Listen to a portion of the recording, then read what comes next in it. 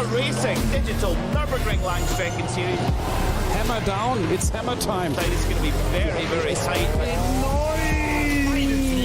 Side, but they've touched. Daneben setzen, geht der Flat-Out daneben, das macht dann vorne, wird das Auto leicht.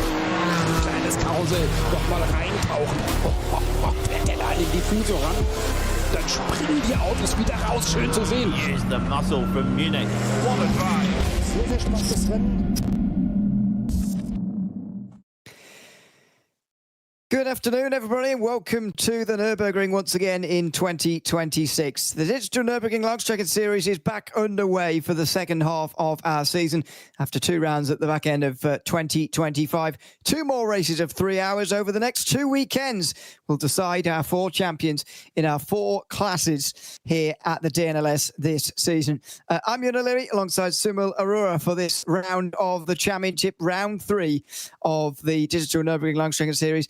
Here this season. Good to be back alongside you, Sumo. Another 3-hour race for us here this afternoon to look forward to. And we were just before we came on air here for the English stream, watching some highlights from the previous race. What a great race all the way through. Some great finishes in there as well, and a lot to look forward to in the second half of this season. Absolutely. Thank you so much, Ewan. And there's no better way to spend a weekend than watching some racing at the Nürburgring. Only one thing can make it better, and that's driving it. And so many people are going to be lucky enough to be able to drive and compete. It's, by the way, the first race of our entire season, of the new year in this season. So for 2026, it's a fresh new start, a new year for everyone, and a new opportunity even to get back in the season if the start has not quite been as good for you. Well, yeah, exactly. If in terms of winning the championship, that might make it a little bit difficult, but you can definitely get a race result, and that is prestigious in itself in the DNLS. Over the course of the season so far, we've got 2 classes where the race winner from both of these races so far was the same in the M2 class, the BMW M2 class, and also in the Porsche Esports Endurance Trophy Nürburgring. Although at DNLS 2, it was very, very close in that battle for the win right towards the very end. In the other classes, in SB9, we've seen a race 1 victory for Falcon Sim Racing, and in race 2, it was BS Competition in the number 1 car trying to defend their title, who won the second round of the championship. They're now 5 points apart in that championship as a result. And in SB10, as we go through the championship points here, we've also got a split race winners. But here are the official standings in SB9. It is Falcon Sim Racing SB9 leading the way because their other race result, other than the one they won, was better than that of BS Competitions, because BS finished 4th in the first race. Falcon finished 2nd in the second race, so they've got a few more points to their name. Muller Racing Team are in 3rd place, having got a 2nd place in the first round. A 3rd place in that first round for Nürburgring Esports, and they're in 4th position at the moment.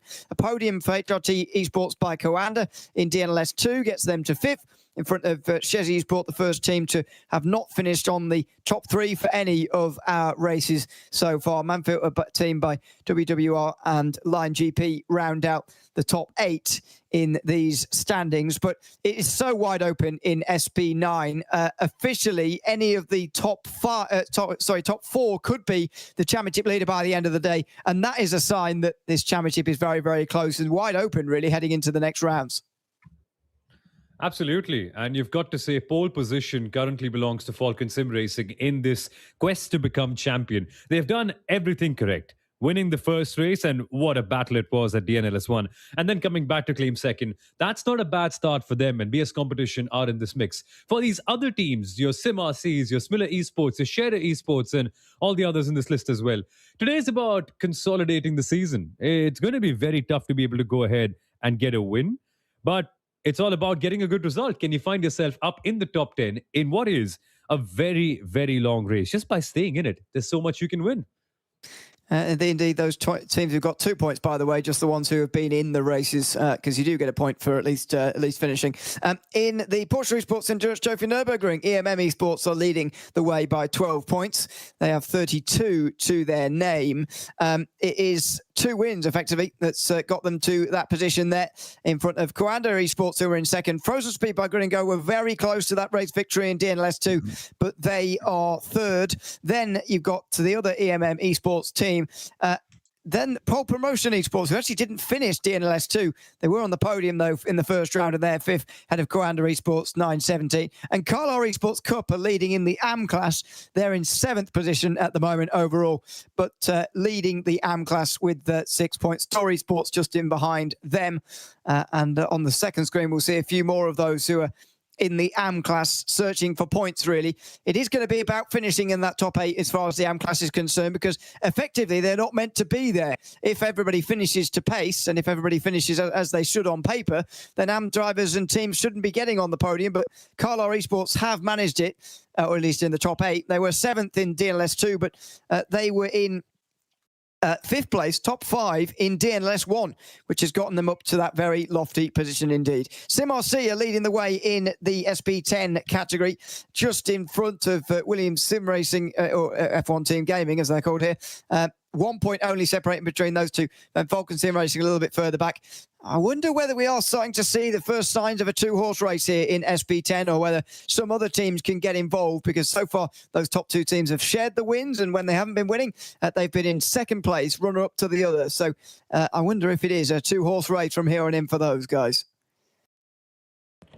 Yeah, seriously. And one wishes for more competition in this category. There's a lot of hope on Falcon Sim Racing, on Lion GP in this mix. The Nürburgring esports team. Eiffel Racing as well traditionally have been very strong competitors in the DNLS. So here's to hoping that they are also able to pull out something big. Because, man, we don't want to see just 2 teams dominate. But if they are dominating, can the races be fun? And that certainly has been the case with SimRC and with Williams Sim Racing. It'll be interesting to see how big the pack is today in SP10 together. And then the final category of the lot, we have the most entertaining ones for sure on their day, the BMW M2 competition cars. And with that, BS competition have completely been sweeping everything up. 2 wins in a row for them in the first couple of races. Scherer Esport got close. They got 2nd place in the first round. But then again, settling back to 3rd in the last one. And again, similar story, Ewan. A couple of teams doing really well and the others badly playing catch-up. Yeah, they certainly are. Although with 2 victories so far, you'd expect VS competition to be quite a long way out front. But it's the fact that the 2nd places and the other podiums have been split apart, really. Scherer Esport, the only other team to be on the podium on both occasions. Nürburgring Esports finished 2nd at DNLS 2 and 3rd place at DNLS 1 were Wolves Motorsports. So they're in 4th place at the moment, tied at the moment with some of the Esports Red, actually, who haven't been on the podium yet. And then there's an even bigger gap back to Thomas Enger Sim Racing, Benari Racing, Racing Land 77. The list goes on down the field. But yeah, you make a good point. I mean, these BMW M2s have been very entertaining so far. Hoping for a more entertaining race with them here today as well, because my hope was that they'd stay close throughout the race and it wouldn't be a runaway category. But at the moment, BS competition have certainly shown that. But we'll see what we can get here today from the 3rd round of the season. When we get underway in about half an hour's time or so. In between times, we'll be joining qualifying for this round of the championship. 34 of our cars have already qualified. I believe we're waiting just for one more car to get to the line, and it's pretty much it for the bottom 3 classes, if you like. A few teams not actually qualifying down the bottom there, but SP9 qualifying will be underway very, very shortly. It's always very exciting, and I feel always maybe a bit more important than we give it credit for, because it's not easy to make it. You know, it's not difficult to pass around here, but it's difficult to make up a lot of positions in a short period of time. And that means that qualifying is relatively important, just to get that little bit of track position before we properly get underway. Yeah, you're right about that. It's so important to be in a good position in the first couple of laps. If you get caught up in the mid-pack, my word, things get so dramatic here in these races. And we saw that. We've seen that in the last couple of rounds too. If you're stuck in the mid-pack of any grid, it just doesn't have to be the SP9. There could be trouble waiting for you because so many people want to go 3 or 4 wide. So you want to make sure you're up ahead at the top positions. And in the SP9, if you folks are just joining us in the DNLS for the very first time, both the real world driver both qualifies and starts the race. So this is going to be a very interesting session where we also get to see what the real world drivers actually look like today in the SP9 class. And man, we have got some fun drivers. Ryan Barneville, I see in this list as well. Yeah, we've got some real top class drivers. Let's go through the starting grid though for the other categories who've already qualified. Luca Alpert's time in the EMM Esports 9:05 is good enough for pole there. Similius Racing are alongside. What a great performance that is from them. Second place in the qualifying session is a very, very good performance indeed. Second row for Dory Sports and Frozen Speed by Grin and Go, who've got a decent chance from fourth place to try and go one better than they did in DNLS 2. It is Coanda Esports and Share Esport Cup 1 who are on the third row. That's the second of the AMs there in sixth place. EMM Esports 914. And next set of Carla Esports who round off row 4 there. But it's close, especially between the top 3 or 4. It's very, very close for this length of lap time. But what about that for a surprise? Similius Racing, getting half a tenth of a second away from pole position, and they're in the AM class. That could be massive because the AM class teams do not score very many points regularly. If you finish second, you get 11. That could almost be championship winning sort of total with this long to go in the season. We'll see, but that's a great start for them.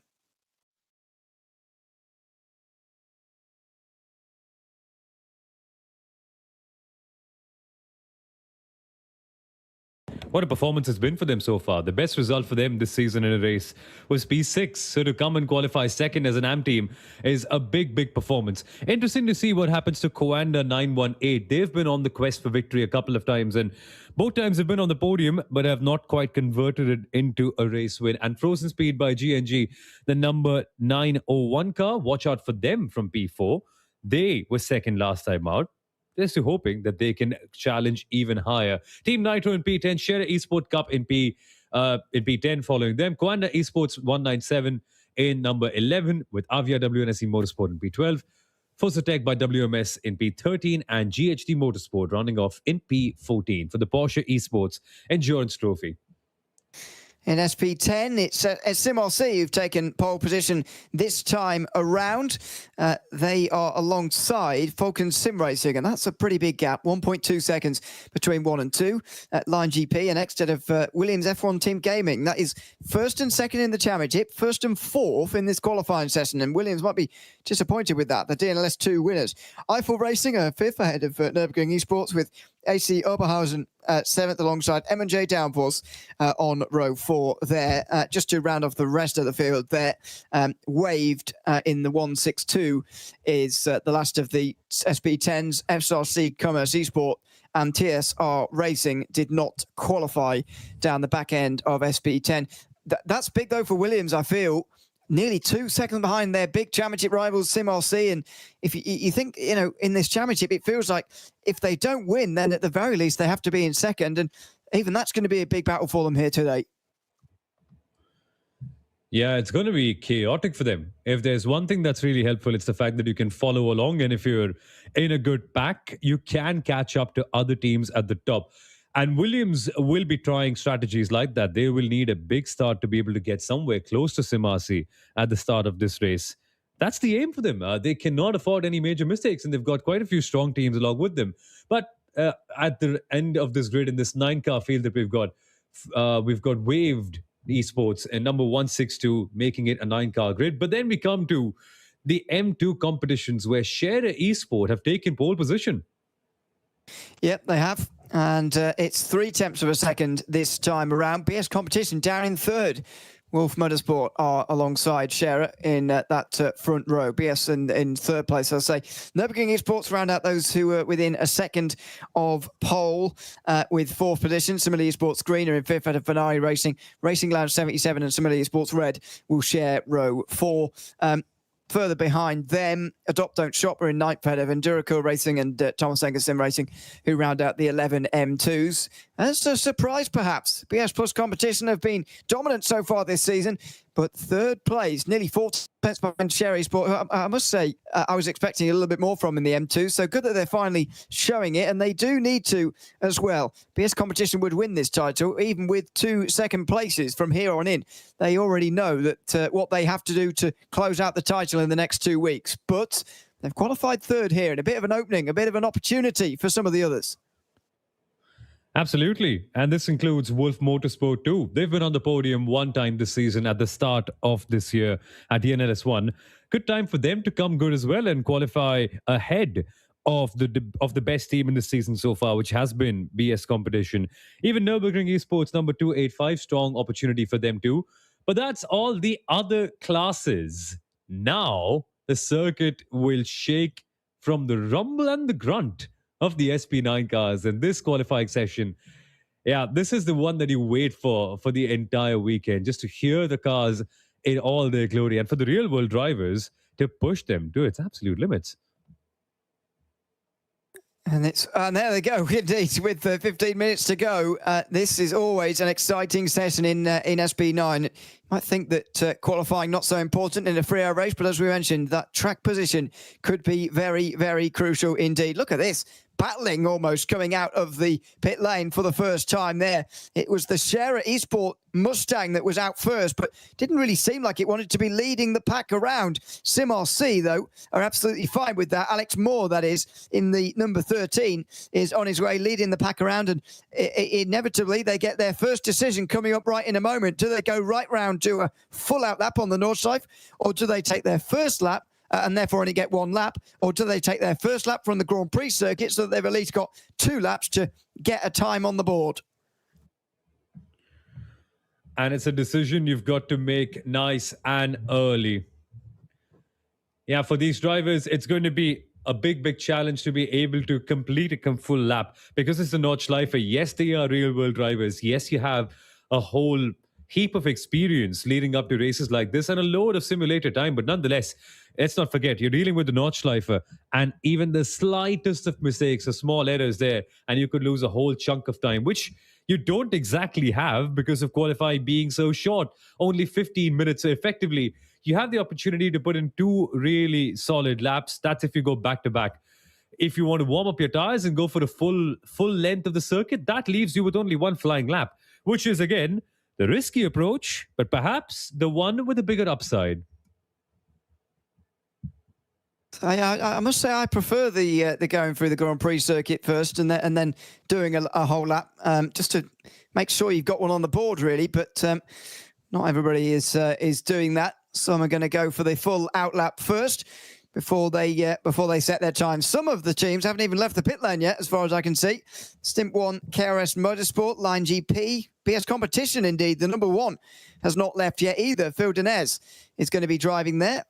I mean, I know he has to qualify here, but I do feel sorry for him. It's currently, as long as he's in California, where he normally is, it's currently 3:30 in the morning, which is very, very early indeed. And if he will have been doing a bit of practice before this event, then I've had to be awake even earlier. Or maybe he's just staying up late tonight and he's going to stay awake until the morning. But there you go. Anyway, on they go onto this opening lap. And I believe these are a couple of drivers who decided to go round first time round. I know they're slowing down as well on a bit of an outlap through the Grand Prix circuit. You do have a little bit of time to get yourself sorted here with 15 minutes.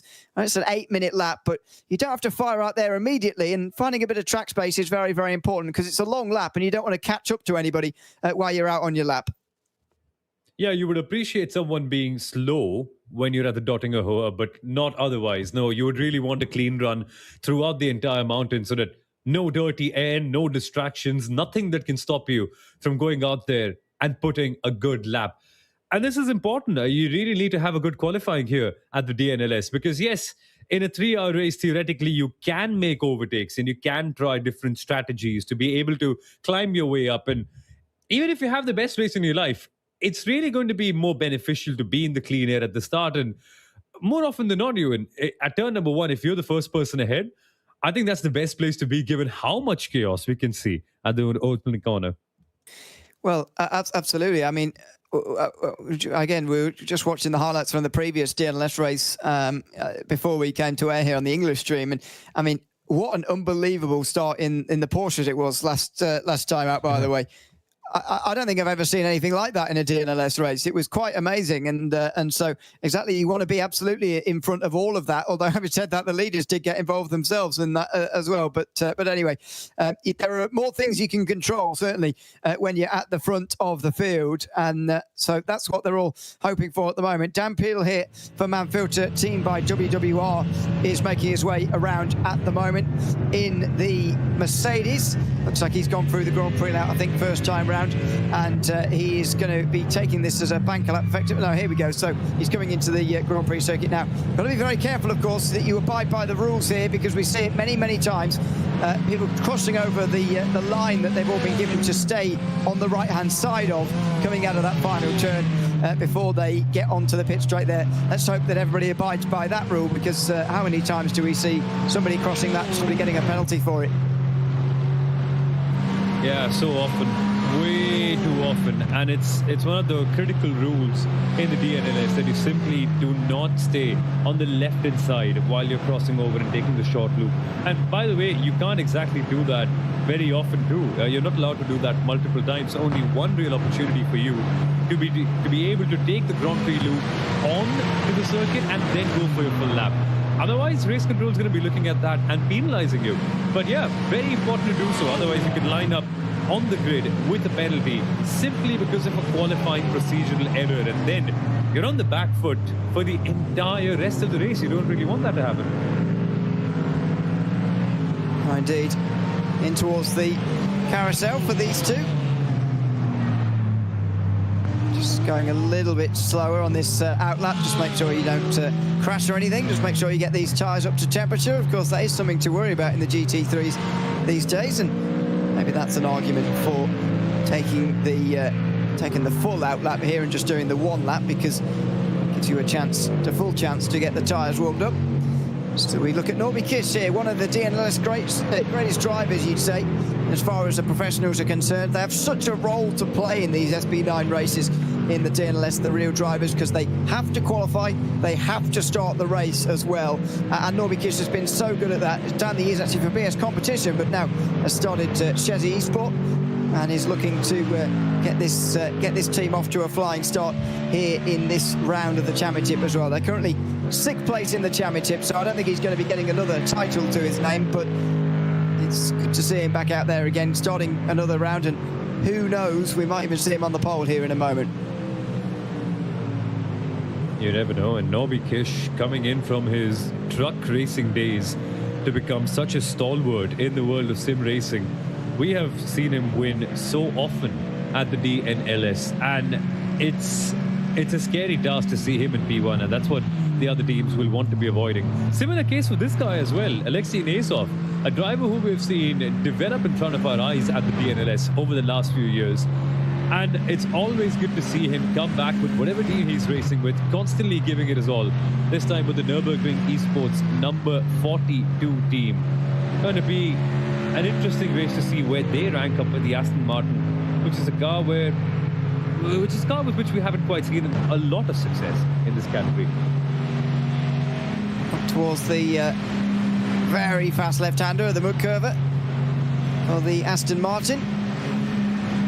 Just pushing on this lap here to get that good time on the board. First car over the line in a moment will be 35, which is German sim racing, Luke Schneider. But I believe he'll be ending a outlap here.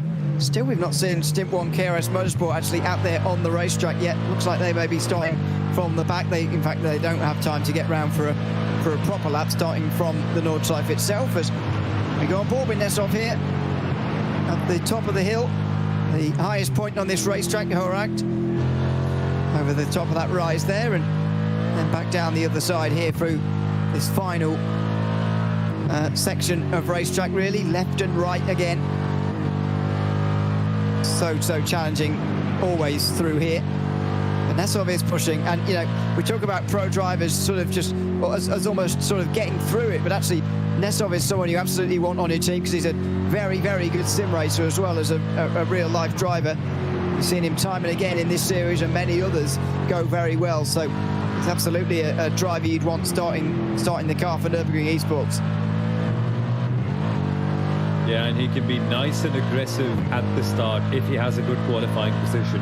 Just doesn't want to be caught in the mid-pack, and this corner will certainly help out as he jumps through over Flansgarten and then heading towards the final and the most fun part of the circuit, towards the Stefan Veloff S's. A good qualifying is necessary, and Nesov looks committed in this Nürburgring Esports Aston Martin car.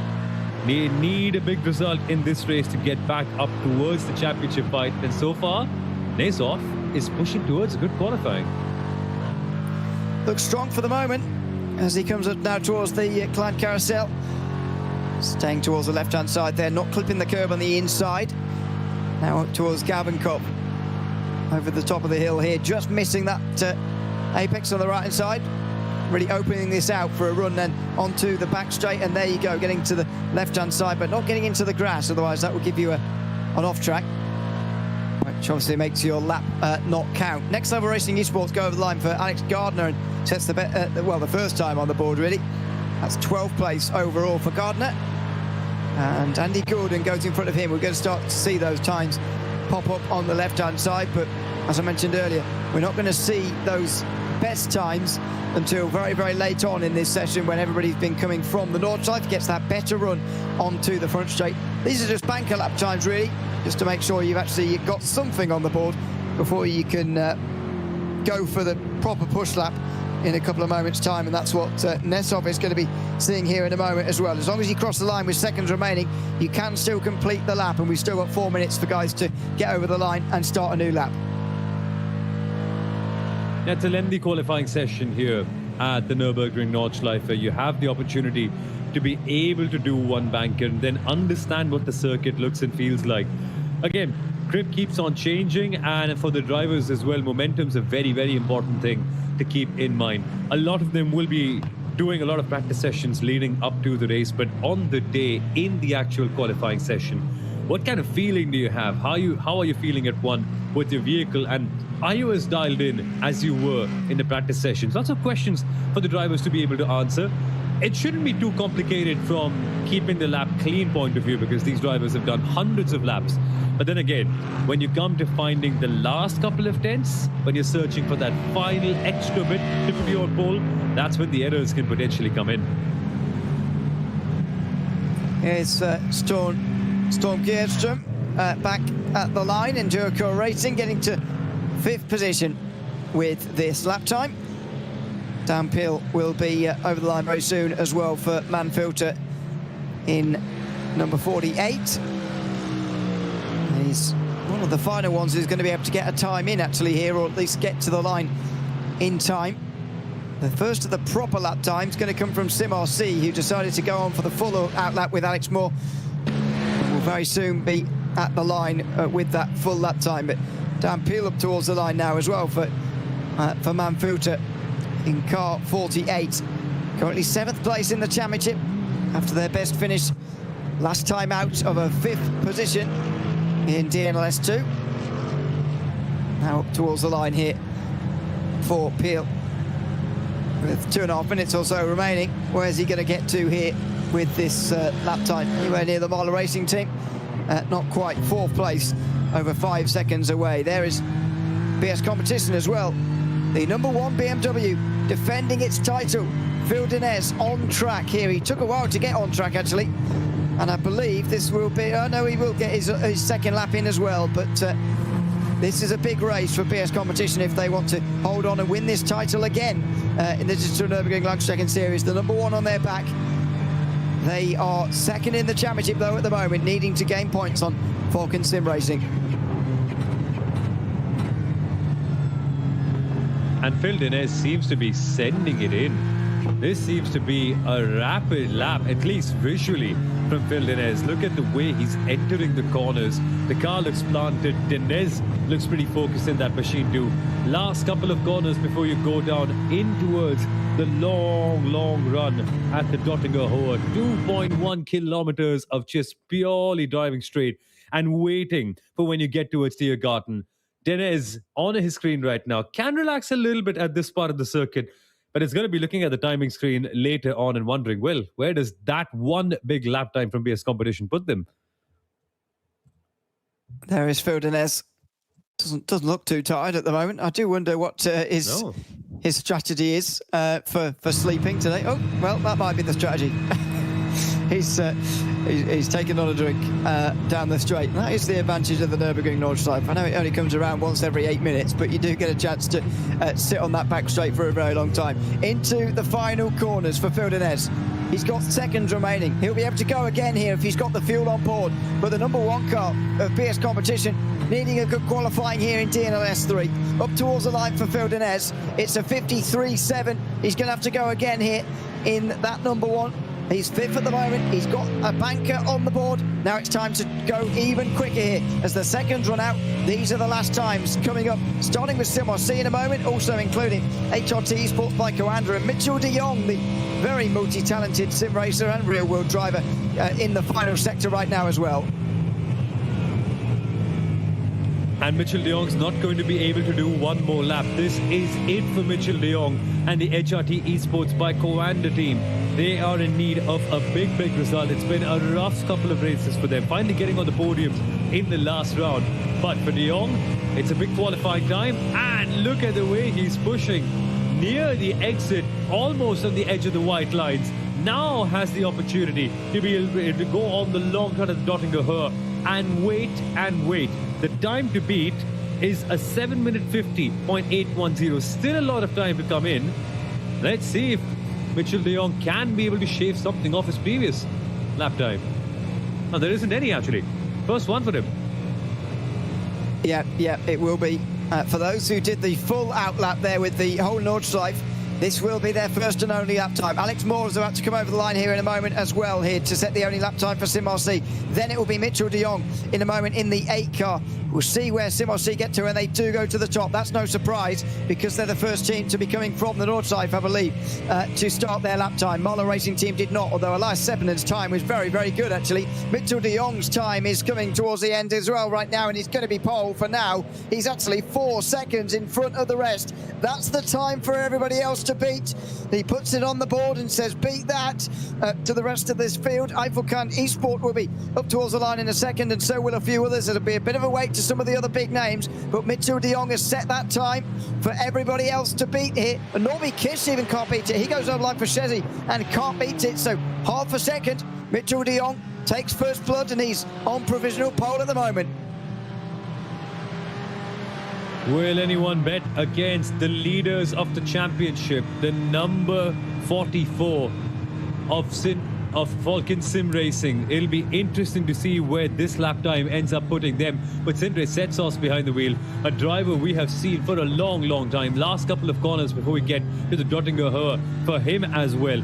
Interesting to see that there's only 2 cars in the 7 minute 46s right now. The every other car involved out there, 750s, but this is the crunch time. This is where we see people getting close, and this could be where we see a quicker lap time for Falcon Sim Racing. Let's see. This is a big lap for them as well. There is Sindre Setsas. They are the championship leaders after 2 rounds of the DNLS this season. 5 points in front of BS Competition. But unlike in some of the other categories where they know, well, BS Competition know, for example, in the M2s where they need to finish for the rest of the season to win the title, Falcon don't have that luxury. Anybody can still win the title from this point. As Setsas now comes into the Tiergarten, most of the lap now complete, just one last chicane. Onto the brakes, through the bumps, and up towards the line for Falcon Sim Racing SB9. Where is this going to get them? As they get shuffled further and further down the field with their opening time. It is 3rd place. Yeah, just about 3rd place for Falcon Sim Racing. It's not a bad time, but it's not pole. And the other teams, especially BS Competition number 1 and Phil Denez, have a big chance to overtake them. Denez will be still half a lap away here, so we have to wait some time before we get to his time. But it's not pole for Falcon Sim Racing. They've left the door ajar for the other teams. Could the Lion GP team end up being the dark horse in this mix? They seem to be a little bit off, though. I'm not quite expecting them to get on pole position, but nonetheless, late laps, they've taken their time. They've understood the circuit and got their hands clean as much as they possibly could. Last couple of corners now, approaching Tiergarten, need a really brave entry there. How late can you brake? Getting on the curbs. That seems to be quite clean for them as the Mustang dances around the final couple of corners, going over the curbs, and then it's time for the Lion GP machine to cross the finish line for qualifying. Where will this lap time put them? Clearly not in pole position. It's a 7-minute 49. It's not bad. Puts them, I'm assuming, in the top 5. It should. Yeah, I would assume so as well. Maybe it didn't count. Maybe there was an off track in there. It doesn't look like it's counted. So, yeah, that would have been a top 5. In fact, it would have been 5th place, I think. But it doesn't count, so all that doesn't matter. Jochen Krumbach now for Scherer will be up to the line in just a moment. He's going to be after the man filter car comes over the line. Dan Peel still to come, but Vildeneuve is going to be the last driver to cross the line here. Is he going to get anywhere near that time from Mitchell de Jong? Well, I'm assuming he's going to get near it, but is he going to be able to take pole? That would put him, you know, some big difference big distance, I should say, between that car and the Falcon Sim Racing car as well. Sindre sets us only 3rd at the moment, and the gaps are a little bit larger than normal. Big chance, I feel, this is for Vildeneuve on this last lap time, his 2nd lap time, to try and work himself in front of his big championship rival here this season. Yeah, absolutely. There is a window of opportunity. Let's see if anyone has enough lap time to go through it and claim pole position for themselves, stealing it away from Mitchell de Jong. For Scherer Esports SP9, they need a good start to this race. They need something. They've only gotten 2 points this season so far, and a good qualifying will make things handy. Committed as ever, just as everyone's been, to be honest, at Tiergarten. Not dancing as much as the Lion GP car, so hopefully they've kept it clean in this one, and hopefully their lap time counts. They need a 7:46 for pole. That's not going to happen.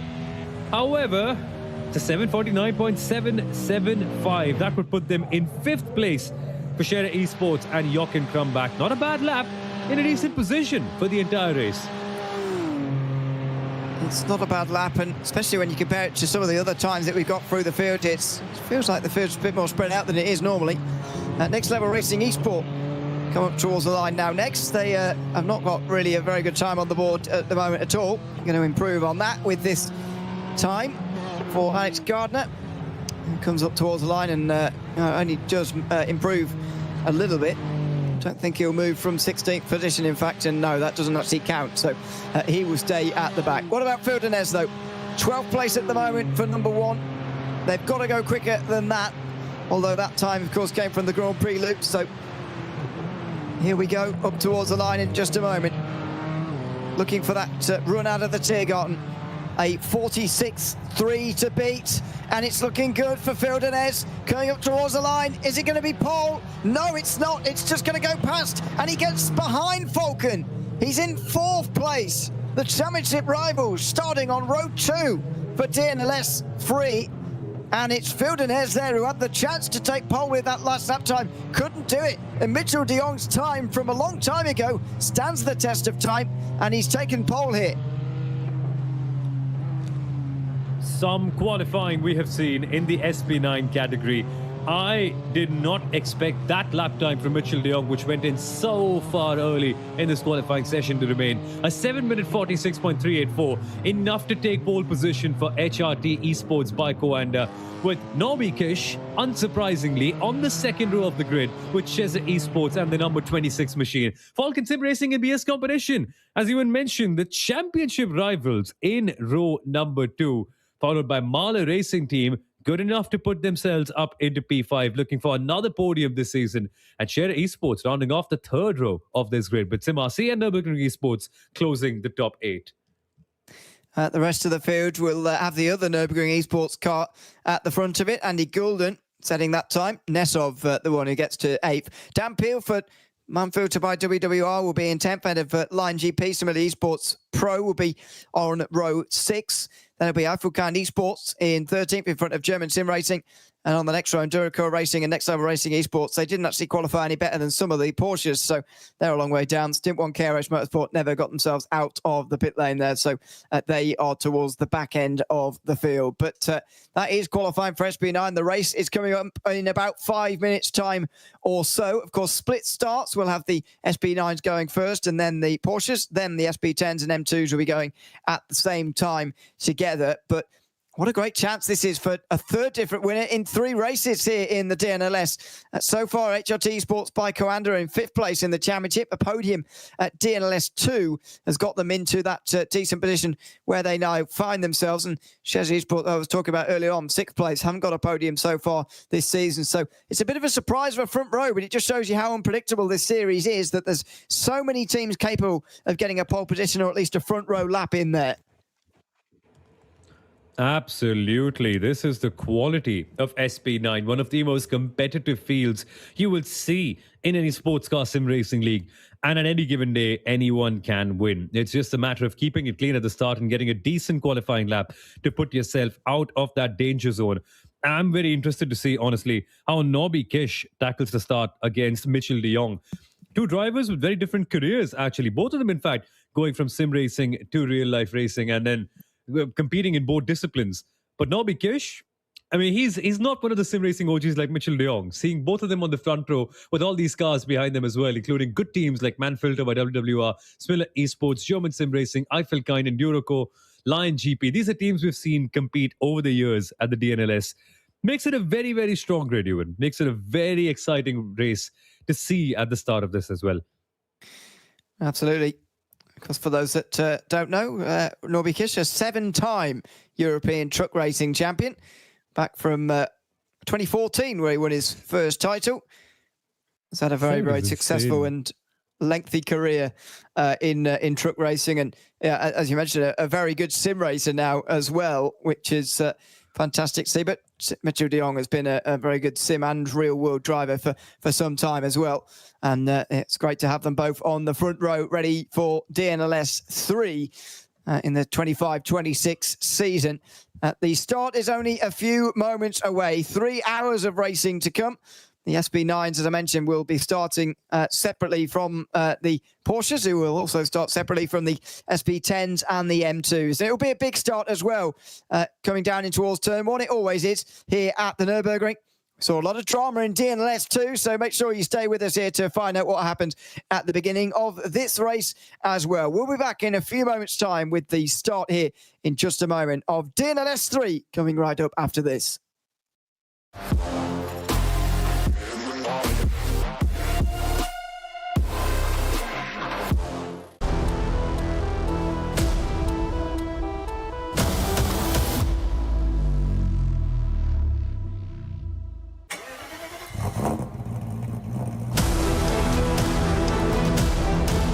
Hol dir jetzt dein eigenes Motorsporterlebnis nach Hause.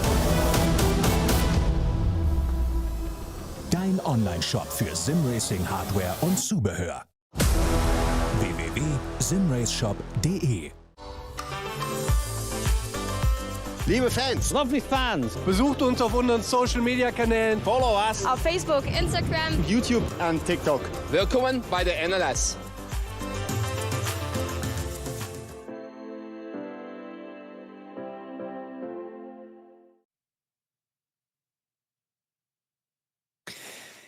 Well, the start just a few moments away for DNLS 3 in the 25-26 season. Myself, Ian O'Leary and Sumil Arora taking you through the action from this 3-hour race, and in it at a very important time in the season. We've just seen a qualifying session where neither of the top contenders in SB9 have actually taken the pole position, or indeed second place there either. Falcon Sim Racing and BS Competition will be sharing row 2 in behind Mitchell de Jong and Nobby Kish, who will be on the front row. It's a high-class front of the field here, Sumil, and looking forward to seeing how this start gets on. But as I mentioned, DNLS 2 was a pretty chaotic race as far as the start is concerned, especially in the Porsche Cup category. Hopefully, it will be a bit cleaner this time round than that was. That race just before Christmas. Yeah, my word. So many crashes. And they were crashing nearly after the green flag went on as well. Drivers trying to go 4 and 5 wide, and inevitably, there will be some sort of traffic jam situation where one car cannot find their way out. And that's where the problems tend to begin for everyone at the race start. Is the Nürburgring one of the widest circuits around for a race start? Yes. But in the pressure of the beginning and wanting to capture as many positions as you can, chaos can be expected, especially when the assists are not even on for the Porsche guys. I think the important thing today is just, as always, being composed. The opportunities will come in the front of the field if you just keep it clean. But for the mid-pack, my word, championships third round out of 4. Everyone needs to get a move on. Everyone will feel the urgency.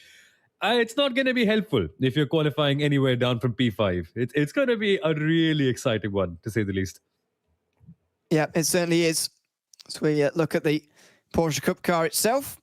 Just make its way around the Nürburgring. The drivers at the moment will be getting themselves onto the grid here for the start of DNLS 3. Just talking about the penalties that have come through from qualifying, because there always are a few. Penalty points to Simile Esports Pro and Stint 1 KRS Motorsport. They're both SB9s for their wrong start numbers, but just 3 penalty points for the both of them might be crucial later on, to just mention it for now. 5-second time penalty for Julian Raymer of the EMM Esports 914 for impeding the Coanda Esports 917 at Hohenrhein in the qualifying session. We won't have seen that. It was actually very, very early on before we came to air here in that qualifying session. Of course, they get a little bit longer, the other 3 classes, because they're out there together. But Julian Raymer getting a 5-second time penalty for that. A drive-through penalty for the SB10 Nürburgring Esports car, which was for using the pit entry coming from the Nordschleife, which is not allowed in qualifying for those cars. You've got to go around the Grand Prix layout before you can do that pit lane. And a warning only for using the wrong pit lane for Alex Gardner coming from the Grand Prix course in qualifying. That's for SB9, so obviously different rules and different sessions and so on. Just a warning for them, though, at the end of that qualifying session. Just the 2 penalties then, and they're for one of them in Porsche Cup class and one of them in the SB10s. But the SB9s now making their way up towards the Tiergarten and up towards the end of the formation lap here. Just, of course, the back straight. And as always, the Porsche Cup cars will be out there in 2 minutes' time as the field is staggered here in this series. And it will be Mitchell de Jong who's in control of this field with Norby Kish alongside. And an all BMW second row with Falcon and BS before another Mustang row. There might be somebody missing there in the midfield. Looks like one of the Nürburgring Esports cars is not there to me, but we'll see in a moment when this race actually gets underway what the order looks like. But anyway, they will try and close that up just in time for the beginning of this race. Very soon the field will be under the control of Mitchell de Jong for this latest 3-hour race in the Digital Nürburgring Langstrecken-Series. Here we go, out of the final turn. And it's Mitchell de Jong now in control of the field for DNLS 3 at the Nürburgring once again in 2026. Mitchell de Jong brings them up towards the start-finish line and waits a little bit before getting us underway as they fan out 3 and 4 wide in the background on this pit straight. And de Jong controls very well from the inside line there to take the lead in towards turn number 1. Norby Kish through the middle, challenged by the Falcon Sim Racing car. There's a spin. One of the Sierra Mustangs goes around, and the Mann-Filter Mercedes has gone too. The 48 spinning to the inside of the Mercedes, and that Mustang was collected and T-boned by one of the cars on rushing as well. But for the leaders, it's been clean, and for the top 4, they stay as they qualified. And behind them, Lion, GP and Mahler fighting for P7 and P8, going side by side, both the Ford Mustangs heading in towards this long right-hander. Mahler with the upper hand as of now, and the all-important thing is to be ahead before you get to the mountain. Rubbing is racing, and Mahler holding on to that position, keeping 7th place for them. Elias Sepanen fighting Phil Weiberhalhaus. What a crazy battle at the first lap of this race, and both the Mustangs leaving nothing on the table. Absolutely. It's a bit of a break in the field being left by some of these opening battles here.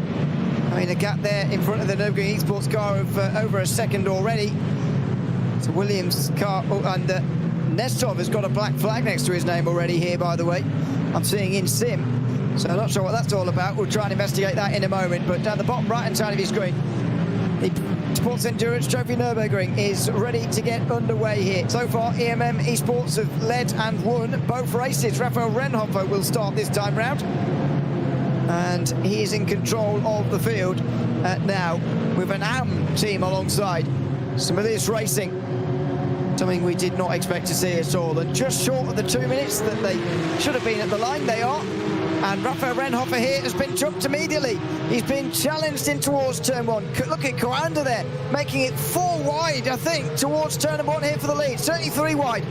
Simrigs Racing just back off here in the AM team, although they are going to dive down the inside. They are 4 wide for the lead, and right down the inside of everybody. Frozen Speed by Grid and Go are going to take this race lead here, and they're going to go one better, or at least try to, in this race compared to what they were able to manage just before Christmas in the second race of the season. They're in the lead here comfortably. Simrigs Racing trying to hold off and get into second here, but it's side by side for them at the moment with Share Esport and George Tyler, who's in that card here to begin with. 3 wide as Tyler gets knocked back here, and EMM try and regain some of those places. From the pole, they've recovered to third at least, but it's not been a good start for Raphael Renhofer. No, completely got jumped before we got to turn number 1. Frozen Speed by Grid and Go. Adrian Guricke with an amazing getaway. Both the Coanda cars over there in a tussle as more cars go out wide in the gravel. Lap number 1 claiming its victims as there is more contact. The Coanda car touching with the Dur car. That was very close to a very high-speed contact there through the kink as the car's getting back underway there. Here comes 914, and I'm going to dive down the inside there. That's the AM EMM car. Looking for a dive there. Through onto the north side they now go, but what a start by Grid and Go there, and Frozen Speed. Absolutely fantastic from Adrian Guricke to get into the lead of this race. Nicholas Last then is in second, and then Raphael Renhofer, George Tyler, Julian Soden rounds out the top 5 in the Porsche Esports Endurance Trophy Nürburgring. Into the now start of this race for SB10 and M2. They both start at the same time, of course. So let's get both of these races underway. It's the biggest starting group of them all, just about. Just seen the smallest, starting group 2. And exactly 4 minutes after the start of this race, we're underway for the SP10s, and SimRC immediately pulling to the right-hand side there to defend here. Falcon Sim Racing tearing up the outside at the moment, trying to take this race lead away in towards turn 1. 3 BMWs for the lead. And Falcon, oh, there's contact! Wow, that was close. Falcon Sim Racing were very close to going all the way around there, right in front of the pack. And in the end, there's more contact. Williams now go out wide. It's a disaster start for them. They need to try and get close to SimRC if possible here today, because otherwise they're going to run away in the championship. There's a spinning Aston Martin in the midfield, and it's causing havoc in the M2 class. They spin right in front of all the M2s, and there's havoc, and now Williams go around. Big moment for this championship as the Williams BMW goes around and goes to the back of the field. They were second in the championship heading into this race. Now Williams are facing the wrong way round and have a big comeback drive to execute to find themselves anywhere near the podium today. Crazy scenes in the SP10 and the M2 start as it stands. SimRC holding on, but my word, Falcon Sim Racing, one of the biggest losers, making contact there, getting sandwiched, and then the impact of that was evident, falling back down in this pack. Man, crazy getaway, and Falcon, they nearly had it. They really had P2 for themselves, but too much ambition, and that's pushed them back down in this grid. Well, that could be a championship defining moment that we've just seen there in SP10. Meantime, in the M2 class, they try and pick their way through this. Share Esport are leading in front of Simrigs Esports Red. BS Competition have dropped down to last in M2, so I'm not sure whether well, we saw it and I just missed it, or what's gone on there, but the championship leaders in M2 who have won both races so far this season and know that with 2 second places in the next 2 weeks, they'll win the title, no matter who wins the race. They're now down at the very back of this field, and a huge opportunity opened up for some of the other teams like Scherer and Simili Sports Red for iRacing, who are now leading this M2 class on the opening lap. This could be a big day. This could really open things up in the M2 class.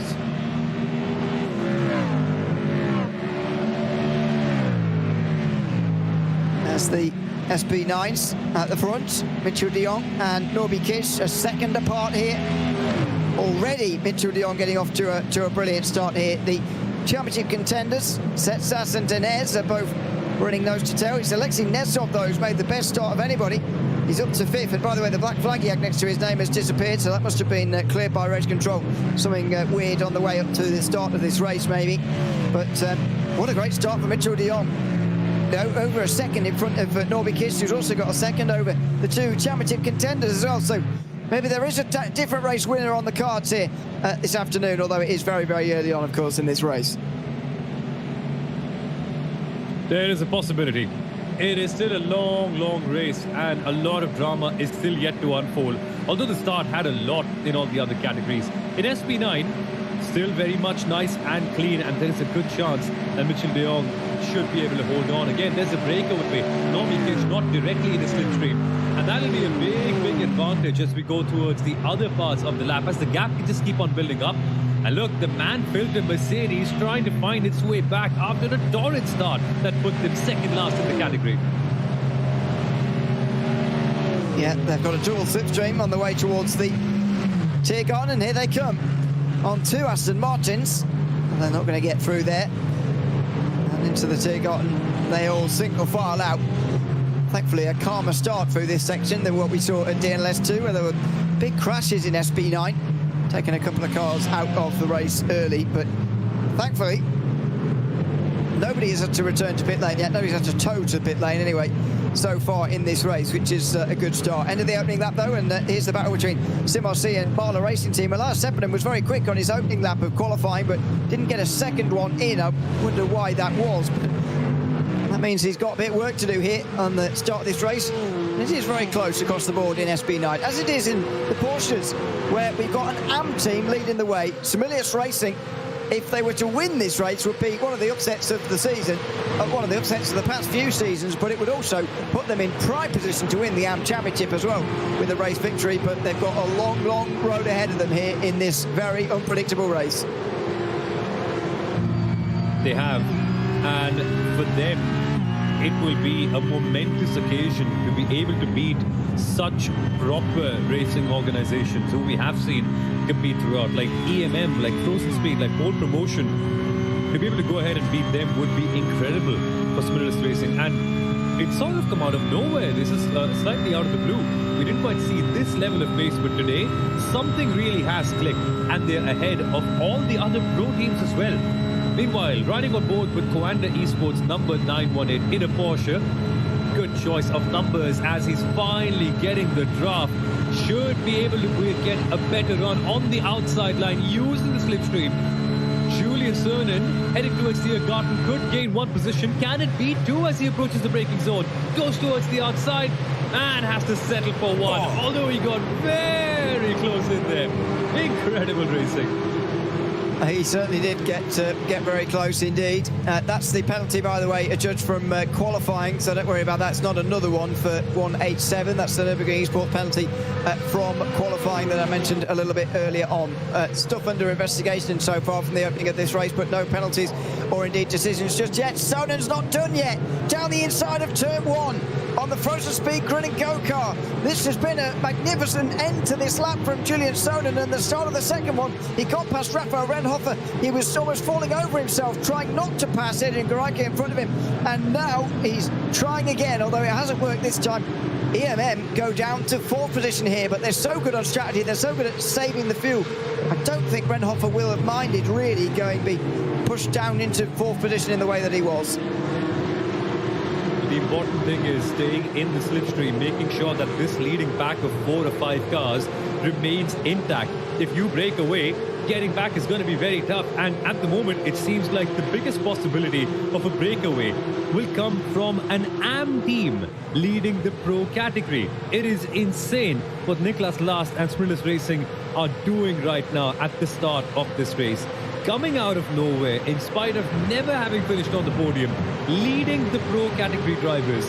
What a mind-blowing achievement it is just to accomplish what they've been doing in the last 12 minutes. But this is where things get tricky. Going towards the mountain with these well-run organizations with very experienced drivers behind you.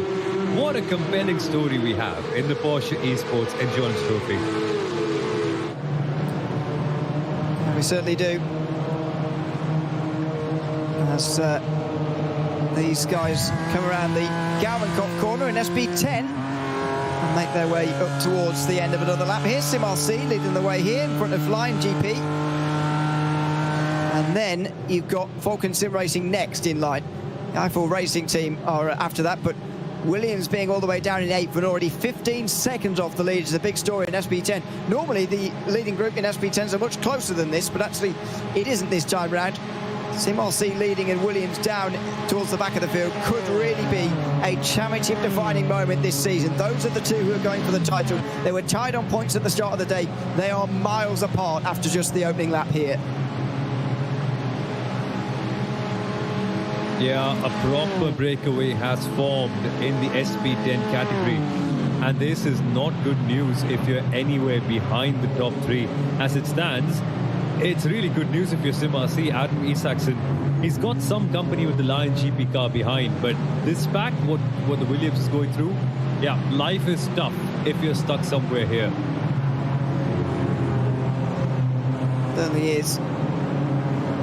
Hopefully this is going to be a close M2 race though, compared to some of the others we've seen. Scherer have gotten away a little bit compared to the others. This is the group led by Nürburgring Esports for 4th on back. Fierce competition, not even with this group though, so they've got an awful lot of work to do here as SLC Commerce Esports come into the pit lane after the opening lap of this race. That's probably too of an early stop from them, if it is a stop indeed at all. There's a damaged Aston Martin as well.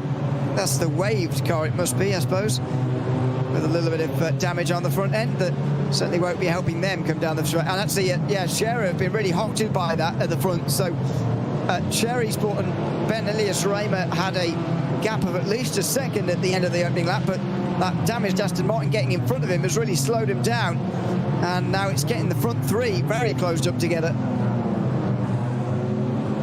And how beautiful is that for us? We get to see an even bigger battle. Yep, tough times if you're Scherer. They still have a couple of arms distance in the middle, but what we're seeing right now is the battle for P4 in the M2 competition class. Nürburgring Esports in their number 285 with Daniel Mood driving that car, getting a bit of a margin ahead, and then behind we have the Racing Lounge number 77. It's this bright machine that we have right now. So with the M2s, not always a good sign to see the cars break up and open up, but then again, this is a category where lots of driver errors can sort of come up and things change it on. And that's the damaged Aston Martin we were talking about, the waved machine. It's been running a race of its own entirely, and it puts a little bit of pressure on the Scherer Esports car, and now that gap is coming down and the troubles begin for them. Yeah, indeed. And look at the SB9s, by the way, getting towards the end of a lap. The reason why that's such a concern early on, of course, is because they're going to catch those M2s very, very soon here. And they're going to be into traffic for the first time in DIN on S3. I'd imagine a couple of laps maybe away, but still not very far until we get to that point. Seppänen and Alex Moore in the background side by side. That's very early in the straight to be side by side. Lars Seppänen has either got a very good run or Alex Moore has got a very bad one on the Dutchinghut this time round, because otherwise you wouldn't see that side by side so early. Tucking into both of them at the moment is Finn Wiebelhaus for the Line GP team, so he's going to try and get past them both as Vulcan lead these two down. They're going to stay single file, but look at this in the background. Wiebelhaus doesn't know whether to make it 3 wide or just stay behind them.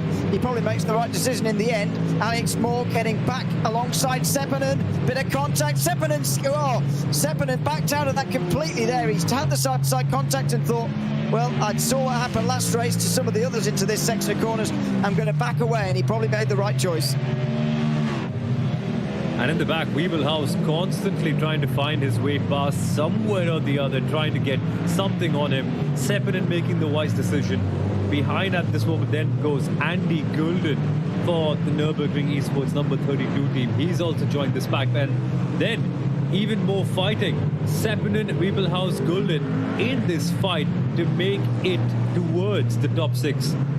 Well, what a crazy battle. And there comes the move then. Lion GP sending one on Sim RC as we go towards the Grand Prix section. That puts Lion GP on the outside line as we head towards the hairpin on the right-hand side. Both Mustangs dueling it out against each other. It's a daring move by the Sim RC car, and one that's defiant, pushing the other Mustang out of the track. Wonderful. That was, yeah. Well, I'm not sure that's the word Finn Wiebelhaus will use for it, but it was quite good to watch. I enjoyed it. There was very, very close side-by-side racing between the two of them in these first 20 minutes, and well, it was aggressive from Alex Moore. There's no other way of putting that, but in the end, he keeps the position just about over the Lion GP Mustang in behind. It's a great battle. They're nearly 10 seconds, though, now behind the leader, Mitchell de Jong, who's continuing to extend that advantage, actually, out the front of this field. Doesn't look like it has got a little bit of damage. I noticed it on the back straight last time round. It didn't pick it up in that bit of contact there, and that little bit of argy-bargy for that position. 6th place, 7th place, I think it is now. But nevertheless, there is definitely a bit of damage there. In the Porsche Esports Endurance Trophy Nürburgring, we are seeing a very big group develop now. Frozen Speed by Grin and Go are trying to come through, though, and Coanda want to follow through. Julian Sonnen was so aggressive last lap around, and here he comes again. He's on the inside line, he's braking late on the inside of Tirgon, and he's getting through into 2nd position. So the AM team finally now dropping away. Sibelius Racing are not going to try and regain that place either, or are they? Oh, I was expecting him to just stay behind here, but Julian Sonnen is under pressure now from Nicholas Last, who's not a bad driver in his own right, to be fair. Down the inside he comes here, in towards the hairpin of turn number 1, and Sonnen is going to be sticking it out. Is he still alongside, or is he stuck behind? Oh, he's going to go for it again. He's very careful there not to hit Nicholas Last, though, and they get away with it all. In the end, it's Frozen Speed by Grin and Go who get out there with the race lead. Smirless Racing are matching the firepower that Julian Sonnen has been throwing towards them. The Coanda car so aggressive in attack and also in defense. But now he's closer to the car behind the EMM Esports number 905 because of the way Smirless Racing went racing in the first couple of corners. So aggressive. Wanted to keep the position at any cost, and this is where things went wrong for Williams Esports in the SP10 category. Well, getting bunched up at the Grand Prix layout, and then the tap from behind, things just get complicated. And maybe that's where the Wave car got its damage from, Ewan. Yeah, that's where the Wave car got the damage from. It's also where BS Competition spun around in the M2 class. So it was a knock-on effect there. Dominoes were falling, and in the end, BS Competition are the ones who go around in M2. That's how they've dropped down. And at the moment, by the way, they are still in 9th. They've regained 2 places from 11th, but they're still down the field. That was side-by-side just behind. Julian Raymer getting past Nikolai Pedersen for 6th position. And Oscar Pai will get for 5th, rather. And Oscar Pai now is joining. So there's 7 at the front of this very large group now at the beginning of this race. And it's wonderful. The cars are flying off with their tires going over the curves. This is classic Porsche Esports Endurance Trophy racing. And the category, by the way, which gives you the most amount of prize money, 3 times of what you win if you become the team champions in the SP9. Surely, more bravery and more driver feel must be rewarded, right? Yeah. Yeah, well, meantime, this is in SP10. What's going on? The leader, Sim RC, the gap back to Williams, now 17 seconds. As I mentioned before, this is potentially a championship-defining day, but if you think about it, at the end of some of these 3-hour races, we often see a 17 sort of second gap for the win.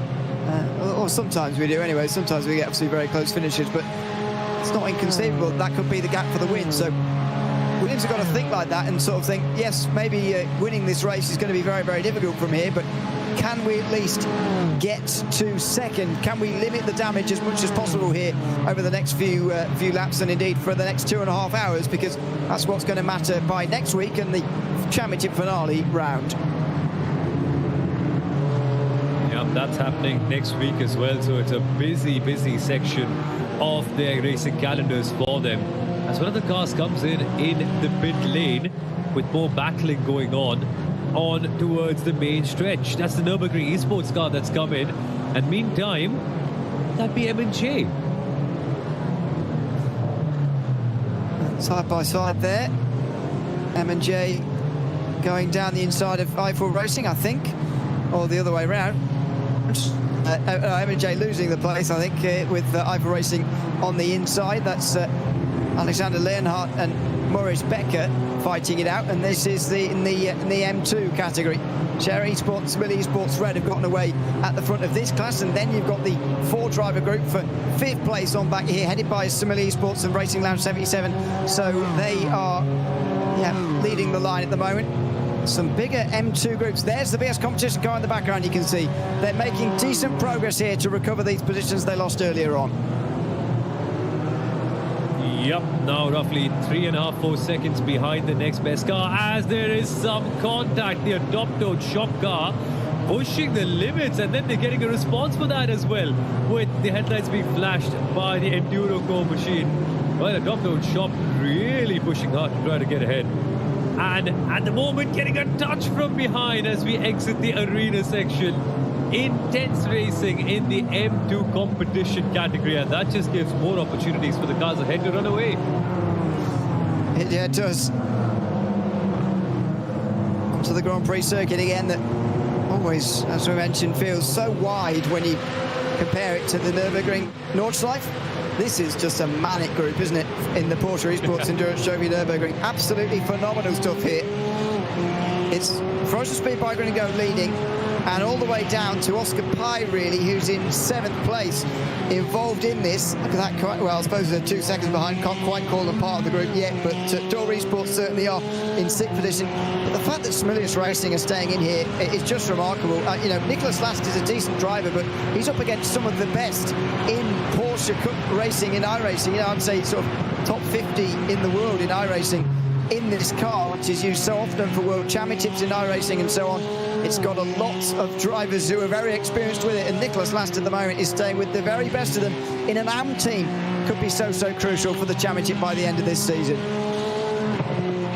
It could be, and they've not quite had the best start of the season, not finding themselves in the podium or the top 5 as well. And then suddenly you come here 2 months later, back to the DNLS grid, and you're looking at this AM team that's finding themselves in P2.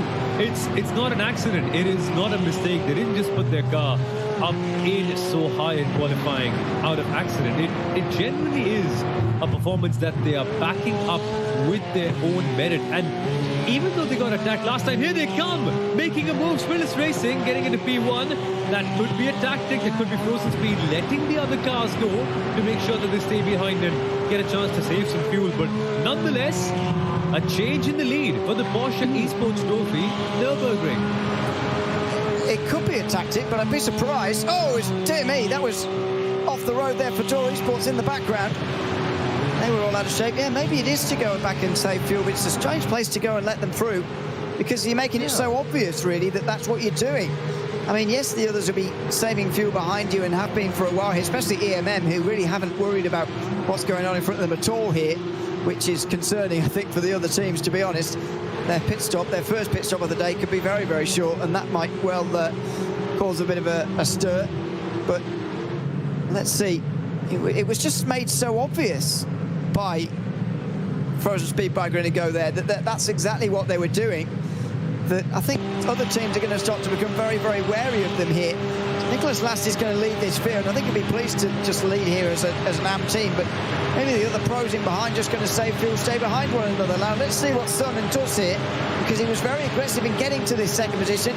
Now he is going to be aggressive in trying to take the lead as well. He's going to be followed by the 905, which is still going to have a car in front of it to save fuel. This is very smart driving from these two, and they get straight through into the lead of this race. Stonen now, the new leader of this field. It keeps changing again and again in this Porsche Cup category. It does indeed. And Sprinters Racing P1 to P3 in a matter of a couple of corners. This will not be something that really concerns them or makes them go down and feel low about themselves. It's just the nature of the racing in the Porsche Esports Endurance Trophy. Here comes another move. EMM sizing up the Coanda Esports number 9 when its Sprinters have an opportunity to go for the over-under, going to the outside, but EMM shutting the door, and instead the other EMM car, the number 914, will get a move on the Sprinters Racing car. So now 2 EMMs in the top 3, unless Sprinters can do something about it, and they do, sending a move on the inside line. Can they follow their teammates through here? Outside of the hairpins, a long, long way round. Downhill through. Oh, and he's wide, so he's not going to get through there in the other EMM car. He's going to be back into 4th. Is Julian Raymer rather, in that other EMM car. Greiker, of course, is the one he's just up in front of again after frozen speed by Grin and Go. Let all those cars past. But it's Julian Sonen leading the way in front of Renhofer, then Nicholas Lass, then Raymer, then Greiker, and rejoining the group here, Nikolai Pedersen, after that small mistake he made from Door Esports in 6th position. But this is a lively first hour here. I do fear, though, for the other teams that EMM are not really worrying about any of this, and they're fuel saving a lot more than the other teams are. Nonetheless, they're trying to be aggressive. They're trying to attack and get positions in other cars as well. Sprinters Racing right now in the middle of 2 EMM cars. It's a Sprinters sandwich with 2 EMM cars on the other side of it. It's a tricky place to be in, where you want to go ahead and chase the other one, but your hands are full with the car behind you, and you never really know when the other person's going to be sending it. Yes, it's the Nordschleife. Yes, it's still the start of the race, and you would want to be conservative, but nonetheless, when you've got a car chasing its teammate with such intensity, the move could come anytime. Well, the field just stretching out a little bit more now with Sonen at the front of it, but not too much. It's staying rather similar in this category. There's not really groups like this anywhere else around the field here, really. As down the inside in the background goes Pedersen on Adrian Greiker there into the Arenberg through Schwedenkreuz, first of all. And so down to 6th place now for first speed by Grin and Go. I'm not really sure what this is all about at the moment. It might be that Greiker wanted to save some fuel, go back in the pack, but ever since he's gone back in the pack, he doesn't seem to have had the speed ever since. And so it's very, very strange what's happening to that frozen speed car at the moment, dropping back so far. I mean, to be fair, you know, he would have only had to drop to 2nd place anyway to save some fuel, so I'm very puzzled by what he's doing at the moment. Yeah, very interesting, because Adrian Greiker was one of the top drivers at the start of this race. I remember him fighting for P2 and P3 at the very early stages as well. So very interesting that his car in the frozen speed Grid and Go has fallen back down to P6 when we saw him leading just a few laps ago. All happened all of a sudden. This one fine moment where they said, right, now's the time to drop back and do some fuel saving. And that too at a very awkward position. And you're right about that. The gap just keeps on building between him and the other drivers. Last lap time, a 7-minute 58.219, when the people at the top of this pack are doing 7-minute 57s and 7:56s. Yeah, exactly. Well, Sonen continues to lead this group ahead of Renhofer, Last, Raymer, Pedersen and Greiker. Although Pedersen's only clinging on to membership of this group, really. This is back in the SP10s and indeed the M2s again. Share Esport back to the lead here with a bit bigger of a lead now over Leon Harhoff of Smiley Esports Red. Nürburgring Esports and iRacing are trying to join into the group. In the next group, PS Competition are about to join the battle for 5th position as well. You can see that all happening in the background. But the important thing about this, I suppose, is that the SB9s are not far away from passing all these guys, and look how close they are together still. It is going to be a real battle through traffic first time round, as it always is in these races. It is, and in the meantime, the M2s will continue to go racing with Adopt Don't Shop in the number 289 ahead of the Smiller Esports green car. Racing Lounge number 77 in the 288 machine. They were involved in this fight with Adopt Don't Shop a couple of laps ago, but now Adopt Don't Shop going ahead and getting past the Smiller Esports green one, which you can see through their mirror. That's how they're denoting which one of the Smiller Esports car it is. And with the M2s, the battles keep going, but at the top, it's the Shredder Esports M2 and the Smiller Esports red machine that have created their own little pack. These two and then a second difference in the Nürburgring Esports and the Vinari racing machine of Luca Philipp behind. So bit of a gap between the top two. Yes, they have another SP10 ahead of them, but they can get into clean air and do their own thing in a little bit. But the action won't stop here with Luca Philipp getting close behind. Yeah, he is getting in as well for Vinari Racing. So far in the championship, Vinari Racing have managed to get to 7th place in the points. They were 5th place in DNLS 2, their best result of the season. Only completed DNLS 1, which is why they have the other extra point next to their name. In all of these classes, you do get a point just for getting to the end of these races. If not, of course, then that's how you can get 0 points to your name. Side by side in SP9 between Line GP and Nürburgring Esports, as well as Stint 1 KRS Motorsport just in front of these two. Line GP dive down the inside and they get through. So that's for 8th, 9th and 10th. And Stint 1 KRS Motorsport made such a good start, by the way. This is Dennis Menzer, who's up 9 places so far after starting this race from the very back of the field. However, there will be a penalty assigned to them. Car number 25. Yup, drive-through penalty has been given towards them. Yes. Well. Oh, I'm seeing it's a stop and go 60. A stop and go 60, interesting. Maybe we're seeing different ones, but I'm seeing a stop and go 60 at the moment. Dennis Menzer not classified as a real driver and has taken the start of this race. Who else is supposed to be driving with them today? Oh, I don't actually see them on the entry list. They might have been oh no, sorry. Marvin Schrader was supposed to be their real driver. I'm not sure whether he's had problems this morning or what's gone on, but he is not starting this car. It might have been a misunderstanding of the rules, because yes, they might have seen, oh yeah, we just have to have a real life driver, that's fine, but there are additional rules to that. You have to do qualifying with them, they have to start the race, and they have to do 4 laps of this race as well, and so if they haven't done all that, then they'll be breaking the rules.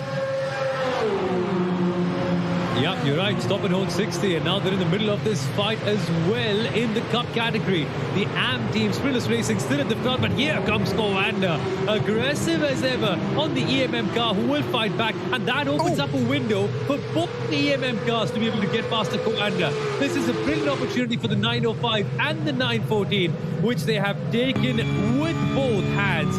The positions are constantly changing in the Porsche Esports Endurance Trophy, and Coanda now looking to get something to the outside line of turn 1. Oh, the aggression as they're trying to get into 2nd and 3rd here especially is amazing between these guys. They don't really seem to want to lead the pack around. Similius Racing are happy to do that with Nicholas Last, but EMM, now that they're in 2nd and 3rd, might be able to control this just a little bit better.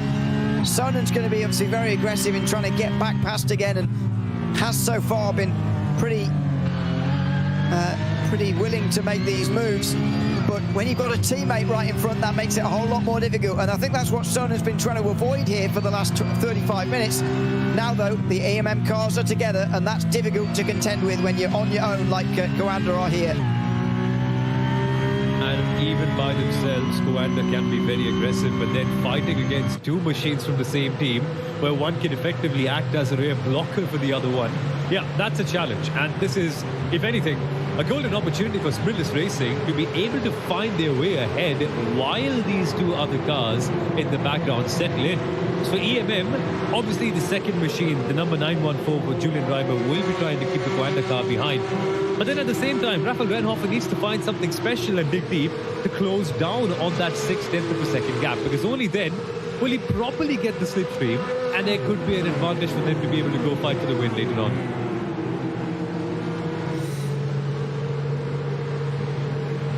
That's what it's all about, being there at the end of one of these late or long races, I should say.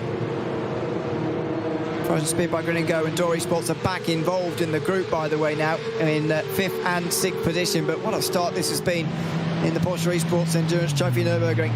And in the M2s as well, to be fair. Share Esport leading here, in front of Simili Esports Red. And then Nürburgring Esports and iRacing. So 4 for the lead in M2 as well. And the championship leader is not involved in any of it. The M2 class has been upturned so far in the early moments of this race, with BS competition being sent around into a spin. Here's the traffic then. One of the Mustangs, it's Mitchell de Jong coming through for the first time. This is going to be such an exciting M2 battle to watch as these SB9s come through for the very first time. And it's a battle within a battle. While everyone else is going to be fighting their own respective classmates, they've also got to contend with the big issue of traffic. And here we come, first time passing the M2 cars. Not a major issue for Nobby Kish, who's done it 100 times before. And so many races he's won in this very similar situation.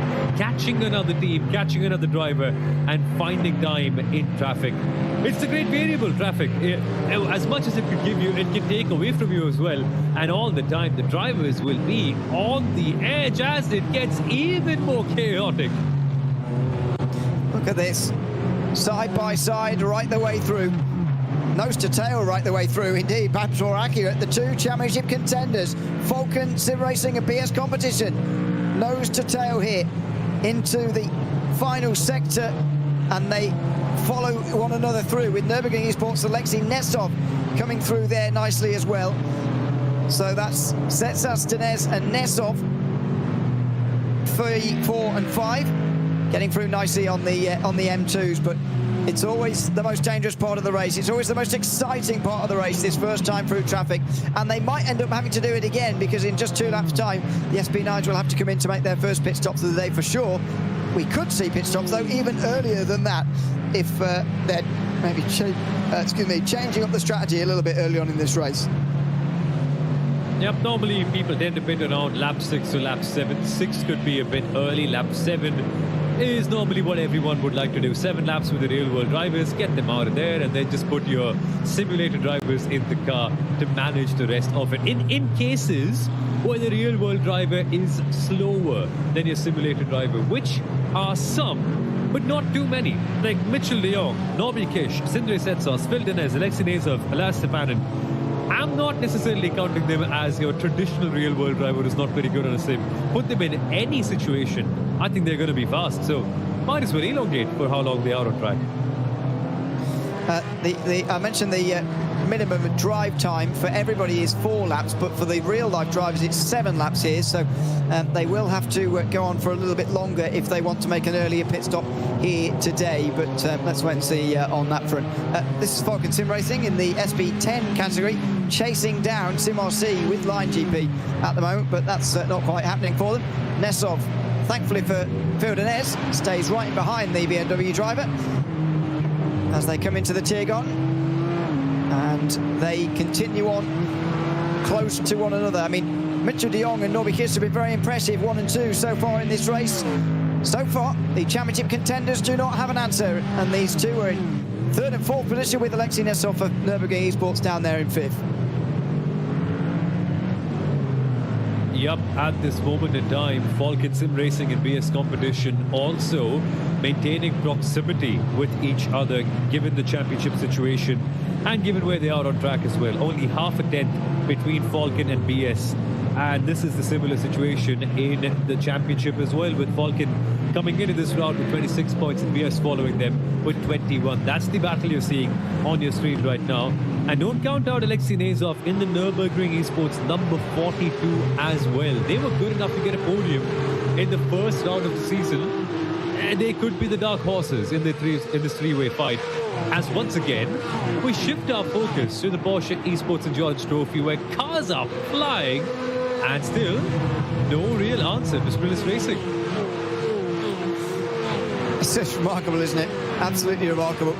Obviously, you need 2 drivers to, well, for most of these rounds, more than not, you need 2 drivers to get you through one of these events, and If your second driver can't keep up with the first, then that can be a problem. But what a remarkable performance this has been so far from Nicholas Last. This will be the first time we get a chance to see these guys coming down the long straight with EMM nose to tail here. They haven't been like that so far. Normally when they get 1 and 2, certainly last season when a lot of these drivers like Raymer and Renhofer and Luca Alpert and so on were driving for Scherer Esport, and they had 2 cars at the front. They were absolutely dominant when they got first and second, and it was really up to the other teams like Coanda to try and get in between them at various stages. But they haven't been able to show the same so far this season. They finally got together now 40 minutes into race 3. And here they come. Oh, they're going to go either side of Nicholas Last. Goodness me. That was a late move there. That was not very well coordinated, considering their teammates. But they go either side of Nicholas Last, who's down to 3rd position. And Renhofer, now with Raymer, is going to have to get into line, and they do. But you would have thought they'd go the same side there and sort of bump draft one another, help one another. But they went either side, and I believe in a bit of a miscommunication between the two there. That was wonderful to see. Nonetheless, it worked out for both of them, getting ahead of their target team, the Smillis Racing car. Rafael Renhofer in the 905 is the one who currently stands ahead. And here comes Smillis Racing, not wanting to stay behind for far too long. This could open up the door for Coanda as well, so watch out for them in the purple and orange car as well. But nothing doing as it stands as we come towards the second part of the arena section. Coanda now closer to Smillis Racing, and this is the part and parcel of this racing. It's constantly swapped around this way between the top 3 teams, and that just does not seem to stop. With Touchwood have 2 big trains forming up, this lead one and another one behind as well, hopefully.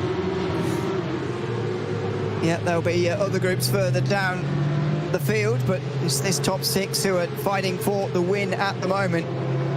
The other parts of the field, to be fair, quite spread apart at the moment. The SB9s are well in traffic now. They're into the SB10s now. To be fair, there's only 9 of them at the front now, with Wave having dropped behind the M2s. They've just pitted again. Well, I say again, for the first time, actually. Making their first pit stop of the race, and maybe accepting from very early that they'll have to make 3 pit stops here, as they tend to have to in SB10, but it's always pretty close as to whether it's 2 or 3 stops over the 3 hours. Often depends how many times they get lapped, which is unusual. But anyway, that's further down the field.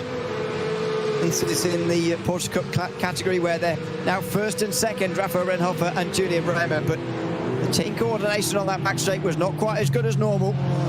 And you never know what these other teams are going to be able to do throughout the remainder of this race. This is the other main group for the lead in one of the categories. A bit of a tie-up there as they came through that chicane for Smillis Esports Red and Nürburgring Esports right in behind them here. A chance for Scherer Esport perhaps to get away from the rest of this M2 field. And they will want to take that with both arms. They will want to run away with it. A 1.4 second gap has emerged over the last few laps, which wasn't quite there early. Smillis Esports Red were right behind them at one point. But this is a golden opportunity for Ben Elias Reimer doing his 5th lap. And Smillis Esports Reds have been the big winners. They've been gaining positions left, right and centre, especially at the start where they went up from B8 to B2. But now that this gap has opened up, they're on their own. No real slipstream. Have got to punch a hole through the air and take Daniel Booth and his Nürburgring Esports number 285 along with him as well. Look at this now. This is a real show of intent from Porsche Esports drivers, EMM of Renhofer and Raymer, with Nicholas Last trying to get away from the others here. Julian Sonnen has got to put in an effort now to try and catch up to these 3. Otherwise, they could be gone again, EMM. And, you know, you often look at the results here from the likes of, you know, Renhofer and Alpert, who are so often, as we have a look at the replay here, this is the moment where Smillis Esports really lost a lot of time here to Scherer. And so... and I didn't realise they had to grab the wall as well, excuse me. So nearly 2 seconds the gap, partly because of the actual slowing through traffic, but also they hit the wall pretty hard there as well. They seem to be carrying on okay, though. Yeah, no real visual damage on that Smillis Esports Red car. It looks all right, and since we've seen that replay, they have gained some time on Scherer Esports to win that 2.4 second gap to 1.9. So clearly, Scherer also losing time in traffic as almost bump drafting between the Porsche Esports and George Trophy Nürburgring top 3 cars. We are seeing Sprinkless Racing in third in their yellow machine, constantly trying to pressurize Julian Reimer and the EMM 914. Ever since they've lost the track position, Sprinkless have become even more aggressive, and they're just waiting for that one opportunity at the Dottinger Herd to be able to do what the other 2 cars did to them. Yeah, indeed. It's Rafael Reinhofer who's starting to get a little bit of a gap now, although Julian Reimer is going to get the assistance here from Nicholas Last, and they'll catch up, or will Last try and get in between them maybe? Might not be the worst idea in the world, but it's not a very easy place to make a move here at the Muck Curve. So he won't try it this time round, but look at the gap now, 2 seconds to Julian Sonnen. This is massive as the SB10s start to come in at the end of lap number 6. They sense the SB9 traffic coming up behind them, and instead of getting overtaken by the ball, they think, well, better come into the pit lane instead and make our first pit stop of the day. So they're trying to coordinate that amongst themselves. But if they're stopping right now, then they're definitely accepting that 3 stops are going to have to be made, although generally they end up having to accept that 3 stops have to be made anyway because of these SB10 fuel tanks. We do see a few teams try, but normally you see them eventually having to make the 3 stops. Also, Mitchell de Jong is in with Norby Kiss. The 2 leaders from pretty much the beginning of this race are both now in. Yep, nice and solid stint for Mitchell de Jong. Comes in with a 4.3 second gap to the car at second place, Nobby Kish. So let's keep tracking that and how it goes for our leader, Mitchell de Jong.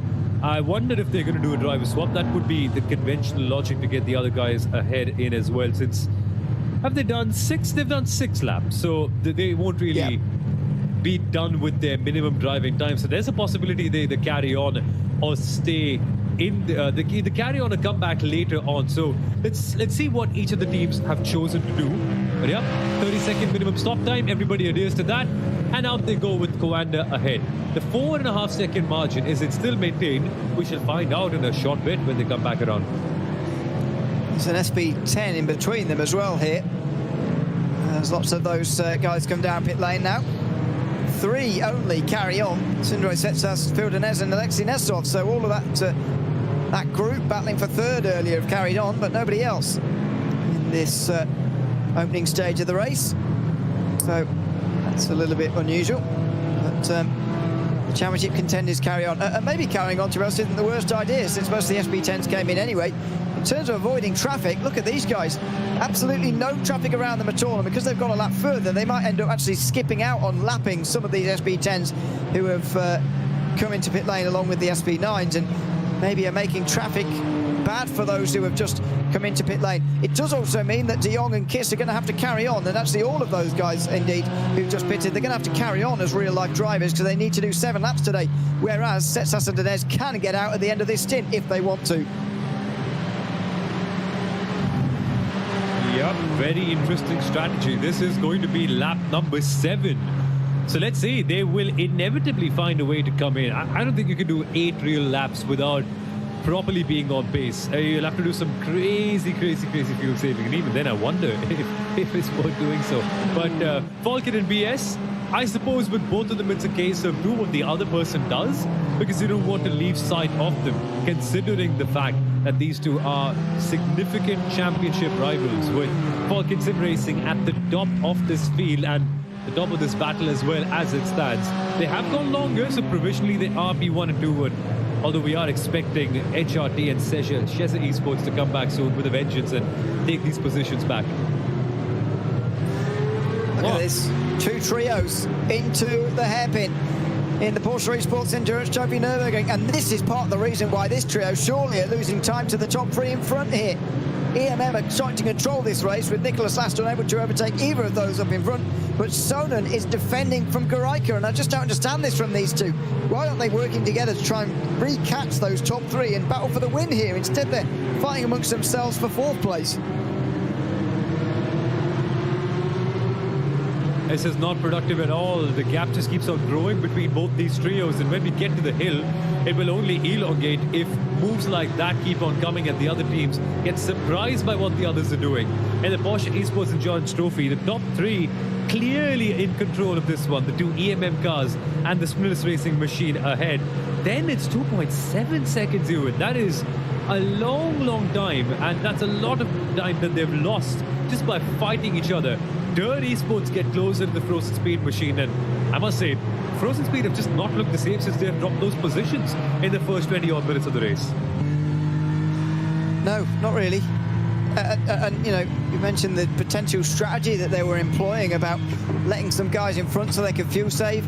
Not sure it was in their strategy to actually lose contact with the front of this race completely, and I'm still at an absolute loss as to what they would have been doing there, because the only other thing I can think of is a slowdown that they just tried to serve there very quickly. But, I mean, where would you have got it at that stage in the racetrack? I can't think of anywhere.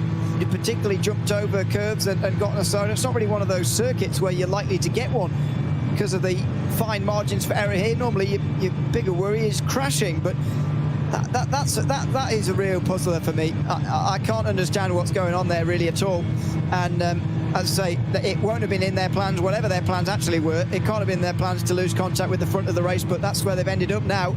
And it's EMM who occupy two of the top three positions in that leading group now. And the other team in there are an AM team. So EMM in total control again here. And they have such a hold on this race, especially with having two cars at the top of that field. It just makes life so much easier.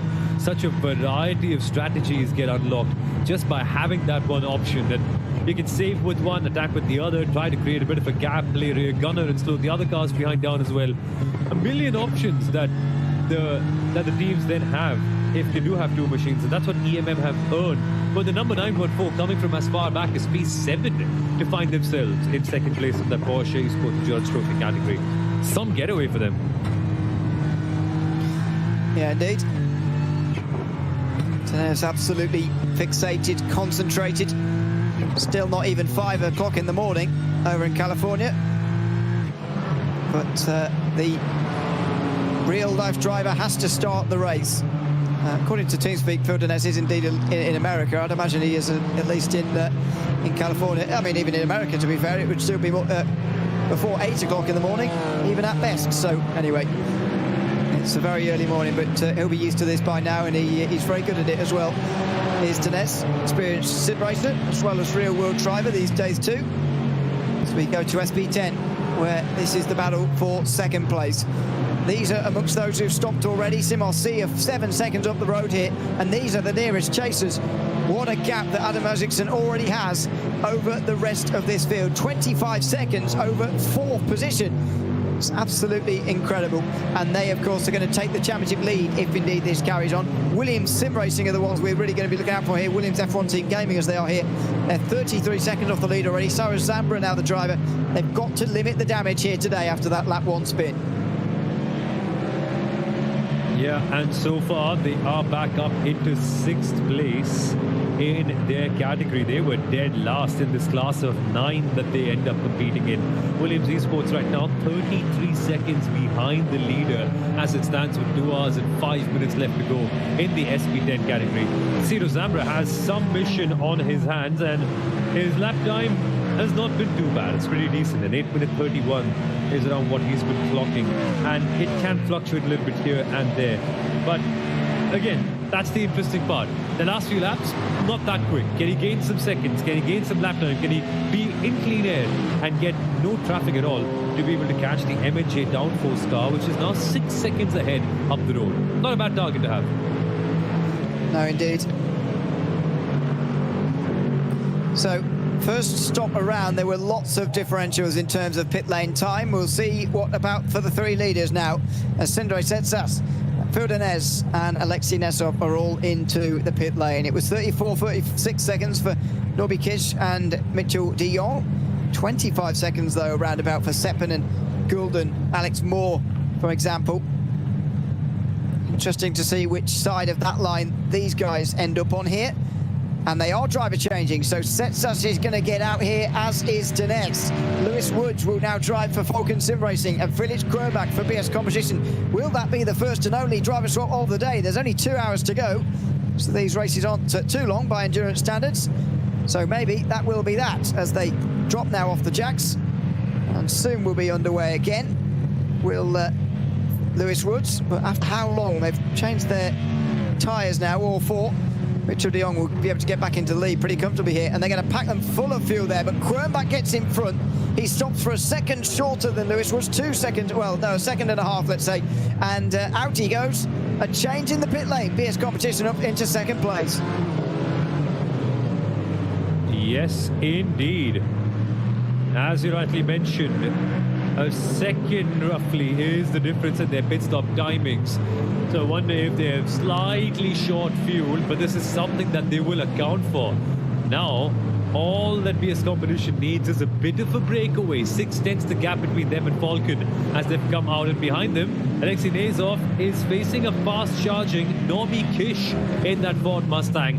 Will very easily go down the inside line and make P5 his own. In fact, yep, that will move the Sheza car up into P4 as we see some more battling with the Mahler machine getting involved as well. So Norby Kish in P4 for Sheza, Mahler Racing in P5 with the last Bannon, and Alexei Nazov's Aston Martin has been relegated to P6 as we see him in his camera with a ladder in the background. Yeah, interesting sim room that he's made. Not bad. Don't know what he's been doing. Yeah, he does just have a ladder for decoration in the background there. Why not? Not sure where Norby Kish has lost all this time, by the way. Considering he's down to fourth, but anyway. Meantime, Nesov continues on from sixth position. Norby Kish is down to fourth position at the moment. Kroonbach and Woods ahead, but the pit stop times are the same, so I think Norby Kish has had some sort of problem somewhere around, and also Elias Sepinen right behind him. Sepinen had a shorter pit stop, so that makes sense, but Norby Kish has definitely lost some time on the racetrack somewhere. Yeah, it's very interesting as to how much time he's lost. Comparatively, he is 9.5 seconds behind the HRT Esports commander, Mitchell de Jong. Yeah, indeed. Here are the Porsche Esports Endurance Trophy Nürburgring cars. They are all in. So, do we see shorter pit stops, different pit stops to try and get up to those leaders? Or do we see all these drivers and teams sticking to what they were planning to do in the first place here? As Door Esports are out first. So, we've got Pedersen doing something different here. Something a lot different indeed. And he's going to lead. Renhofer tried to take a shorter pit stop than most to try and get ahead of a few of them, but the other extreme for Julian Reimer, who has had a much longer time through pit lane there, although the same amount of pit stop time. So it's all changed in this Porsche Cup category, and the group that we saw earlier on has definitely now disappeared. Yeah, it's completely broken up. Door Esports were fighting between P5 and P6 at the pit stop time. So EMM number 905 have stayed back for 31 seconds, slightly shorter than the Spillers Racing car, the AM team that were fighting up there. They are now down to P3. The other EMM car of Julian Reimer, even though they had a 30.7 second stop, I don't know why they've gotten back down to P7. So maybe the timing screen is not reflecting everything properly, or something's really up. But the number 914 EMM car that was in P1 has suddenly lost a lot of time. They were second at a certain point as well when we entered this pit stop cycle. So P2 to P7, big loss for them. Yeah, indeed. It's a long race though. A long way to go in this one. Still 2 more pit stops to come for most of these categories here. It's normally with the exception of the Porsches, who have to make 3 pit stops over the day, but see whether that ends up being the case or not, as they get onto the Nürburgring again, onto the Nordschleife again, I should say. Adrian Goreika just in front of Oscar Pine, just in behind Julian Sonen. Oscar Pine's pit stop was very, very short, just 17 seconds, gets himself back in this group, but Pedersen only 20 seconds, so very interested to find out over the next hour or so what he's done with fuel and tyres so far.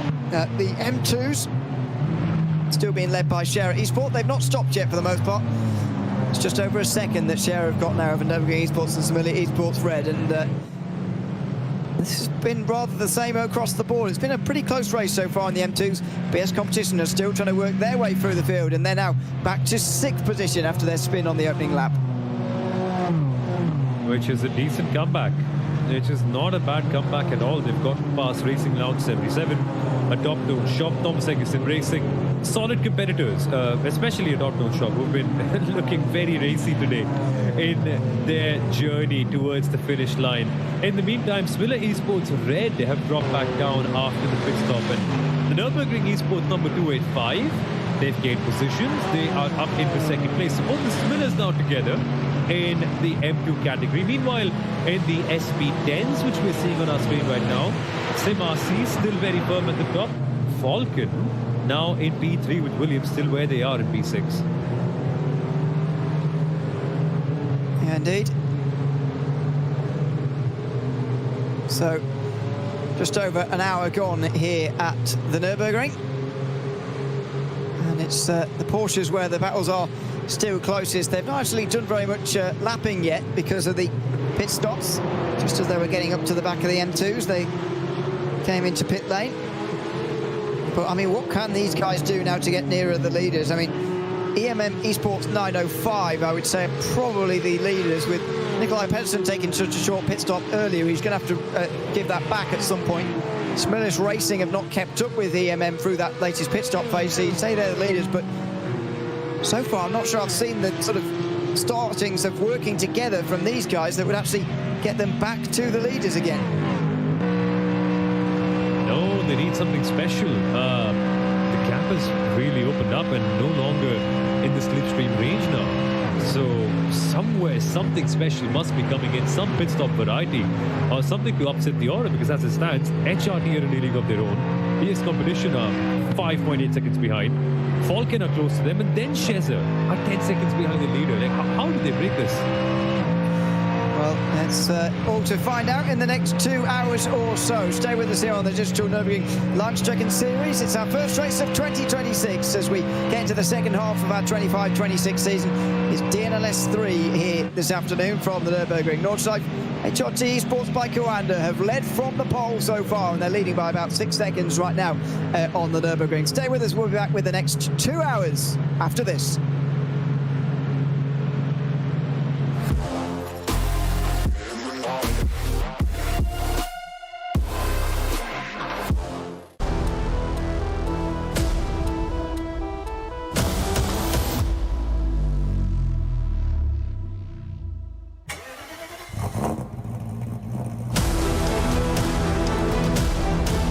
Hol dir jetzt dein eigenes Motorsporterlebnis nach Hause.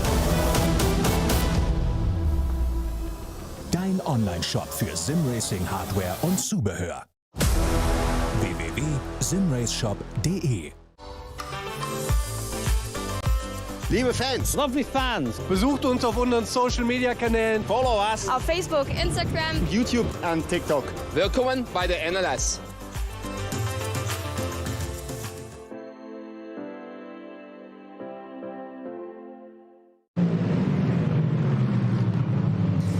Well, welcome back to the Nürburgring Nordschleife for the third round of the Digital Nürburgring Langstrecken-Series for season 2025-26.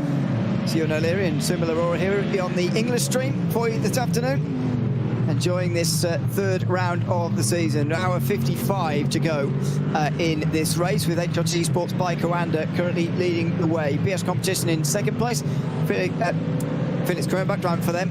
Then it's Falcon Sim Racing just trailing their championship rivals, still nose to tail. They're in second and third position though, chasing the leader down. This is on board with Norby Kish as he chases Elias Seppänen as well. The top 6 at the moment, covered by 13 seconds in the SP9 category. There's Norby Kish's trophy cabinet, which I'm surprised isn't bigger, to be honest. He's won a lot of stuff in his life, and he's chasing Seppänen at the moment, but not that far away from the race lead overall, to be honest. It's a very, very close race across the board, Sumil, across this first 65 minutes.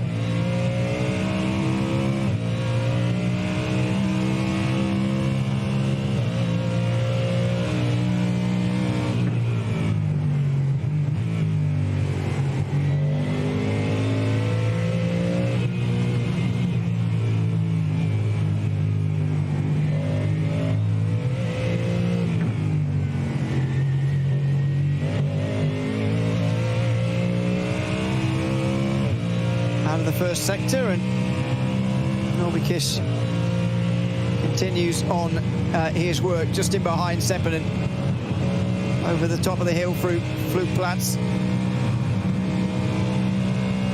Just a little bit wide, making sure you don't run over the grass there, running.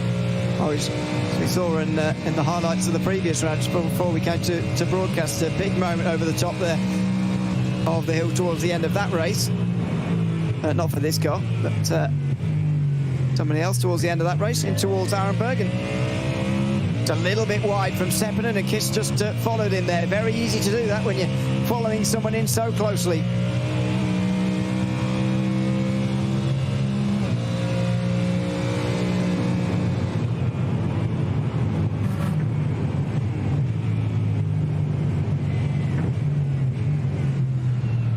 Very interesting to see that Norbikish now on the chasing pack. He's not the one ahead. He's not the one leading this big pack going towards Mitchell de Jong. He's fallen behind. No longer in the top 4 now, Norbikish. And instead of being 9 seconds behind, he's now 11 behind the leader. So even tougher times over there. But meanwhile, in the M2 category, the entire lead pack has come into the pit lane, and BS Competition recovered up to come to P2 ahead of the Smilla Esports Red and the Green Machine as well. So interesting times in that category. Let's see if there's some differences in strategy as the cars roll out. Scherer still goes out in P1 after completing 8 laps. Nürburgring Esports 285 and Smilla Esports Red is your order. So BS Competition in P4 as they come up ahead of 2 machines, Smilla Esports Green and Vinari Racing at the end of this cycle. And now a fresh battle as faster cars are coming from the back. Yeah, indeed. Lap traffic. I saw earlier mentioned that the Porsche Esports Endurance Trophy Nürburgring drivers and teams had not had to negotiate too much traffic so far. Well, now they do. And here they come. Although the leaders, to be fair, have already done all this. This is in those battles just a little bit further down in the M2 categories for 5th and 6th place now after those pit stops, which did not work out so great for these two teams. BS Competition up to 4th place now with Ruben Bonga. Team closest to them, by the way, in the championship, Scherer Esport and Nürburgring Esports are 1 and 2 though, so that's still more work to do for BS Competition. Here, meantime, is Coanda versus EMM 914, so it's an interesting battle, but again, they're a long way behind the leaders. EMM Esports 905, as I mentioned earlier, the leaders for me, and these guys are a long, long way behind that. Yeah, a long, long way behind that. Dirt Esports were able to get the jump on everyone in this pit stop cycle, going from P5, P6 up into P1. What we're seeing right now is the Coanda 917 and the EMM 914, 12 seconds behind the race leader, roughly. And it's very intriguing to see how this happened. They were 4 to 5 seconds behind the leading pack when everyone went in the pit lane. And very interestingly, they've cycled out 12 seconds behind the leading pack afterwards. Were their pit stops exceptionally long? No, they weren't really. 30-31 on second stop, so something's clearly gone up since they've come back from the pit lane. Yeah, I think so. So we go back to the back of the pack. This is Pete Muller and Patrick Schmidt for 12th. Schmidt, oh dear, look at that. Muller there, not as fast as Schmidt was expecting at all through the Flugplatz. I think that's because there's traffic, yeah. It's the Nürburgring Esports M2 car that was right in front of them. The second place to the M2, so they just had to work their way past the BMW before getting in towards Schwedenkreuz and then Arenberg, but that's a moment through traffic you'd like to avoid. When you're so close behind somebody like that, it's very easy to rear-end them as they're slowing down for a little bit of traffic. There is the gap, by the way, in the M2s. Leon Closer leading the way in front of Gregor Kinski by 2 seconds now after the first round of stops in the M2 class. And the battle keeps on brewing up. Scherer don't really have a free pass in the M2 category anymore. Comfortable, yes. But now they have two teams within that window. Nürburgring Esports 2 seconds behind, and then a further 2 seconds to Smiller Esports Red. This is what they want to maintain. This is just exactly what they need right now if you're Share Esports. Peace and comfort, while other teams behind like Williams have to fight their way up. Yeah, they're now 6th in SP10. Oh, side by side meantime in the Porsche Cup category. It is for 6th position between Coanda and EMM. It's for 1st position rather. This is the other EMM car with Door Esports rather. Door Esports on the inside into the book curve. We're going to be able to hold on here shortly, and they do. The 905 letting them in, but this is a crucial moment in the race here for Renhofer, because if he gets stuck behind Pedersen, then the likes of Nicholas Last could catch up. Whoa! Oh no! Contact! And this is the other EMM car in the fence hard, Julian Raymer, who was side by side with Oscar Pai, and that was high risk and low reward this time for Julian Raymer, who's in the fence. Completely got pushed aside by that Coanda. The contact, it couldn't have been inevitable, but nonetheless the aggression going over the line, and then it had to happen at that point. Meanwhile, more battling in the SP10 category as we see opportunities open up. Nürburgring Esports, is there something cooking for them as they try to attack the Aston Martin of AC Oberhausen? Yeah, this is SP10, where there are a few battles, although we saw the one a moment ago with Williams. That is one of those fights that we're seeing at the moment. That's for 5th position, which Williams have recovered to 6th so far. Gonna have to try and get further. Where they were. Well, yeah.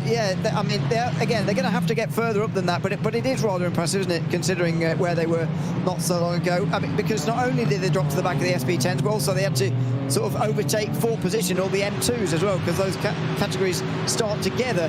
But this is the replay of the incident we just saw from a bit earlier in the piece. This is Raymer on the outside of Oscar Pai here, and I mean, Pai's not really on the apex there, so although Raymer's taken a big risk on the outside, Pai didn't really help him out there and ran himself a little bit wide there through the muck curve.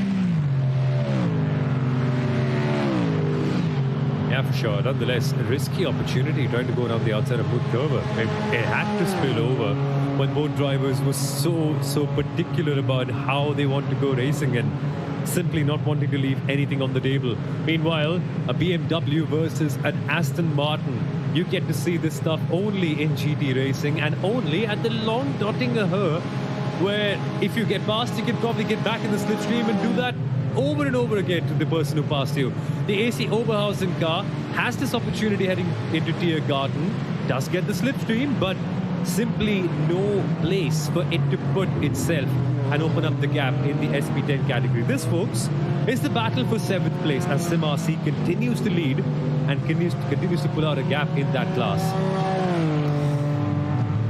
You'd expect them to go on to win from this position, although obviously nothing's ever certain, especially around here, but given the quality they have, you would expect it. And there goes Rafael Renhofer leading this race now in front of Door Esports. That was an important pass to make there. You saw the attempt on the way towards the muck curve last time round. Renhofer didn't quite go for it in the same way that his teammate Julian Raymer did.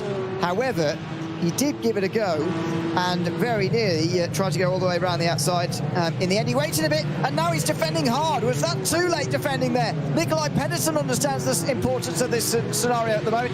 He knows that if he lets the EMN car through, then that might be it, but no, the 909 is able to stay in behind here and, has to stay in behind, and 905 for EMM Esports now lead this race. Insane battling. It's turning out to be such a fun occasion with so many teams getting in the middle of fights with each other. Interesting time in the Cup category with more teams now hopefully catching up and making this pack a little bigger than what it already is. But for Durr, they've dropped back down to P2. They were never really in the lead organically. Like they had a slightly shorter stop and then found their way up into P1. But Renhofer now firmly in control. and now has a chance to take the dirt car along with him and create an even bigger gap. Yeah, indeed.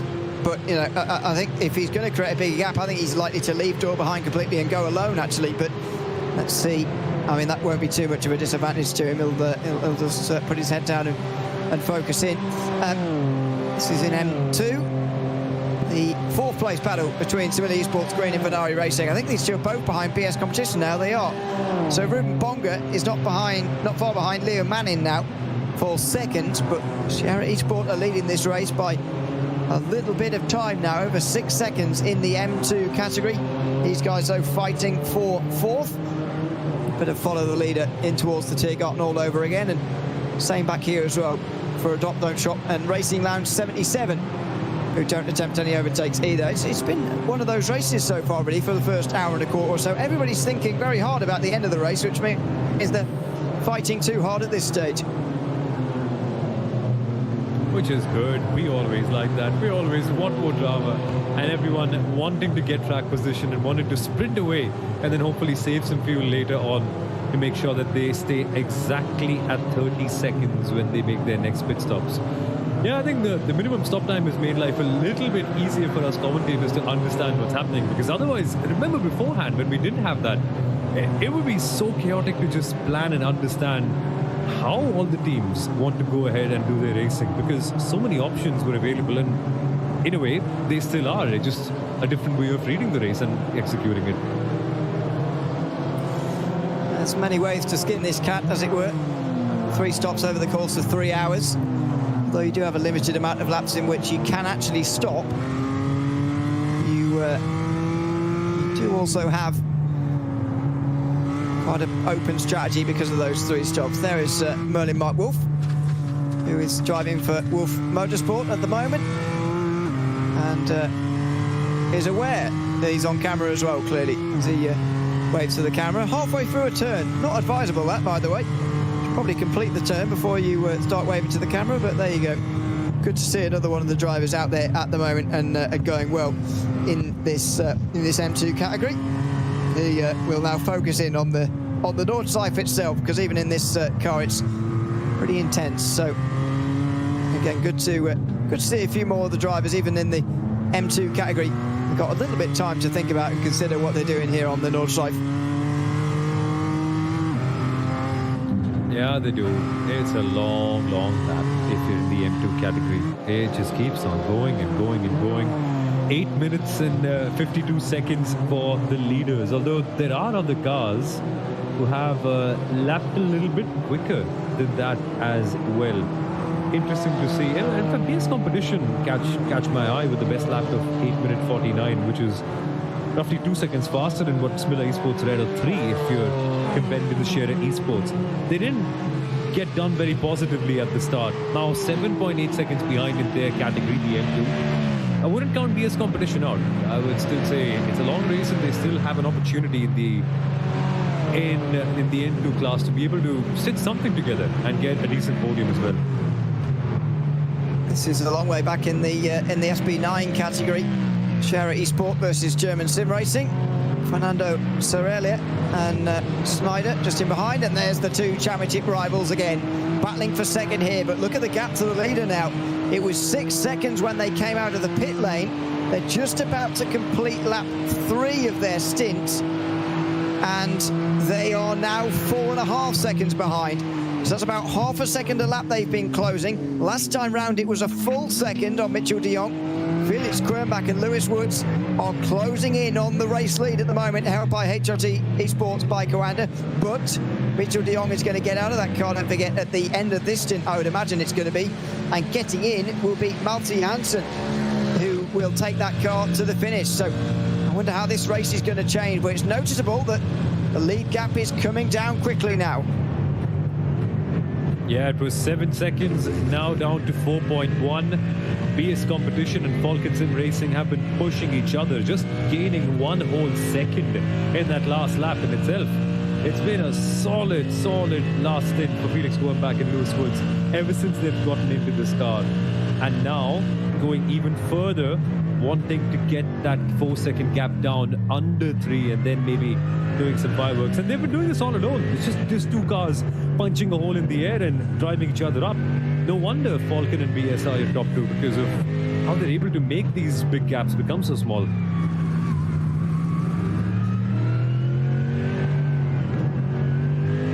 Continue to follow Andy Goulden here of the Nürburgring Esports team.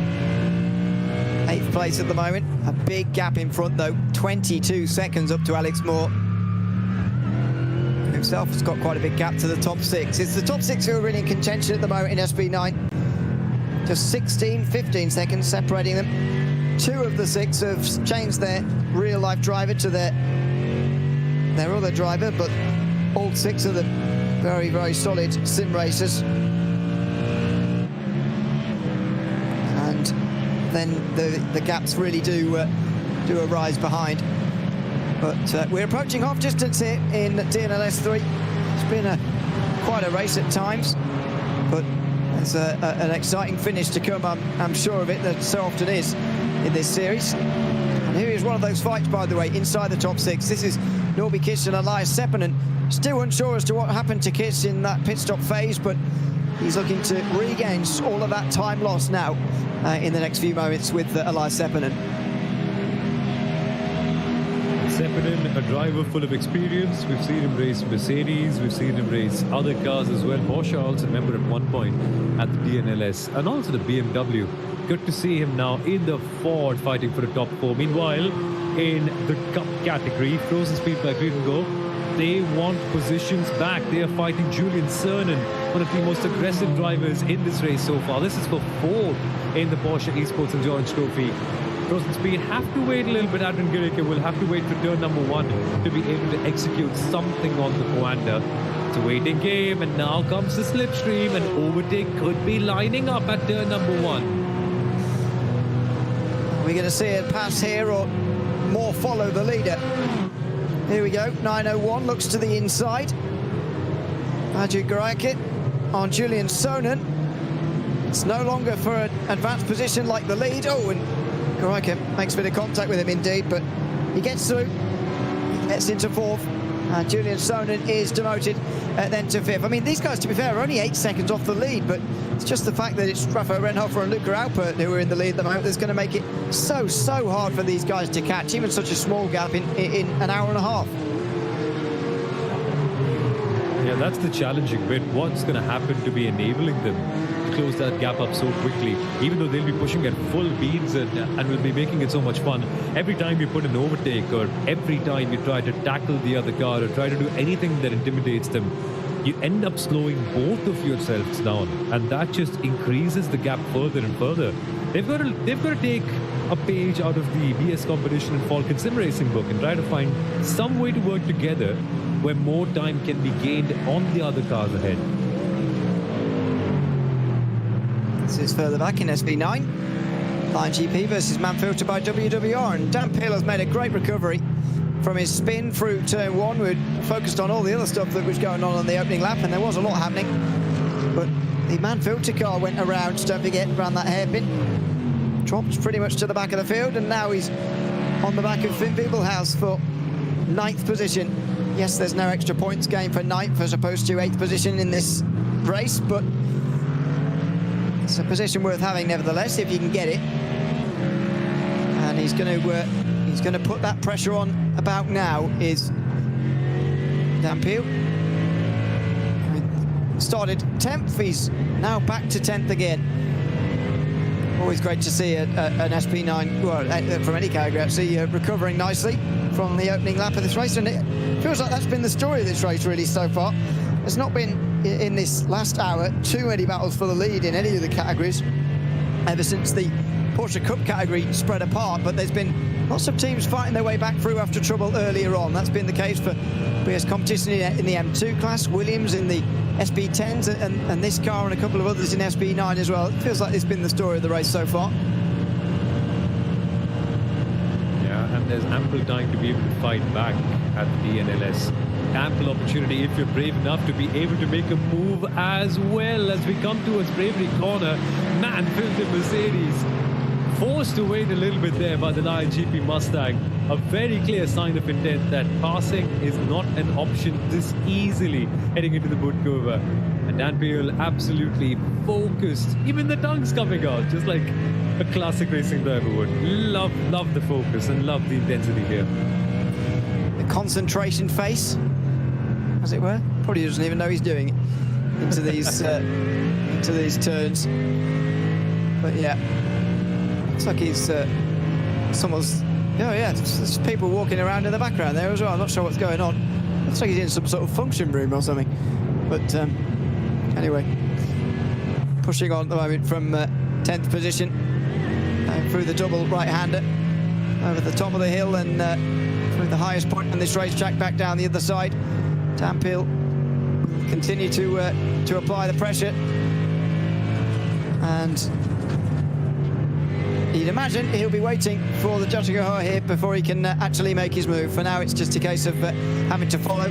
As you mentioned, he gets close through the muck curve, but you're never going to make a move around there. You've got to wait for the long back straight. Just stay close enough so that you can actually get through at the back straight here. Until then, it's a test of your discipline and just how well you're able to stay at one with the car, riding over the curbs, going through the long corners, and then the jumps as well that make the Nürburgring exactly what it is. It's such a roller coaster. Like, even in the middle part of a race where normally people can get lost and get bored sometimes and just make mistakes out of lacking concentration, you can't do that at the Nürburgring. You'll just be immersed into the circuit at every moment in time. For Dan Peel, what an opportunity it is. And further out for BS Competition Falcon, they've been doing more damage to HRT Esports by Coanda, and their lead, that 4-second gap, now 3.5. Indeed.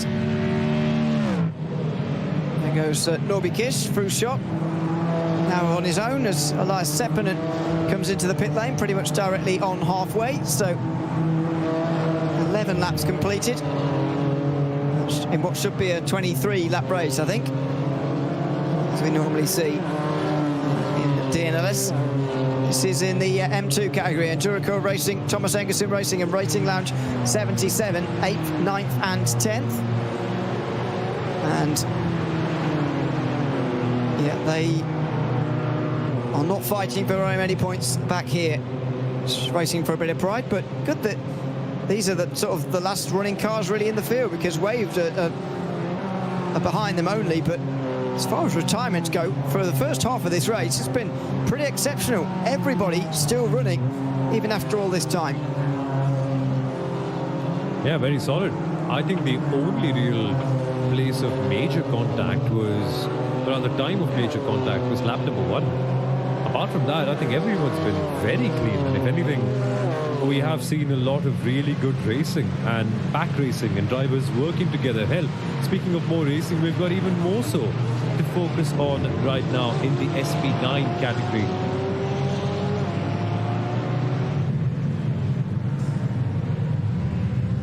Yeah, indeed. There's another battle over the line.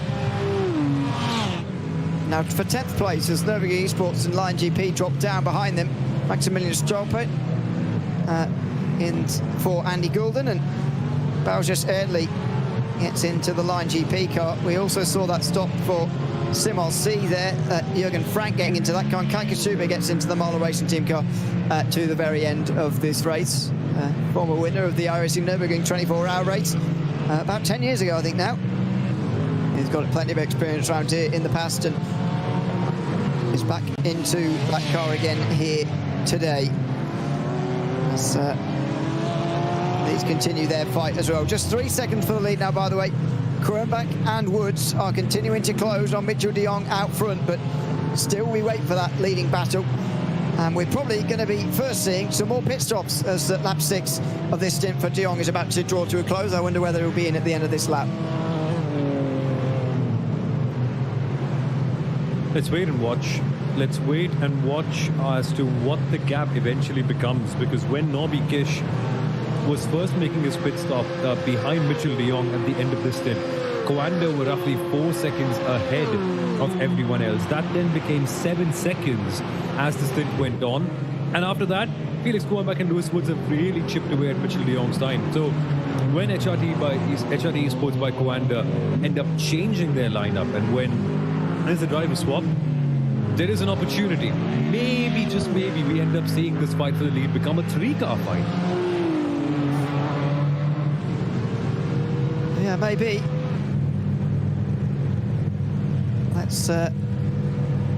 Let's see whether it does or not for SimRC. Get underway again after their stop. There's lots of stops happening in SP10 here. M&J Townforce are coming back out. They've already been back out again, I should say. They've already made their stop, but SimRC now make theirs, and they're back underway again. So they get back out into the lead. And it's comfortable, isn't it? I mean, I'm not sure I can remember such a comfortable SP10 race from anybody at the moment. SimRC just absolutely dominating at the front. And there's no question about it. 15 and a half, 16 seconds now, the gap that they've got to everyone else as we come to the final hour and a half of this race. Line GP, Falcon Sim Racing, what have they got to do? Where will they find the extra lap time to be able to close up a gap that big?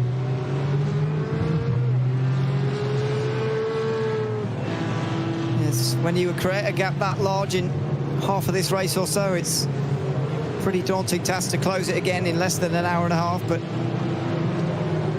here they come out the pit lane. Eiffel Racing 4th, and Williams F1 Team Gaming are up to 5th, so they've gained places in this stint as well. Still lots more to get though. At the moment they are 3/4 of a minute off the lead, but the big gap is coming up next for them. They'll get past Eiffel Racing, I think, at the end, but then there's a 25-second gap for them to close. That's going to be very challenging.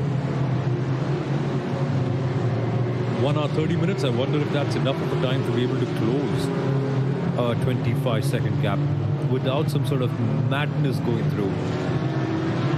Interesting times going on in this category, but good to see Williams come back and recover their way up to P5 itself. Meanwhile, in the Cup category, more battling all the way through. That, if I'm not mistaken, would be the Dur Esports car, wouldn't it? And they're in the middle of everything as well. They brought back down to P11 after being in the lead for a long time. Yes, they've made another stop though, this one a lot longer, and Gregory Hofson is now driving for them. So they've made their long stop of the day, if you like. That'll be full tank of fuel, 4 tyres changed, and the driver. So full service, and then they'll take on, I'd imagine, just fuel for the final stint of the race, provided they think that first no tyre stint worked, and I think it probably did. So they get to 10th. They're passed Photosec by WMS. And we'll see where they're going to be in relation to EMM Esports, because it wasn't a big gap between them before. But we'll see what it is after the these pit stops have worked themselves out. Could still be a while though before we see that actually happening in this category.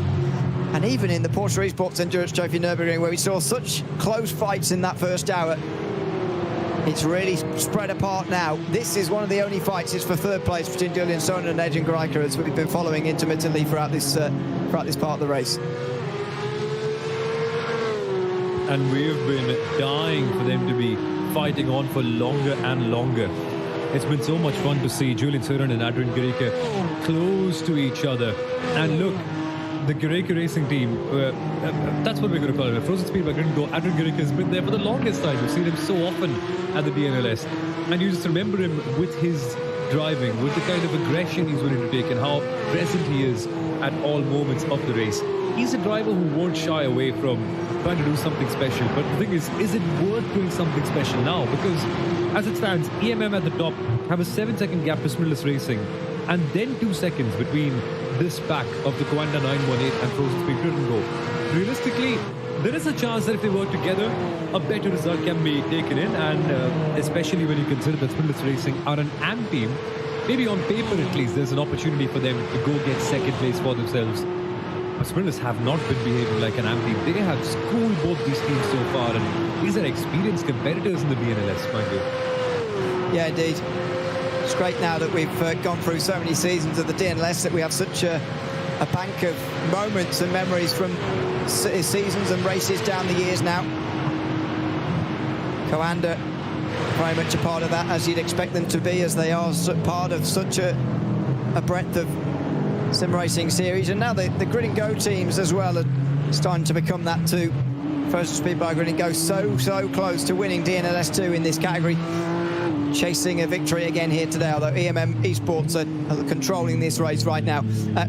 Lewis Woods versus Felix Quirnbach for second position is still ongoing here. The rate at which they're closing on Mitchell de Jong is slowing, but they are still closing. Can we say they're favourites for this race or not? It's hard to say. Whether they're fighting for the win or not, though, they're going to fight between themselves, because this is a big battle. As far as this championship is concerned, these two are the contenders in SB9, and they are the ones to watch. Indeed, no matter what the gap is to the top, it's just been coming down when these two drivers have been working with each other. Lewis Woods for Falcon Sim Racing, Felix going back to BS competition. And there's a reason why BS have that #1 plate on their car. They are the defending champions in this class. Certainly driving like that as well in this entire season so far, after getting a victory in the last round. Very interesting times for Falcon. If things stay as they are, they will end up the first 3 races without going outside the top 2 in terms of results. And that seems to be the most likely result as we reach the final 1 hour 23 minutes of this race. And I wonder, in the last pit stop cycle, if there's any changes and what happens. Will HRT's pace increase or will it go down when Mitchell de Jong has to swap the car around? Yeah, indeed. It's going to be a case of how can Malte Hansen deal with it, really. The position he's been dealt by Mitchell de Jong. Hansen, the Swedish driver, who's second in line here behind Mitchell de Jong, the sim-only driver. Felix Quirnbach has already taken over from Phil Denez, and Lewis Woods has already taken over from Sindre Setsas. They're both chasing at the moment, because BS Competition have another backup driver of Jaden Comright, who did some of the driving for DNLS 2 as they went on to take victory there. Did BS Competition. That's got them into a decent position in this championship. Just in front, or just in behind, I should say, of Falcon Sim Racing at the moment. This is Julian Sonnen versus Aidan Greico, one of the few battles on the racetrack who are actually fighting with one another for the most part. It is a case of follow the leader, but not here. Down the back straight they come towards the Tiergarten again. He's going to stay in front, Sonnen, pretty comfortably this time around. Greico just not close enough, but I mean, these guys still cannot close in at all, really, on Raphael Renhofer, who is 10 seconds in front of these guys, and surely the big favourite to go on and take this race victory.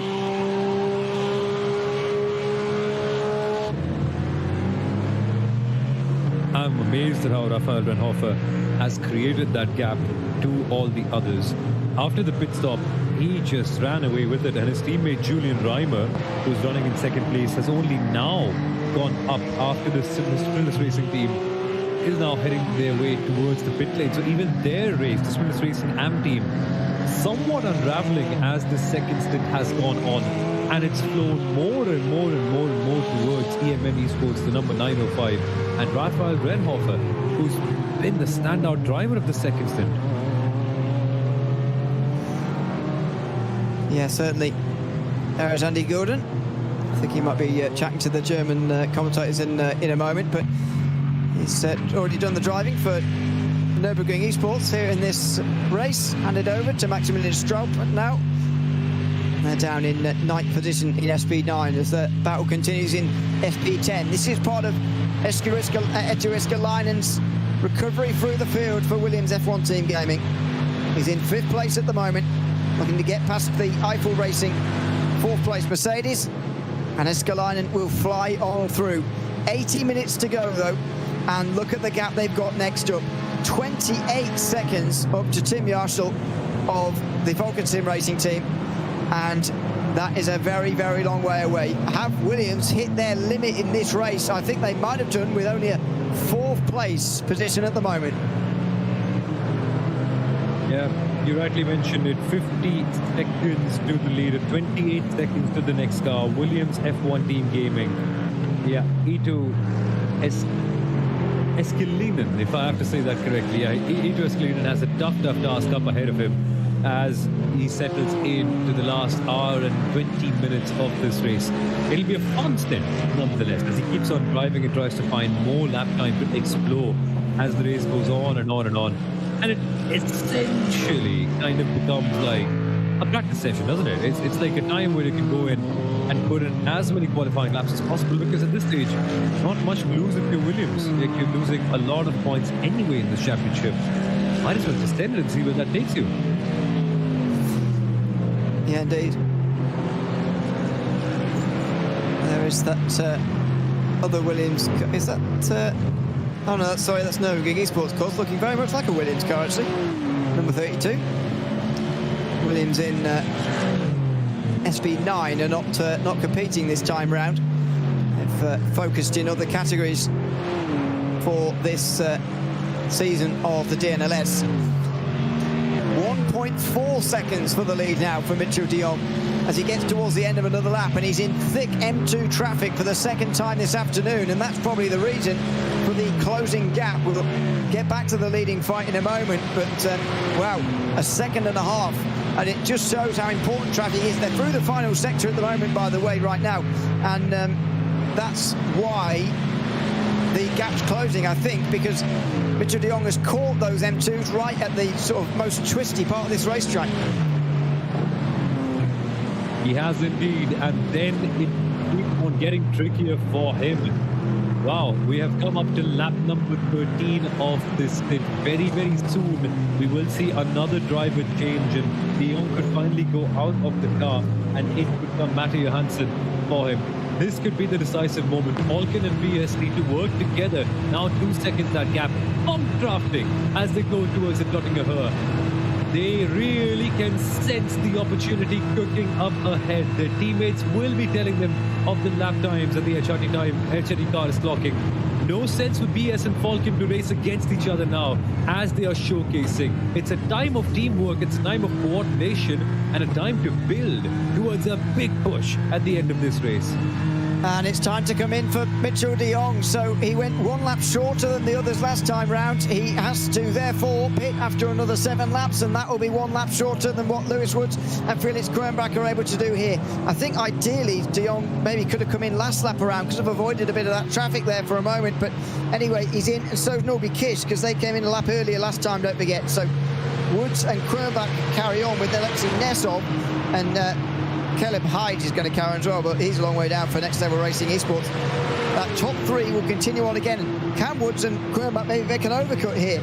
Can they go quicker while Mitchell de Jong and then indeed Matti Johansson are in the pit lane, and indeed not actually have to make the pass on the racetrack at all and just pass him in the pit lane? It will take a very, very good in-lap from those guys right now to do that. Matti Johansson now needs to put in a crazy quick out lap, get in sync with the car. He's been watching Mitchell de Jong and everything he's been doing. He must have been getting feedback on the machine. Fresh tyres, adding fuel as well. Everything now points towards the direction that Matti Johansson has to pick up the pace and has to get going if there is a chance for HRT Esports by Coanda to maintain the win. Meanwhile, more touching and more racing towards B11 in the Porsche Esports and Jordan's Trophy. Coanda number 917 on the tail of the Positec by WMS car. Bert Muller is keeping Sean Terry behind as they go racing past the traffic. Oh dear. Coanda here with an important pass to make, because they've already stopped here and they're trying to get past guys who haven't. So out of Bergvik they go, and up towards Kesselsen they will get through, but maybe cost them a little bit more time than they would have liked. They got caught up in behind one of the bits of slower traffic, as you so often do as a Porsche Cup driver. Matti Johansson is out of the pit lane, by the way. 39 seconds in the pit lane. It's a bit long, though. See, it's the longest stop that anyone's made in this race so far, apart from those for damage in the SB9 category. So I reckon Woods and Kronbach, since they're working together so well, we saw the bump drafting that was going on for them a couple of moments ago. They're working together so well that I think they're going to be in the race lead here in a few moments' time. But let's see if Janssen can do something special on these outlaps. It's a time to push. You get a feeling every single team and driver has upped a gear in terms of their pace now as we come towards the final few moments and the final hour and 15 minutes of this race. Look at these two. Incredible discipline displayed by Falcon Sim Racing in BS competition. The 1 and 2 in this championship are 1 and 2 in this race as well. And it was only likely to happen this way. The kind of lap times that Lewis Woods and Felix Bernbach have been posting in have been so consistent, barely missing the mark, constantly working with each other. And I find it outstanding, Ewan, such a test of your discipline that you've been racing with someone for almost 2 hours now, still not putting in overtakes, still being mindful of the fact that, hey, there's a bigger picture to fight for, and you've been doing so successfully together. The only real duo I remember today who's genuinely closed up time on the car ahead of them. Look at these two absolutely lock in step, and here is that fight in the Porsche Cup class as well again. Karaike and Sonen, who are coming in together now with an hour and 13 remaining. They will have to make another stop before the end. Here is their second stop of the day now for the two of them. Karaike just pulling out there just to try and see where his pit box is.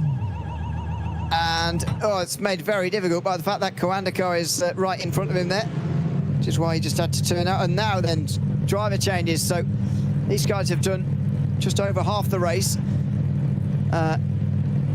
Tastelen is going to get into the grid and go-kart. There's going to be a driver change here for a number of these teams, actually. Unsure as to who is getting in just for the moment, though. As our time screen updates. Elliot Veyron for Coanda. Luca Alpert gets in for the 905 team. And they're going up on the jacks here, EMM. So are we going to see those other teams in the Porsche Cup class get anywhere near the race leaders? Or is it going to be Luca Alpert with a clear road to the win here at the end? It's an important time in the Cup category. This is where things changed around, and that's how the number 905 EMM car was able to get such a big run out of the pit stops. Scherer Esports Cup are the team leading, but they've only made one pit stop, so expect them to come in at some point too. EMM Esports number 905 maintaining their lead at the top of this category, but now Frozen Speed Grid and Go, interestingly, roughly 7 odd seconds behind. Smrillis Racing now, in fact, in second, with Frozen Speed Grid and Go third. So there has been the status quo maintained. EMM from Smrillis, from Frozen Speed, from Coanda. Similar order now, 7 seconds between EMM and Smrillis, and then a further second between Smrillis and Frozen Speed Grid and Go. Here comes the dot don't shop in time in the M2 category. Wolf Motorsport. Just in the right place there, because if they were to get alongside by Kesselschön, then the dot don't shop car would definitely have got through. Now they've got to sort of regain their momentum and get the slingshot again on the way towards the Mutkirche. And they are able to get alongside, but are they able to get through? No. And Wolf Motorsport doing a good job of holding on as a result of that bit of fortunate timing with momentum, but nevertheless a good bit of defending to stay in 7th. Further up the field, BS Competition are back to second, by the way, and they're closing on Scherer Esport at the front. What a statement this would be for BS Competition to win from here, even though they spun on the opening lap of the race. With more than an hour to go, they're only 2 seconds off the lead, and that, I suppose, in itself is quite a statement. That is phenomenal. Ruben Bonga, a driver with a lot of experience racing in the Nürburgring over the last few years. He's made it count, driving with such pace, and their lap times are also interesting. Taking a second, almost second and a half out of the lap time of Scherer Esports in that one last lap by itself. Some comeback drive for BS Competition in the N2 Cup class. And over there as well, Smiller Esports red and green, they have faded away, Ewan. They were so close to the lead. Now both of them roughly 12 to 14 seconds behind. Somehow something's changed big time for them. Yeah, indeed. Side by side for the lead suddenly. So Well, I wasn't expecting this before the end of the lap, but I suppose pit stops are coming here. So finally, they've decided to go side by side, and they, well, Lewis Woods anyway is going to get through here just for that extra car length, really, on the way into the pit lane. Doesn't really matter, but you want to be the one in front rather than behind, and there's not much Felix Krumbach can do to hold him off. So challenge for the lead here on the racetrack for the first time in ages, and with 70 minutes to go, these two are into pit lane. The question will be, where is Malte Johansson, and is he anywhere near these two who will be making their way out of pit lane in a few moments' time? Now we shall find out. Malte Johansson, has he settled into this car as well as we hope he has? The other Nürburgring esports car behind as well with Alexei Nazov. Time for him to come in the pit lane too. Malte Johansson was 52 seconds off when these guys came into the pit lane. A normal pit stop would be around 30 odd seconds plus 24 odd seconds extra in the pit lane. So it could be close. You could well see Coanda catching up here. It's a waiting game. Falcon BS, is there going to be an undercut between either of the two? Anyone looking to go for a short stop and then get an advantage? We shall find out. Service done. Still waiting. The 30 seconds to complete. Yeah, and indeed for all the fuel to get in here as well. So tyres done, but you're waiting on the fuel now, over 30 seconds, so they can go. And Krumbach goes earlier. Woods is going to pack this car full of fuel by the looks of things. Krumbach does not. So out of the pit lane, where is Johansson? He's nowhere near these guys. Absolutely nowhere near them. His stop was way, way longer. 5 seconds longer than Krumbach's. Their in-laps were probably better anyway. Now the tyres will need to warm up here, of course. So that will lose them a bit of the time. But Johansson is 10 seconds off the lead at the moment. And a slightly shorter stop from Krumbach there has got him the lead in front of Lewis Woods. Now, will that flip around again in terms of pit stop length for the next pit stop, or is that just how it's going to be? RPS Competition in control of this race, I wonder. Interesting times. 9.5 seconds for Coanda to be able to gain. They suddenly find themselves away from the lead, and it's all happened in the last hour and a half. BS Competition, Falcon closing the lap time so much. Behind them in the SP9 class, more battles keep on going on. Share Esports with Fernando Cirella and Stint 1 Kia Motorsport have had a tough day today with Dennis Menzer now in P14. This Mustang has run higher. We have seen it in the upper positions, but for now, contending for P13-14, still a matter of pride and trying to make sure that the day ends up being a little more fun. Well, indeed, with one of these battles on board. As they come down the back straight now. Indeed, Next Level Racing Esports, Share Esports, and Stint 1 KRS Motorsport are all involved here. Dennis Menzer still driving here. Isn't he driven from the beginning? I think he's still going to the slipstream. I'm not sure he's quite going to get through by the time they get to the end of the lap, and indeed isn't, but just shows, doesn't it, that this, first of all, this SP9 class is absolutely massive, and there's still 17 cars running in it, as everyone in this race indeed is still running, but also that there are battles all the way up and down this field, and yeah, we've got that one for the lead now that's just simmering away, ready for later. But in the moment, we've got this one, 3 cars battling over 12th position at the moment, although no points involved here. It's just for a bit of fun, and Scherer fire down the inside, as does Menzer as well. 2 overtakes in 1 there. Very fun. A Mustang fight that we're seeing for P12. Scherer, State 1, Next Level Racing, all together. And then the BMW getting a bit of a tap from the background. Oh man, as they fight all 3 together at the GP circuit. This is the only real place where you can really fight before you get to the hills, and it settles back down again for 8 more minutes. Fun to see battles in all the other categories as well. No team is leaving anything out there. No, indeed. Still 65 minutes remaining, so the final pit stop's not able to be made yet. A battle for the lead in the M2 class, by the way, is on its way in the next couple of moments. There's BS Competition of course, Share Esport there. That'll be one to watch as well.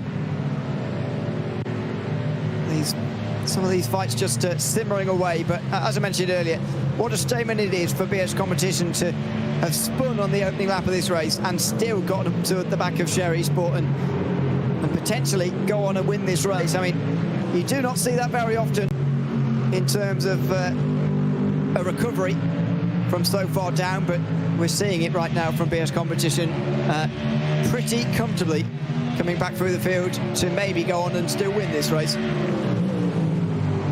That is the spirit of endurance racing. Just keep on pushing, keep on going on and on and on, and you never know what may happen. I remember us discussing that early on in the race, like, how's it going to work out for them? Is there any scope of coming back? Just staying in this race has put them in a position where they can at least get talking about it. And then it's a different matter depending on how things go about, if they can genuinely make it happen. Very similar for Smilla Esports Red and Green as well. 14 seconds for these two to be able to climb up if they are to fight for the top two positions. And somehow they've lost time. Like, if BS Competition have been the big winners of this last stint, Smilla, both these machines, yeah, they've lost the positions badly. Yeah, they're third and fourth now in the team, but iRacing just in behind them in this fight. So not what you want to see, isn't it? Speed SimRC Mustang has to work its way past. That's Jürgen Frank now, who's very much driving away from the rest in terms of finishing in 7th place, but catching the top 6 is going to be very, very difficult for him from there, unless there is a mistake up in front, or indeed drama up in front. Plenty more drama, I'm sure, to come in the next hour of this race. It's the Digital Nürburgring Langstrecken-Series here from the Nürburgring Nordschleife. Round 3 of our 25-26 season. Still, especially in SP9 and M2, there are fights to be won and lost in the next hour, so make sure you stay with us here on the English stream. We'll be back in a few moments' time with the final hour of the race coming up after this.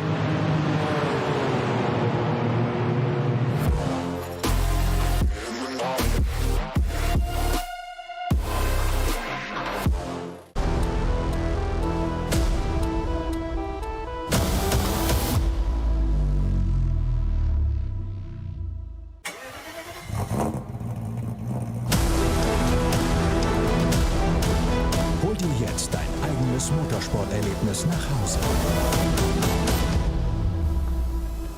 Dein Online-Shop für Simracing-Hardware und Zubehör.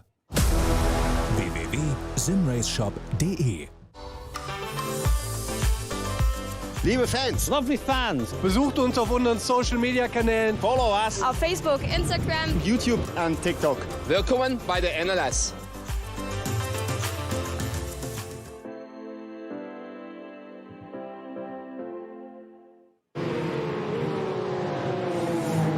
Well, welcome back with just an hour to go, just over an hour to go here from the Nürburgring. We are live with the third round of the Digital Nürburgring Langstrecken-Series in 2025-26, with still an exciting battle at the front of the field to settle.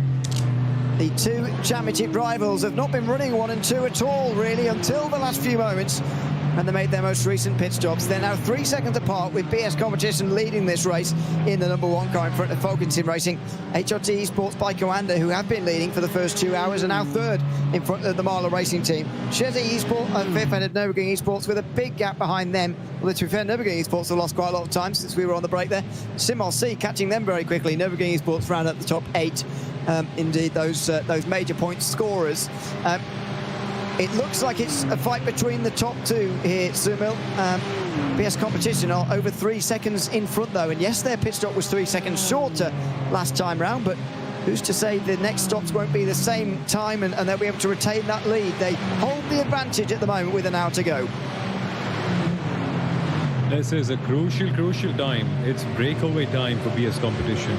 And yes, because they've stopped for 3 seconds shorter, inevitably some fuel saving has to be done. But that has to be done for everyone. Everyone's got to save and push. It's just how you manage it and when you do it and what sort of windows you open up for yourself to be able to have some luxury. This is a luxury that BS Competition have earned after some really disciplined fighting throughout the race. Leaving Coanda behind, leaving Falcon behind, even Marla. The big mystery happens to be Shezzy Esports though, because they were running second in the first stint. Very weird to see them dropping off and how. very unusual what's gone on here. Yeah, Constant Sharp's got a meatball here, so we'll need to find out what's gone on there for Nürburgring Esports, because clearly they've hit the wall somewhere. Don't know where for the moment, or indeed how. Manfilter by team by WWR and 9th at Simrigs Esports Pro, rounding out the top 10. They're not far in front of Line GP, actually. Share Esport 12th in front of Stint 1 KRS Motorsport, with Level 1 Racing Esport, Eiffel Kind Esport and German Sim Racing. Rounding off the top 16. The only other team in the race still are Endurocor Racing, and they're quite a long way back now. They've already made 3 pit stops, and I don't think they can even get to the end from there either. So they're going to be a very, very long way off the back of the field. But I mean, I'm not sure if this is entirely true or not, but it seems to me that meatball for Schaff is the first one we've actually seen here today. It's been very, very clean. These first 2 hours, pretty much no big crashes at all, which is just remarkable around such a difficult circuit like this one. I know, right? It's like the drivers have been preparing for the last couple of months, wanting to give us as clean a show as we possibly can get. Barely any crashes, barely any people tapping into each other. Sure, a couple of people have bumped into each other, but no major incidents. I mean, right, I think that meatball, that orange and black flag that you get to inform that you have parts dangling off your car and you must come in. Only one I remember. I cannot recollect any major incident apart from the first lap, which some of you might be like, oh, there's not been major incidents, but then the race has been simmering, it's been brewing up. The way BS and Falcon have been closing up and now have created their space at the top of SP9 just gives you an idea of what kind of race we've had. A bit of a slow burn, one where lots of storylines have emerged over the 2 hours. Yeah, I will just go through some of them. We haven't actually mentioned the penalties really since the start of this race. They haven't been popping through, but they have been applied. I'll just go through them after we've seen the Porsche Cup standings. EMM Esports leading still. Simrigs Racing having a wonderful race in the AM class, taking potentially the championship lead, maybe the whole championship with it in one day. Front speed by Bringo right with them. That's about what you can see on your screen. Coanda and Dor are fighting as well. EMM Esports are in 7th with Carlisle Esports, then big gap back to them. They are down in 8th. In terms of penalties, in this Porsche Cup class, actually, we've got Mark Bowser of Team Nitro with a drive-through penalty. We'll have served that already. SSC Commerce Esport, 5-second time penalty for contact with AC Oberhausen earlier in the race. We spoke about the Dennis Menze penalty earlier. Oscar Pai got a 20-second time penalty earlier for forcing car 914. That's the non-leading EMM car off the road repeatedly, in the words of race control. And those are the penalties we've seen today. So you know, even that is a low amount of penalties for this race. In terms of actual ones for contact, you've got 3 over the course of the entire race. That just shows what a clean race it's been as well. Very cool, very cool. That's the kind of stuff we want to see at an event of this caliber. We have top quality officiating, such a strong system of doing things, and it's always good to see the drivers respect that and give us some good racing, as we have seen in the Porsche Esports Endurance Trophy. I think the best racing of the lot has come from this category. I want to see more from the AM teams, more from Fossatec, more from Scherer, from Avia, WNSC Motorsport, because so far, one AM team has been setting this category alight. Simrigs Racing, Tim Matzker's now in the car, a driver you may remember from Maniti Racing in the past, and watching the NLS and other races around the iRacing circuit as well. Good to see the battles going on, but it looks very much nailed on as a EMM Esports 905 victory, if something dramatic does not happen. Yeah, indeed. If Tim Matzker's still at Maniti, or whether he's just on loan or indeed moved. Anyway, SimRC leading in SB10. The battle for second ongoing between Line GP and Falcon Sim Racing. Williams F1 Team Gaming down in 4th. That could be very, very costly for them. As it stands, SimRC would only need a podium finish at next week's DNLS 4 to go on and win the season, win the championship. Eiffel Racing 5th in front of MJ, down 4th with Nürburgring Esports and AC Oberhausen your top 8. That would, really release the pressure from SimRC, because I mean, if you just look at this race, they're nearly a minute in front of a position that would lose them a championship in that hypothetical scenario next week.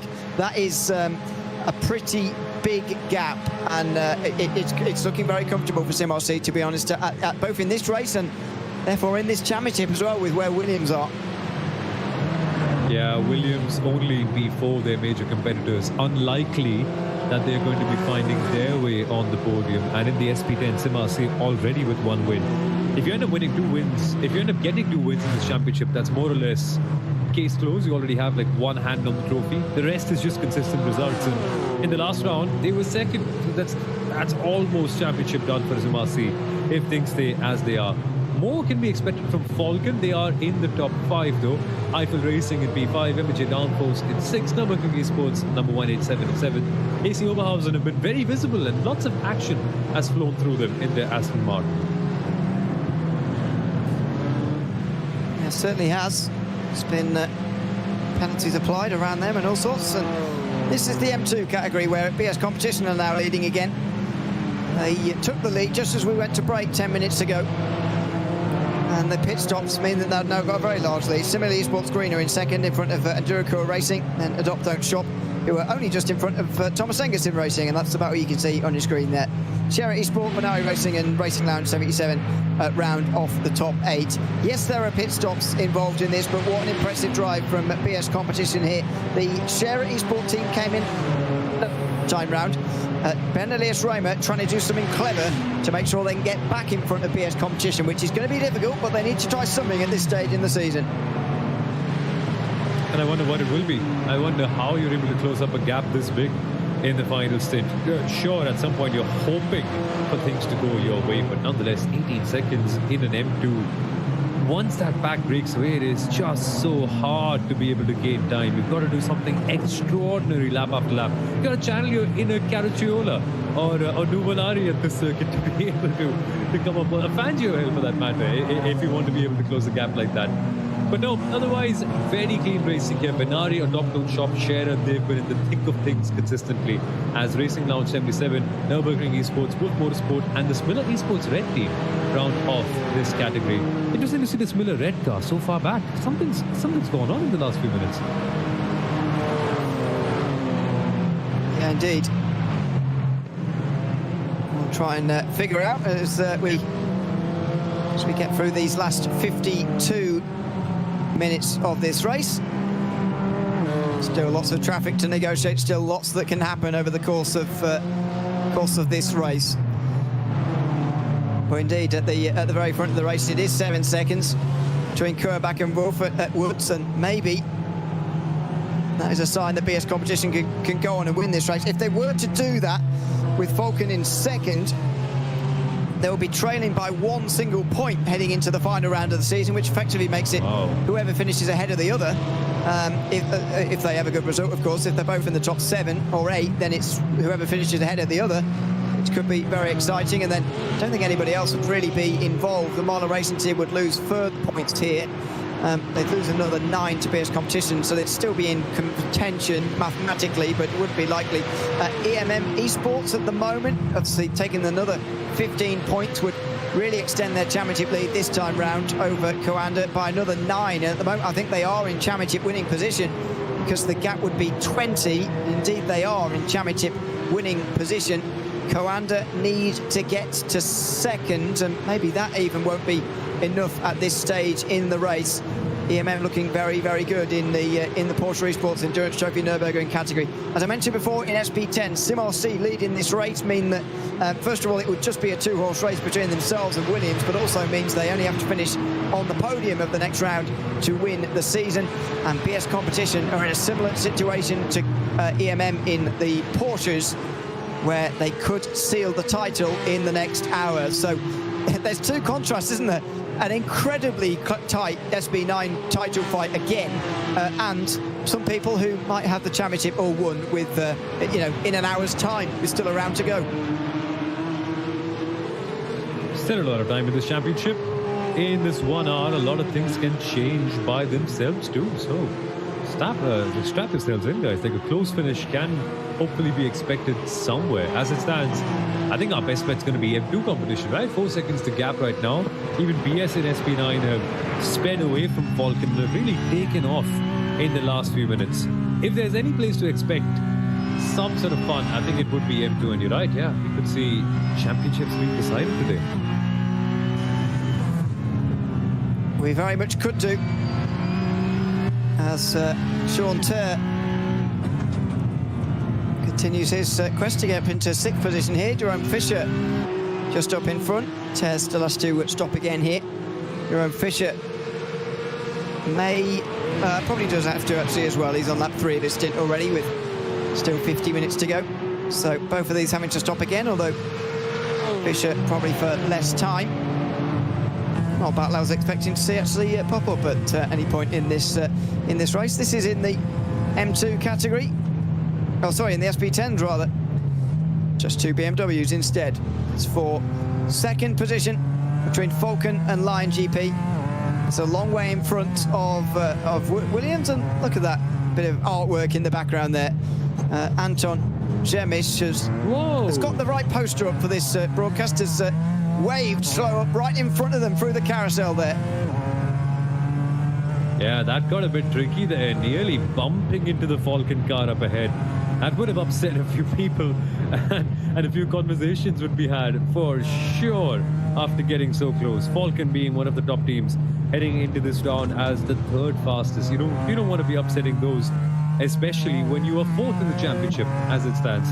Yeah, tough, tricky times for Lion GP, and since then they've lost a bit of time to the Falcon car ahead of them in this category. Still, both of them chasing SimRC, the elusive SimRC, who somehow are just building that gap further with consistent lap times around the 8-minute 30s. SimRC, DNLS team with Adam Isaacson behind the wheel, 27.5 seconds. That is a gap that is not closing down. In the meantime, we have more fighting going on. This would be the M2 category, the Smiller Esports green team, trying to get ahead of Vinari Racing and then almost tapping them as we head towards the Nordschleife and begin the run around the hill. Yeah, they've been overtaken by them here, have Similia, and so going to have to get themselves back through again if possible. But they're about to get onto the Nordschleife section, which is not particularly conducive to that kind of move. As the pit stops have been made here, 4.5 seconds is the gap for BS competition. As you can see, it looks like in the M2 class, they're on their way to another victory and perhaps a championship as well. That's unconfirmed at the moment. They'd have a 15-point gap, which probably would be too much. 15 points is the value of 1 race win. So, and they'd be able to win the tiebreaker with most races won, having won the first 3. So they'd be on their way to a title, as EMM Esports would as well. If they win their races, then they will be champions with still 1 round to go next weekend, by the way. We'll be back same time, same place next Saturday with the final round of this championship in, as I say, 7 days' time. Here comes Ben Gallett for Similia. He looks like he's just staying behind on the way towards Schredenkreuz there. He didn't want to get past there, or chose not to. It looked to me like he chose not to get past.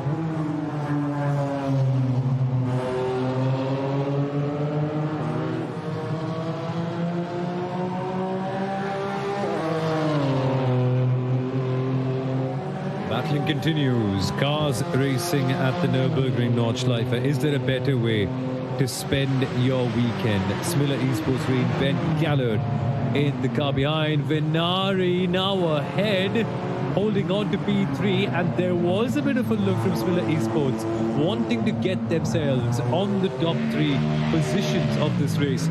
It's a bit tricky there, could not be able to find their way past in the hill. Meanwhile, we shift our focus to the lead category in this championship with Stint 1 KRS Motorsport, Dennis Meneza actually, with Fernando Cirella of Share Esports behind him at the boot cover.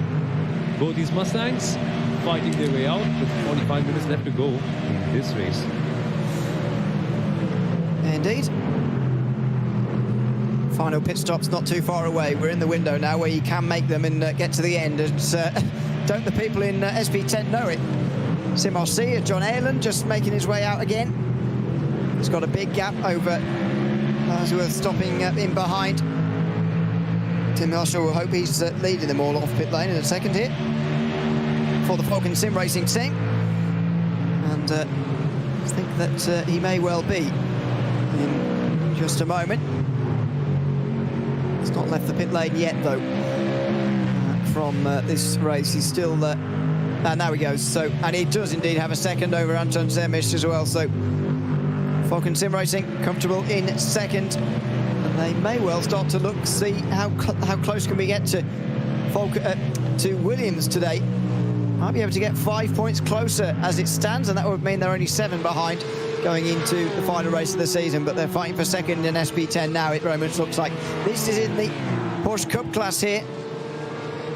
The fight between Coanda and Door Esports is going on up the road, but this is the EMM car with the other Coanda Esports team for 6th position. Johan Fischer and Sean Ter, as we were seeing earlier on. Ter might have to come into pit lane this time round, though, so we'll wait and see on that. But at the moment, he's down in 7th position, still trailing EMM, as everybody is at the front of the field.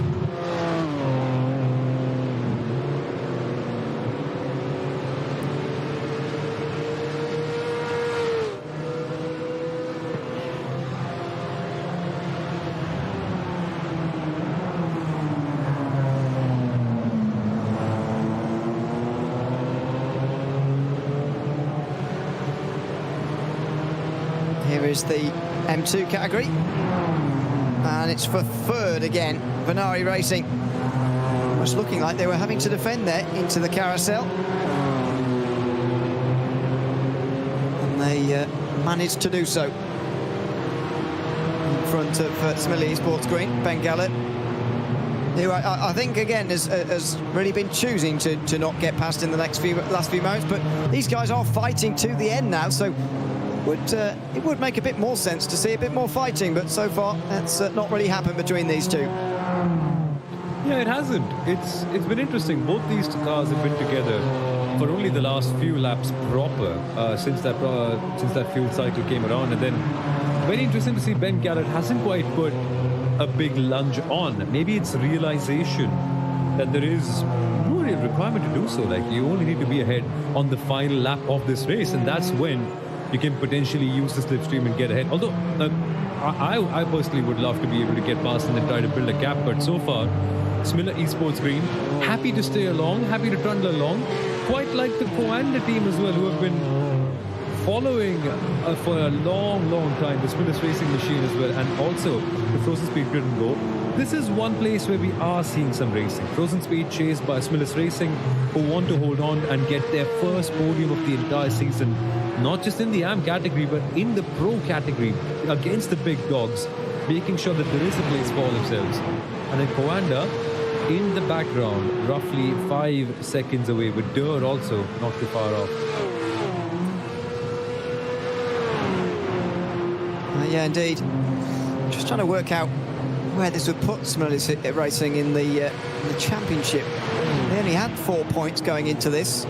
Good race for the opening round of the championship. They finished in 6th, which is very good for a for an AM team. Sorry. Carlo, though, with 2 appearances in the top 7, 1 in the top 5 in round 1, getting them the championship lead so far. So they're trailing by 2 points coming in. If they were to get the 8 points here, Smillis, they'd be on 12 overall. Carlo at the moment, where are they? I think they're in the top 8, so they're going to get some decent points. Yeah, they are indeed in 8th place, so well, they're going to get 1 point. So they would lose their championship lead, and they'd only be on 7 points compared to the 12 of Smillis Racing, and so suddenly Carlisle would be sort of requiring themselves to get a 4th place finish overall next time, and that would be very, very tricky. If Smillis Racing can even get into 2nd here, finish in 2nd in this race, they save a bit more fuel here with Tim Matska, then all of a sudden this AM team are looking very, very competitive to come through and win the title. And the points they're accumulating tonight might get them a very long way. You never know. You never know.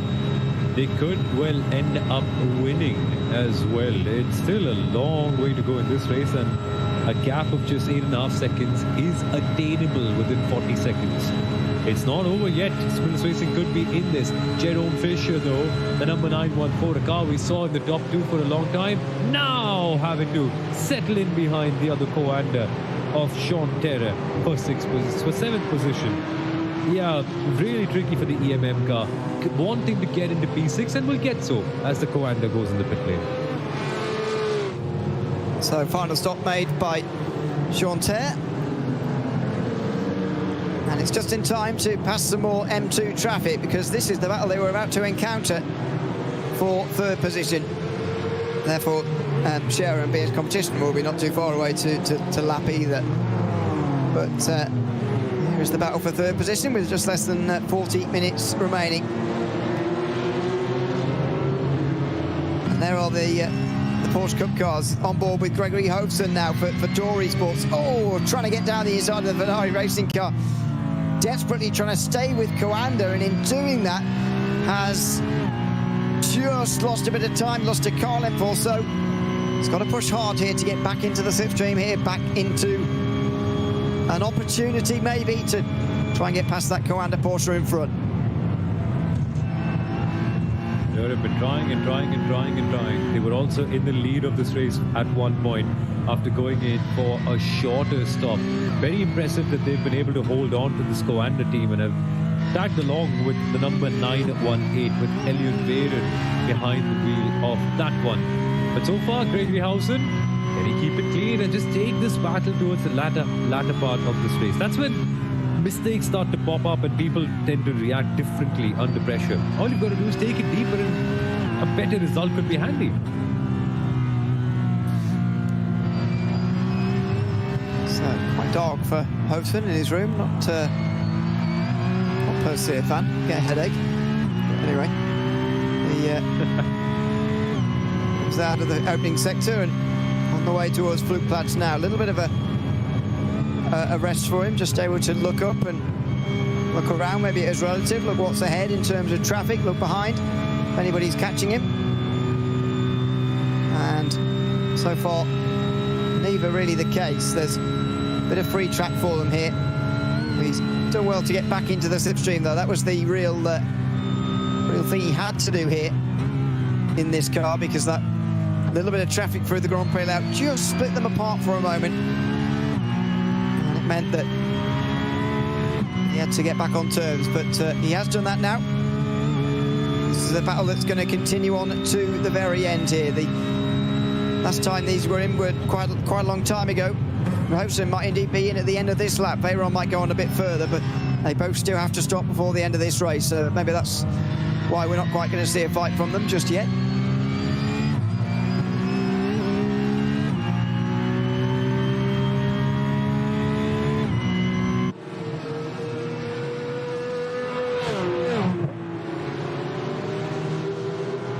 Very interestingly, in the meantime, I've been keeping a keen eye on what BS competition are doing at the top of SP9s. Get a word on that in a second, as Tim Matske still holds on and still is very close by to Frozen Speed by Grittengo, with Gunonzo Stalen behind the wheel of that. Another driver bringing in a lot of experience, and we've seen around the sim racing circles in the last few years. Tazelen has a job to just get the car across the line. Frozen Speed were not a team we constantly saw in the battle for the top two. That was more EMM, that was more sprinters racing, but have been very solid in this second stint, and even the lap times prove so. A nice bit of traffic there for Tastelen, just to get himself away from Matske for a moment. 0.6 of a second, just over. But Matske back in the slipstream is not far away. He's not allowing himself to be distanced just yet. Staying very close in behind. And there's the next group. So they're not actually that far away here. So maybe it's smart to work together a little bit more, actually, for Veyron and Hovson. Last time round, they closed in, especially on Tastelen, who was caught by Matske last lap around as well. But Veyron and Hovson therefore caught the group too. This is SimRC versus Nürburgring Esports, and Constant Sharp, who's got a new car after that meatball early, was able to drive it back and take the faster pair, and now he's back towards SimRC into the slipstream in the Aston Martin. The first time in SP9 we've seen a pass on the road for some time. As he gets into the slipstream, he pulls over to the left-hand side, and Sharp has rather impressively picked himself up from that mistake he made earlier, clearly, and he's straight back through again on SimRC. Well done. Well done. Good to see some racing at the Dottinger after a little bit of a simmering period where we saw all the teams and drivers build up their entire stints. We want to see more of that. Jürgen Frank is a driver we've seen for a long time too. We normally see him in the DCR world. Good to see him in GT3s with the Ford, pushing the limits of that car. Meanwhile, more fighting behind them too. Maximilian Strupp and Share Esports SPN with Fernando Cirella still in that fight for P9 and P10. And now you get a feeling they're going to go gung-ho. Last 35 minutes, what's the reason to hold off? What's the reason to be conservative? Here comes the move. Fernando Cirella on the inside at turn number 1. Gets a good entry, good exit, nice and clean. Yep, straight through. Nicely executed on the brakes down there to get into position. Digital Sports Pro, by the way, and German Sim Racing both making a pit stop last time round. That'll be their last pit stop of the day. The best placed team so far, actually, Milo Racing Team, to have made their final stop of the day so far. Still plenty of teams having to do that, though. And by the way, a penalty, a pretty big one as well. Mattia Hansen for HRT Esports by Coanda, the pole sitters and very long-time race leaders here, have been given a 5-second time penalty for pushing the Smiley Esports red car off the track at the Tiergarten, which is going to drop them down further away from the leading two. It's not actually going to lose them any positions for the moment. It's going to drop them, though, away from those leading two because of the penalty. It's a fairly minor penalty, so it must have been a two-bit of major contact there. And Johansson, therefore, has gotten away with it a little bit, but so can't have been too big of an infringement. Just over half an hour to go then. This battle continues on screen between Door Esports and Coanda as well. It's been going on for some time. We've got just half an hour left in the Digital Nürburgring Langstrecken-Series for season 2025-26 here in the third round of the championship. Some championships potentially to be won in the next half an hour. So make sure you stay with us here. We're going to take a very quick break. We'll be back on the Nürburgring after this.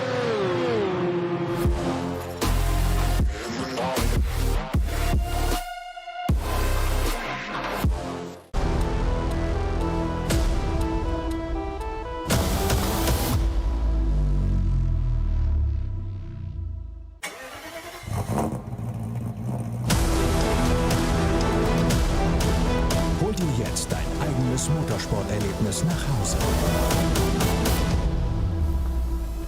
Dein Online-Shop für Simracing-Hardware und Zubehör. www.simraceshop.de. Liebe Fans, Lovely fans. besucht uns auf unseren Social-Media-Kanälen, Follow us. Auf Facebook, Instagram. YouTube und TikTok. Willkommen bei der NLS.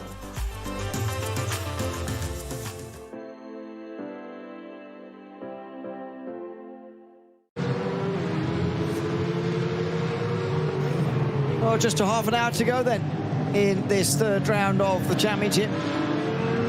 Potentially, classes could be settled in their championships here today. EMM Esports, as long as they go on to win in the Porsche Esports Endurance Trophy Nürburgring, will do exactly that. And BS Competition will too in the M2 category if they go on to win their category. They are in championship winning position as it stands. But there are still pit stops to come. Still many laps around the Nürburgring to come, and none of those come too easy. So anything can happen. Myself, Ian O'Leary, and Super Aurora taking you through the action here today as we follow another battle in the M2 category between Thomas Enger Sim Racing and Wolf Motorsport. Connor Carnick trying to get through on Heike Schaefer here in towards turn one, or is there going to be some working together going on here? No, Carnick is going to go down the inside into turn one. Pretty late on the brakes, and late enough indeed to go straight through into sixth position. So a nice easy pass made down the inside. Schaefer trying to make sure that he can use the mechanical grip of his car to be able to find something. Looks slightly to the outside, then settles back in on the inside of the arena section as well. There'll be plenty of chances for this battle to simmer and brew into something even more interesting. And then, as the race progresses, you normally tend to see drivers go through that middle patch where there are lots of conserving and saving to be done. And then you come to the end where it's all full push, flat out to the end. This is that time. It's time to go racing properly. Gone is the time of conservation. Gone is the time of fuel saving and management and just reaching a certain point in that stage. We have reached that point in that stage where drivers would want to go all out. And now, there are a few battles that we are keeping an eye out. For the win, not really any in SP9 or the Porsche Cup category or even SP10s for that matter. Closest one that comes up to mind is what we're seeing in the M2 class with BS Competition who found their way back up into P1 against Scherer, who are 7 seconds behind. But there are other battles like this, like the Spiller Esports Green versus Vinari battle, that have kept us entertained for a very, very long time, and we might just see a fun end towards them in the next few minutes. Indeed, and in these last few moments, we've seen lots of battles popping up here. Although, to be fair, this one has been going on for a while. Ben Gallett now in front of, or still in front, I should say, probably, of the iRacing team. Not too many of the same happening in SP9 yet, but the last stops haven't happened yet. It looks like this race might have even, been sort of settled in this previous stint from Felix Kronbach. They've been out there for coming up to 6 laps now. The number 1 car has just started another lap, so on to their 6th lap, and the gap now 12 seconds. I know the gap was about 2 as they came out the pit lane, so that's a fairly significant advantage already been pulled out through the pit stops. But even so, what a stint this has been from Felix Kronbach, who is now on his way to a race victory and also bringing this championship to within 1 point going into the final round. For all of the championships that are being settled here early and perhaps are in an easy, well, not easy, but certainly a comfortable scenario for SimRC, for example, what a prospect that is in SP9 to have 1 point separating the two. Yeah, it'll be so much fun. Just so excited for the last round as well to see how these battles settle up. BS versus Falcon is one that will be very exciting to watch next week if things stay as it is, and if there's a swap around, if Falcon come ahead, man, that'll be even more chaotic. So much drama in store for all of us. Last 30 minutes today and then tomorrow as well. It's in a way good that BS Competition are winning this race as it stands, because then there'll be 2 wins for them, 2 second places for Falcon. Pretty much a shootout till the very end in the last round. And then when you're head-to-head against each other for 3 hours with only 1 mission of beating the other car, it's sometimes very interesting to see when the teams tend to change their strategies around.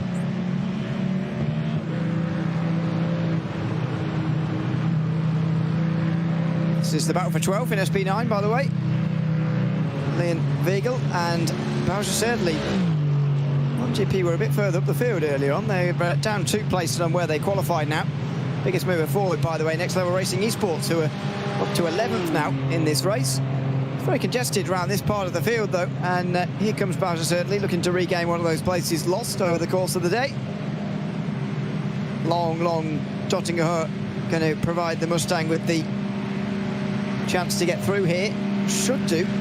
He's pulled out the slipstream, though. He's not got anywhere, and look at that. The Aston Martin going round the outside and able to hold on to the place. Now then, stop and go penalty of just 2 seconds here for the Scherer Esports Cup 2 car, which is for a minimum standing time of 30 seconds, not completed in their most recent pit stop on lap 17, only 28.2 seconds and not 30. You mentioned that as a rule earlier on. It's something you've got to work around in terms of your strategy, because it's very easy to make a stop less than 30 seconds in one of these races, as Bowser certainly gets down the inside. So that's the reason for that very, very short penalty. It's so slam dunk. It's one of the simplest ones out there. Just have to be there in the pit box for 30 seconds. Yeah, that is somewhat inexcusable at a stage like this. That's a basic operational one. And yes, it's a penalty we've had just for this season. It's something new that teams and drivers have to get used to, but we've already had 2 rounds. So it is surprising that a penalty like this has come around at this time. It's probably just a miscalculation, a momentary brain fade. It's a lot of rules to remember, of course, and so easy to happen. And I think it's happening up and down the field, actually. the Nürburgring Esports number 32 team have done it now too. They are currently 8th. Maximilian Stroop has made a pit stop only a couple of minutes ago, and according to my timing screen, he's made 32nd of a pit stop, but clearly not when race control have looked into it, because they've been given a 1 second stop and go penalty as well. So again, got to be so careful with it as you get towards the end of this race, because otherwise you will get a very hefty penalty. You might as well just, even if you're not actually taking on any fuel or tyres, you might as well just stay stationary for the second in the pit stop and avoid having to come down pit lane all over again. Yeah, it's such a pain. It is such a pain to be able to do that in an active race when everything that you've been doing so far is about building momentum and trying to do saving and managing that with pace, and then all of a sudden race control is giving a penalty and you've got to come in for such a long time. It is not good news for the Nürburgring Esports or the Scherer Esports Cup car. Well, interestingly enough, neither of them were in a proper big battle for the win per se, or even the podium places, so it's not changing the grand scheme of the race result, but nonetheless a stark reminder for all the teams that this is not something that you can do in the next round as well. I'm sure these regulations and rules will be properly baked into their minds as we have 2 back-to-back races in 2 back-to-back weeks. Must be such an exciting time for these teams and drivers, I suppose, when most of their driving work is just happening at the Nürburgring, as we see pit stops for Frozen Speed Grid and Go and Sprillis Racing still all together, still not letting go of each other in spite of being with each other for the longest time since the last couple of stints. Now 23 minutes, full push. Let's see which one comes out on top. Yeah, indeed. As Luca Alper continues to lead out front for EMM Esports, though he's still yet to make his final pit stop of the day. Same for Elliot Veyron. But yeah, I've always wondered about that, really, about how these guys practice for this, because, you know, in seasons gone past, we've had 5 races here at the Nürburgring over the winter, and, you know, longer races as well, you know, 3.5, 4-hour races indeed in the past for this championship. Yeah. But I do wonder how you practice, though, because you're driving at the same circuit again. I mean, surely they do a bit of practice, but it's not like completely learning it. It's, first of all, not like a series that goes every week for, you know, 12 weeks or whatever, like you do sometimes see in iRacing, following the official schedule or whatever, going to a new circuit every time, having to relearn in the week and everything. But not only that, you are going to the same circuit every time. So I do wonder if it takes a little bit less practice than normal, or if they're absolutely on it as normal. I'd guess they're probably practicing just as much as normal, because they're trying to get every last tenth out of these cars at every opportunity. Yeah, how often can you drive at the Nürburgring? Like, how often do you just want to go practicing, trying to shave out 10 after the 10? And you're not even chasing absolute lap time at times. Sometimes you're just chasing spare capacity, because so much is happening in these Nürburgring Endurance Series races that you want to be able to put in a good lap time consistently with a lower brain capacity to be able to focus on other things like traffic and managing fuel and working on strategy and other sorts of cool things. So it's very interesting. I think driving at the Nürburgring is such a unique challenge, and no amount of practice laps can really truly prepare you for a race like this, where something or the other can just keep on coming at you. Like, today's been very quiet, but on a normal day at the Nordschleife, you often see a lot of contact with lap cars like we did in the last round. Yeah, we just haven't really had that sort of drama here today, as Felix Kronbach comes into the pit lane, as does Lewis Woods now from the front of this race. There are 3 laps to go as they come in now, so 2 flying laps and 1 out lap to go. Still in this race. And that means everybody else is going to have to sort of figure out around them how long they've got left. Tim Joschel and Anton Zemrich are included within that in these BMWs for SP10. But Sim RC are dominating in SP10 at the moment. This class and this race has been settled in the opening lap, unfortunately for them, because Williams F1 Team Gaming, although they didn't actually qualify very well, they had that incident on the opening lap where they spun out of turn number 4, and unfortunately that is really, I think, what's settled this race, really, because they just haven't had the time to really recover here, and It's going to lose them a lot of time in the championship. SimRC only have to get a podium next week's race to actually win this season, and you'd get a feeling based on what we've seen today and so far this season that they can do that.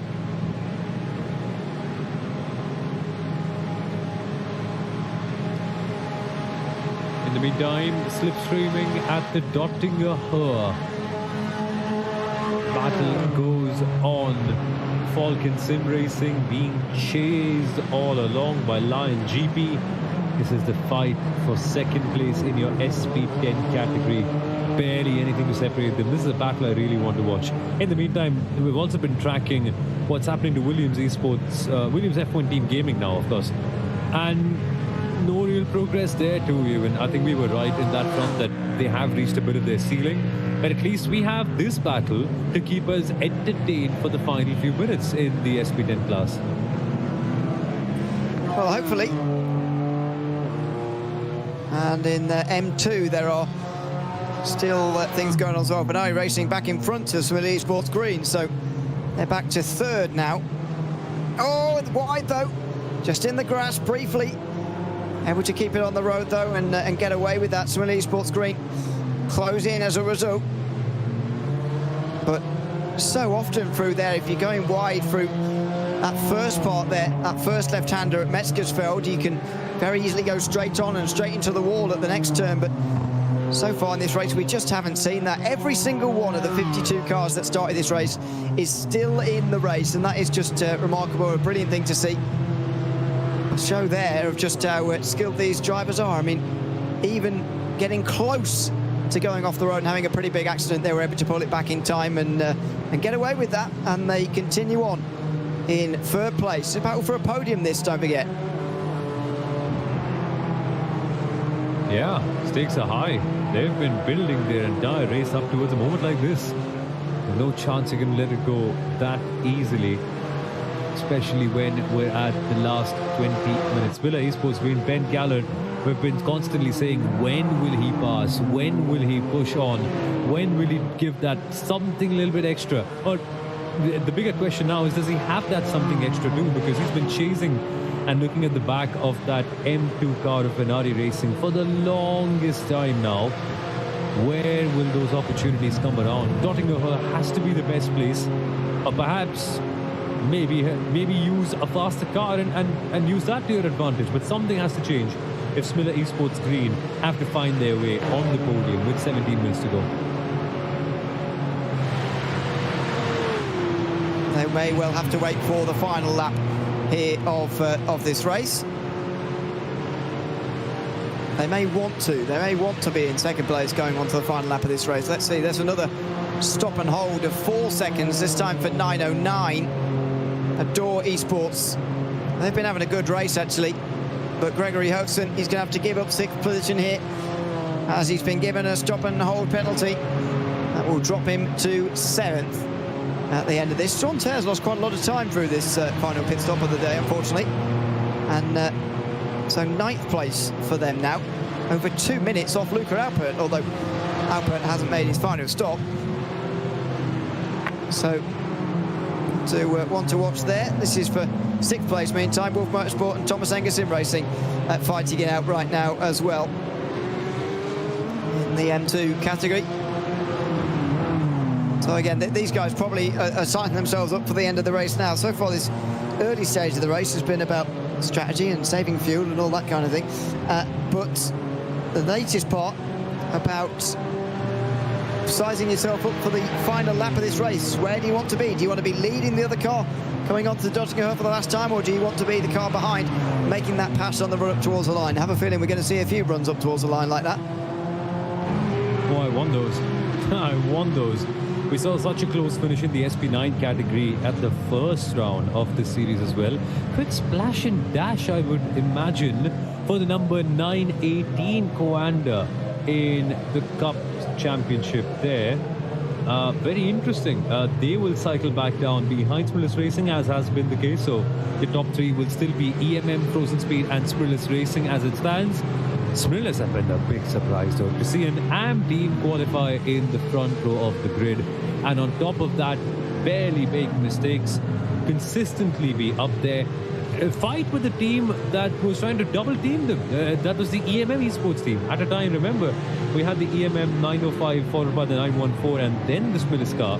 And there were occasions where Smillis were leading and both the EMM cars drafted them to be able to get ahead. We've seen that sort of stuff in this race too. But even then, this AM team with their full spirit have been fighting on and with absolute heart have found a way to be in third place, which you never know in the last 15 minutes if they keep on piling up the pressure could also materialize into a second place. It by far and away has to be one of the standout results of this championship and one that should be commemorated for sure. Yeah, certainly. They even think and dream about second. Can they possibly? Well, they're on the final stint of the race now. Everybody around them has made a stop. Elliot Veyron's 2.5 seconds behind them as well, so they're in an awkward situation now. Tastelin and Matchka have to work together, I think, for the next 2 laps, while they are trying to distance, and it will be indeed actually 2 laps when they get to the line, because Cormac's about to get 2 laps, and these guys have got 3 laps, including this one. So for the next couple of laps, they've got to work together here. They can't fight, in my opinion, because that will allow Veyron into the fight, and then when you've got 3 involved, it all gets complicated. But for now, when there's 2 of them on the last lap, you know, that's when it's in a much better scenario for everybody. So let's see what they do here. Do they work together here and try and make sure that Veyron stays away as Quernbach takes 2 laps to go at the front? Or are they going to fight and invite Veyron into the fight for a 3-way fight for second position? I wonder. Hopefully you'd expect those 2 to be experienced enough to know what to do in that scenario. Yeah, they will put on a show for all of us. That's what they will do. That's what we've been waiting for. Something to spark it up. 13 minutes to go. You still get a feeling that the pressure is boiling up, and these drivers are just waiting for 1 or 2 of those opportunities. It's not a case of confidence, like competence rather. It's you cannot be behind a car for 2 hours and not have that something extra. You're clearly waiting for something. You're clearly waiting for the right time to be able to pull out a surprise. And it just keeps on going lap after lap after lap. Similar in this case as well, where Falcon Sim Racing have consistently kept LionGPFenster.com at bay. And Lion GP, I'll be honest, I haven't seen much of them in this race so far. We mostly saw Sim RC and then the Williams team and their comeback. But then in the last hour or so, they have been tagging along with Falcon Sim Racing and been putting up such a good duel for us to follow. With very clean driving, barely any tapping, and they've been going through lap traffic as well. Now getting closer on the approach towards the corners, but you can't make it overtake that.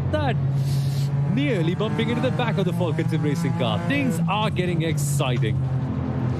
They certainly are, and I agree. It's been a good performance from Lion Jeep. I've seen a bit more of them, but you know, I don't think I've seen too many performances where they're sticking it with the teams they are at the moment at the front of SP10. This is a great performance indeed from Lion GP.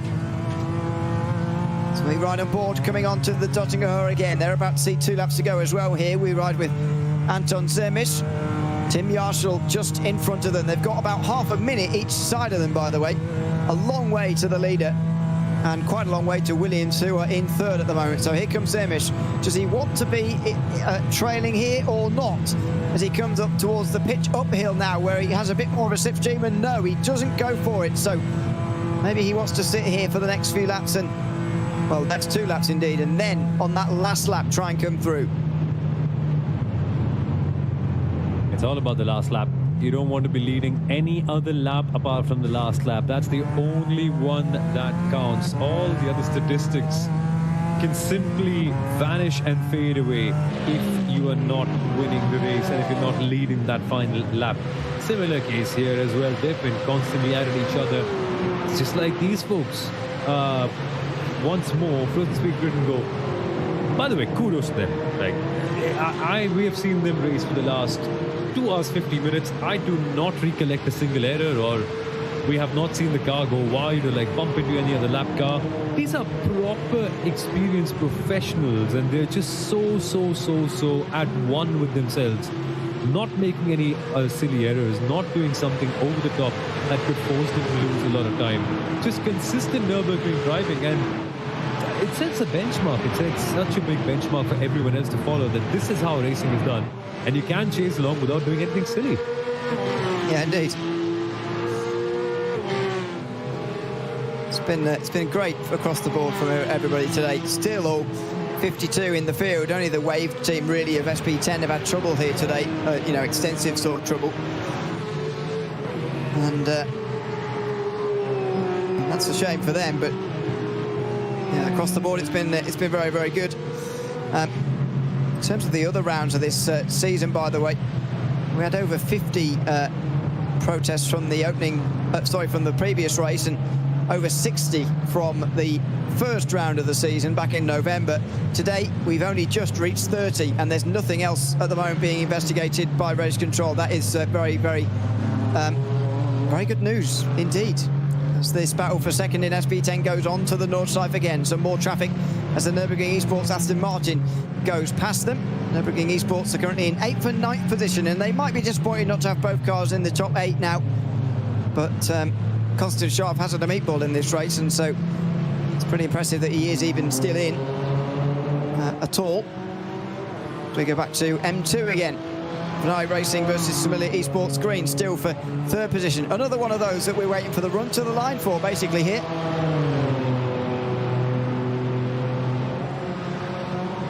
Waiting.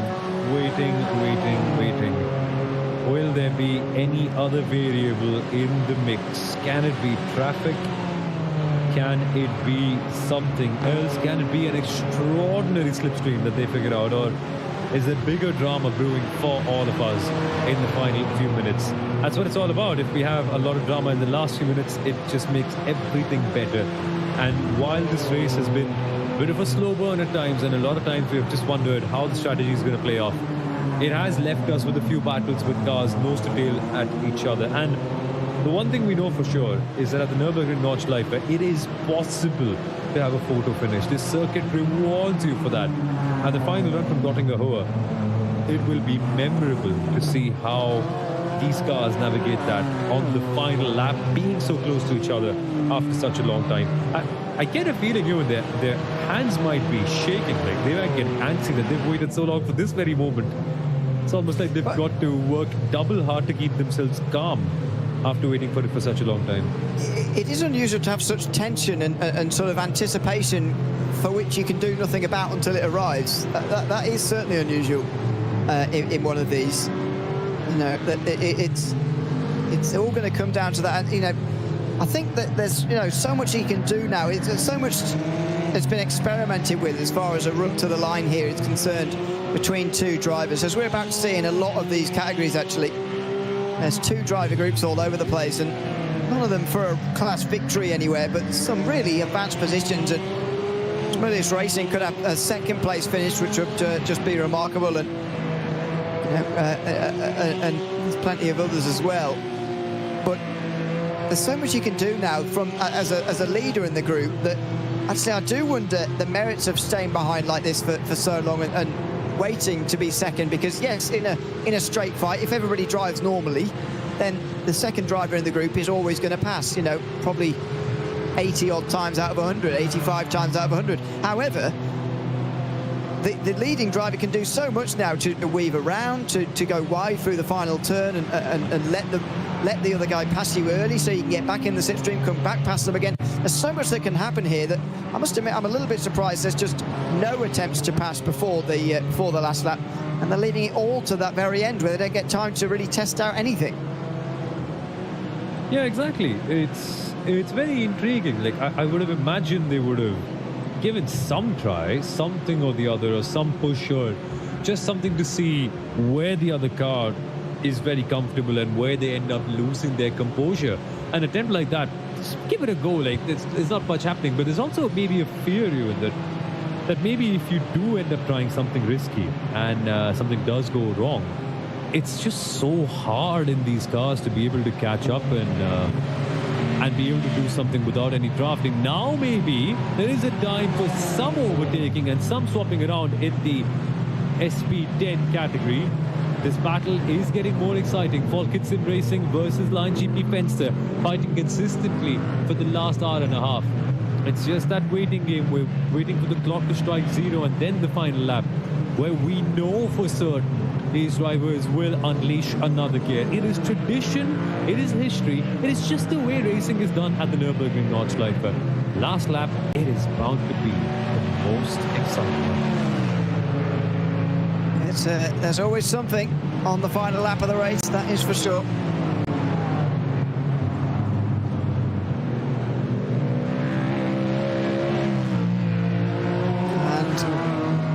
Battle for second is in SP10 indeed is going to be one of those, as it will be in the Porsche Cup category.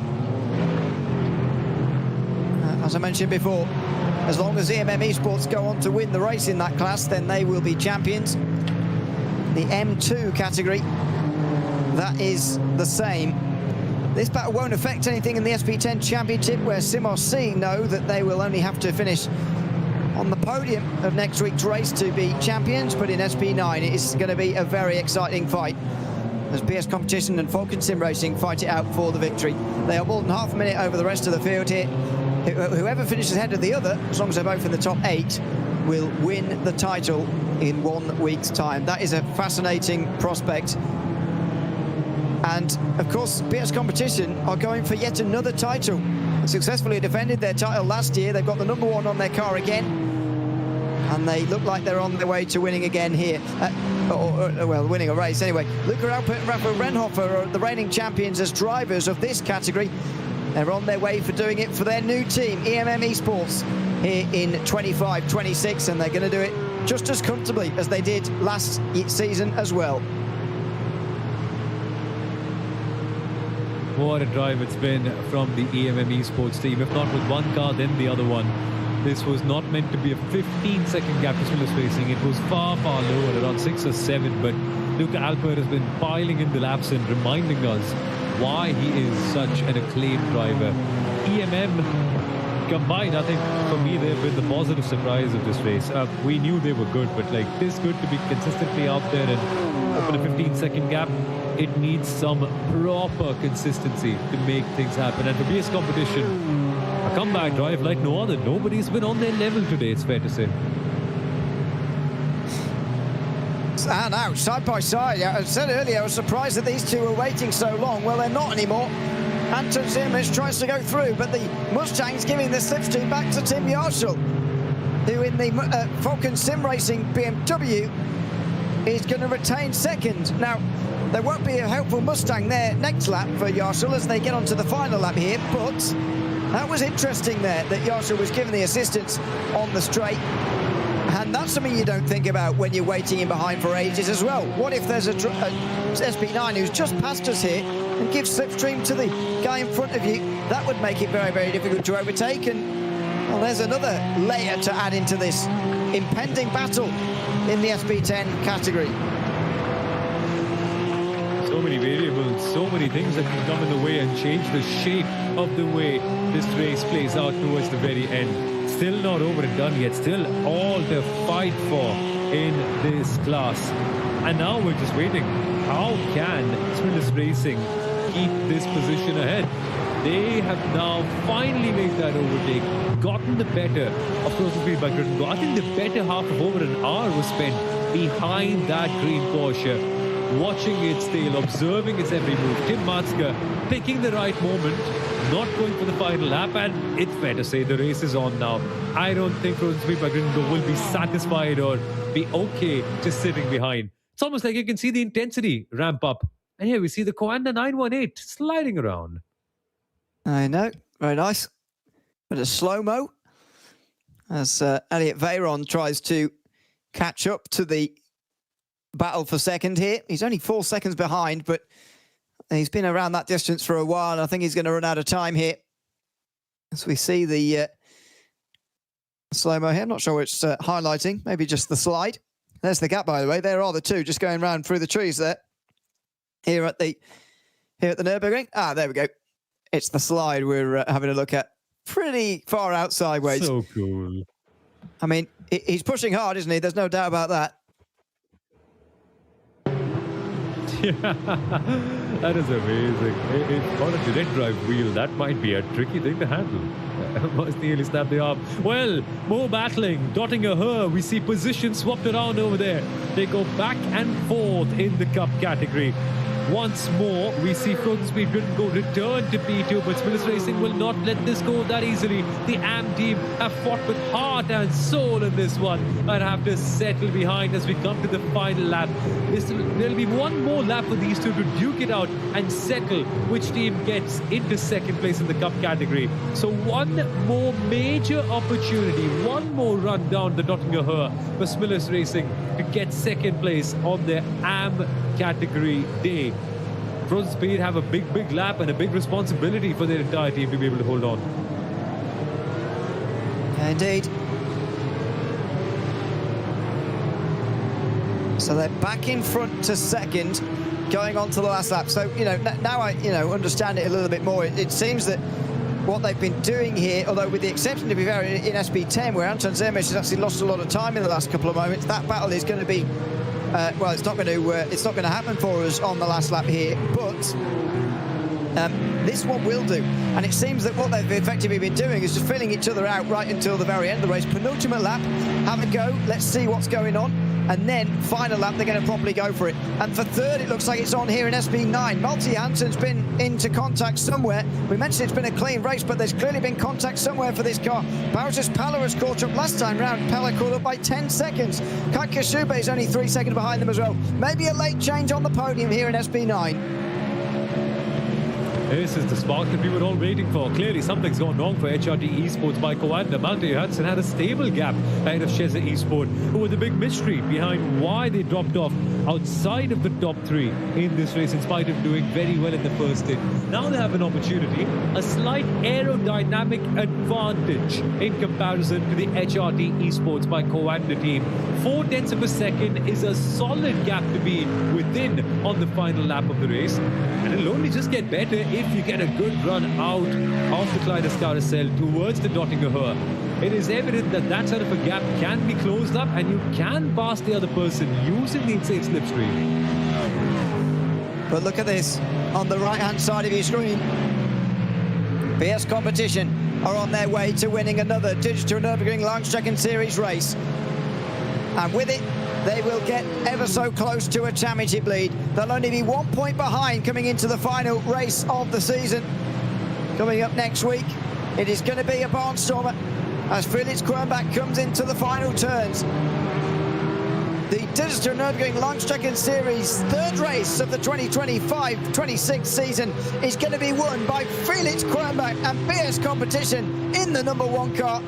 It's another brilliant performance from BS Competition in this series, and Kronbach gets their season back on track with a double race victory after finishing only 4th in the opening round of their championship defence. Malte Johansson is under big pressure here from Bowser's Palla, who's got the straight line speed. Johansson's got front end damage on that Mustang, and Palla's just going to go right round the outside of him for Shezzy. Now, are Coanda going to have the chance maybe to get straight back through? Look at the damage on the front right. They can't even close in the slipstream at the moment. Shezzy getting to third in front of Coanda. And Bowser's Palla has got them a podium with the very last lap of this race. Out of the final turn, Johansson's got the run. He's going to be side by side at the line here. It could be a photo finish between them. Bowser's Palla is just about going to survive. 700ths of a second in the end. Johansson misses out on a podium for the pole sitters. Man, it got so close. It was simmering until the very end. We told you so. We told you it could be a matter of a few really close finishes on the final lap. Meanwhile, we have a champion to crown in the M2 category. A comeback drive like no other. PS Competition winning and taking the title home. Wow. PS Competition dominating in the M2s. Smiley Sports Green just about get home with that podium, by the way, ahead of Venari Racing. We were building up to that for some time. But despite spinning on the opening lap of the race, PS Competition win again. They have won 3 in a row now in the M2 category. And by the way, as a team, They've won 2 of the classes for 2 races in a row now as well. And as long as EMM Esports here in the Porsche Cup class get to the end of this lap in the lead, they will be crowned champions with a round to go as well. Behind them, Smillis Racing looking for that one opportunity. There's a lap car in the middle that will definitely not help their case out. They're as far back as they have been over the last 2 hours. And this is tough times for Smillis Racing, who got past Rosenspiel by Grid & Go just a couple of laps ago, only to be passed back again. Maybe that's why they were not attempting for the moves, because once you get past, you can be passed again very quickly. And some teams just feel like passing their opponents on the last lap is the smartest idea. Nonetheless, Willis will get that chance with the other half of the circuit left to go before they can do some attacking and before they can fight each other. Well, this is going to be a while before these two get back to the line, and indeed there's not many points available for this, but look at this. Share Esport Cup 2 trying to regain some of the places on the Arvia WNS e-motorsport car around the outside for number 920. And they stay in front through Metzgersfeld. As I mentioned, they've probably got 5 minutes to go, these two. They cross the line not that far in front of Felix Kernbach, the race winner in the end. They will get to the end, though, with a battle still to play for. John Erlin in the SimRC BMW, very experienced GT4 SP10 driver, is about to take SimRC home to another victory here, and with Williams finishing down in 4th, SimRC only need a podium next week and they will be crowned champions. It's going to be hard for them, of course, as all these races are on the DNLS, but they've taken one step closer to the SP10 title here of SimRC. It is John Erlin who flashes the lights, weaves across the line. He knows this is a big step forward to a potential championship in 1 week's time. Falcon Sim Racing have put in some solid results so far this year. Now it's time to just consolidate and move further forward.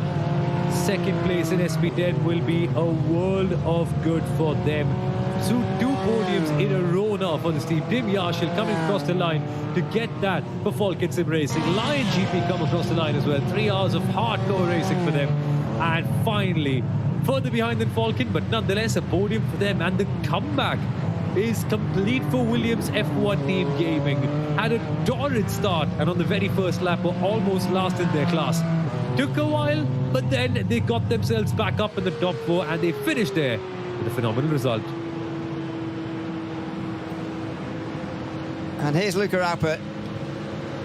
As a driver, he's going to go on to take back-to-back Porsche Esports Endurance Trophy Nürburgring titles. Along with Raphael Renhofer, they were part of the Scherer Esports setup last year. It's a different team, same result though, for Alpert and Renhofer. Into the final turns for Luca Alpert now. And EMM Esports, with 3 race victories out of 3, are going to take the Digital Nürburgring Langstrecken-Series title with a round to spare as well. They weave over the line, and Luca Alpert has done it again. Another race victory, another title, and dominant fashion again as well. Frozen Speed by Grin & Go are going to get to second in the end. Smillis Racing couldn't get near them in the end, but they will get a 3rd place finish as an AM team. In just one day, they will gain 6 points over Carlisle Esports as they got up themselves to 7th. And that will put them 5 points in front going into the final round of the championship in the AM category. But Alpert and Renhofer know they can celebrate a title tonight and have the chance to do the clean sweep in 1 week's time. What a performance it's been. So smooth, so good for them, for EMM Motorsport. EMM Esports come across and have such a solid result winning this race. It could have been 1-2 as well. Nonetheless, they will take what they get, and that is full marks for them today. Dirty Sports, they've had a good race as well.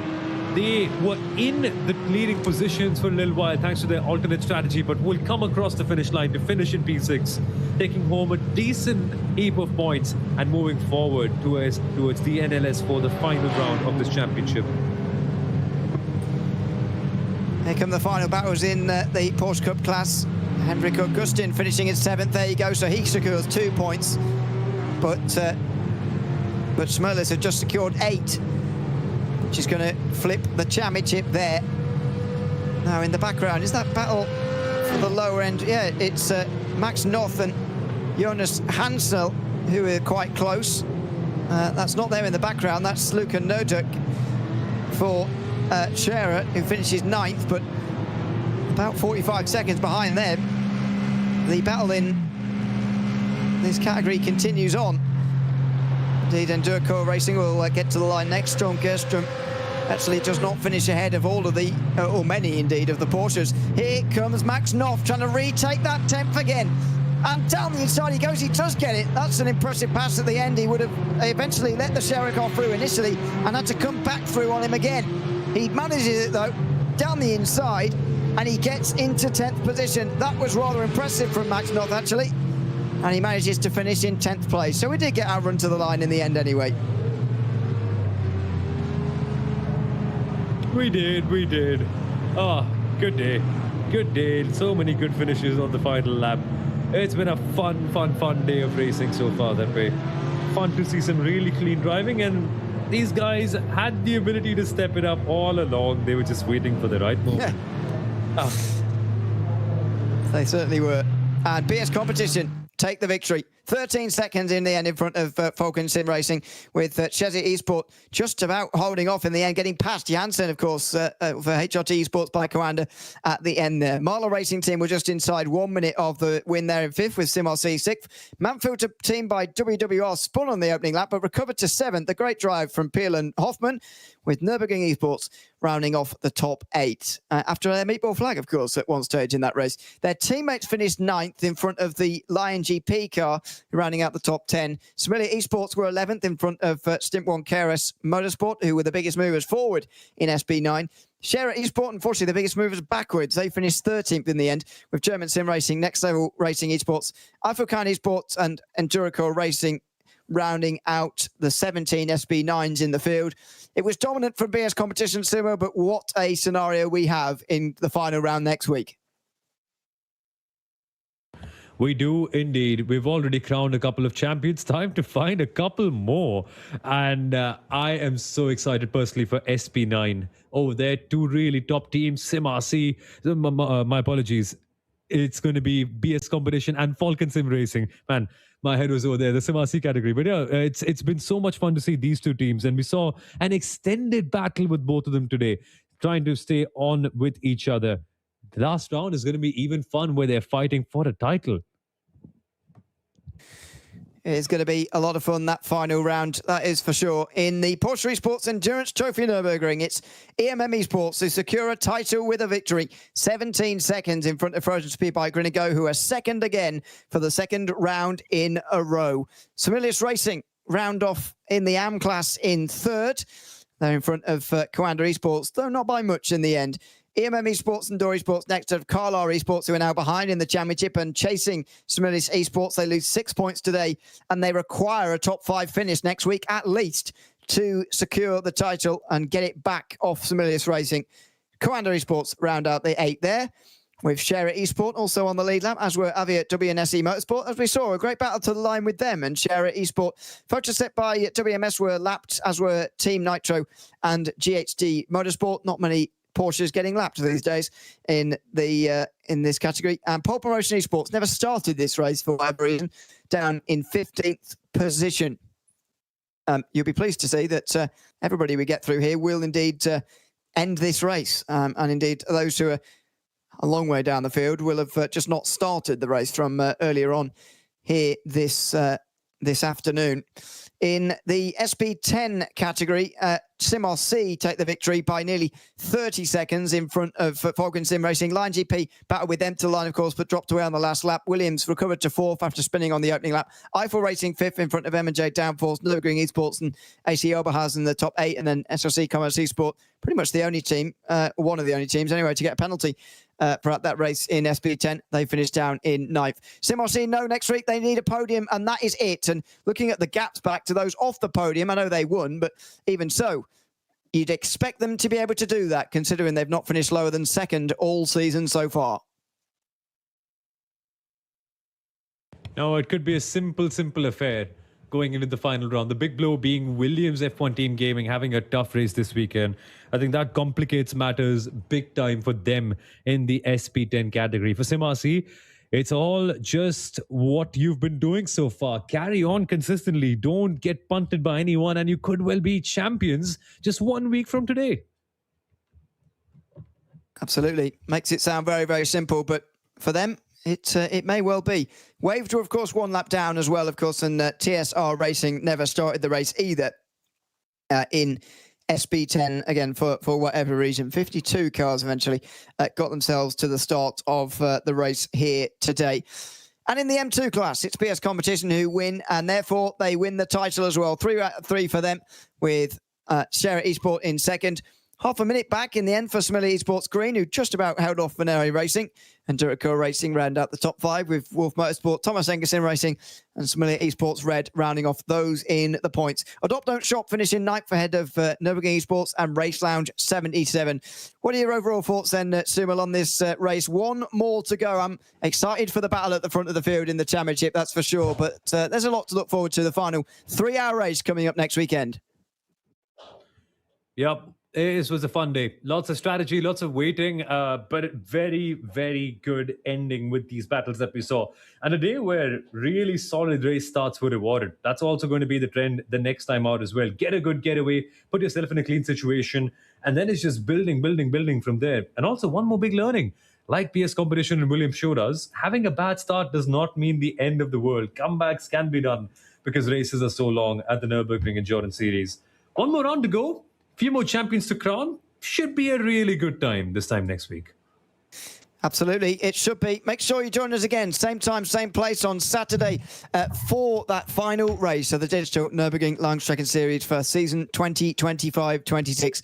It's another 3-hour race for race number 4, and we'll be live same time, same place here with the English stream for that one. Very much looking forward to it. In 7 days' time. To remind you, in SB9, PS Competition, having won here this afternoon, have gotten this championship lead of Falcon Sim Racing down to just a single point. If they're both in the top 8, it's winner takes all, or indeed, who indeed finishes ahead of the other. A big thanks to everyone who's been tuned in here this afternoon. I've been Lyric alongside Sumal Arora, and a big thanks to all the team behind the scenes putting the pictures together of this broadcast here this afternoon. We'll be back in 7 days' time with the final race of the season, and I hope you can join us then.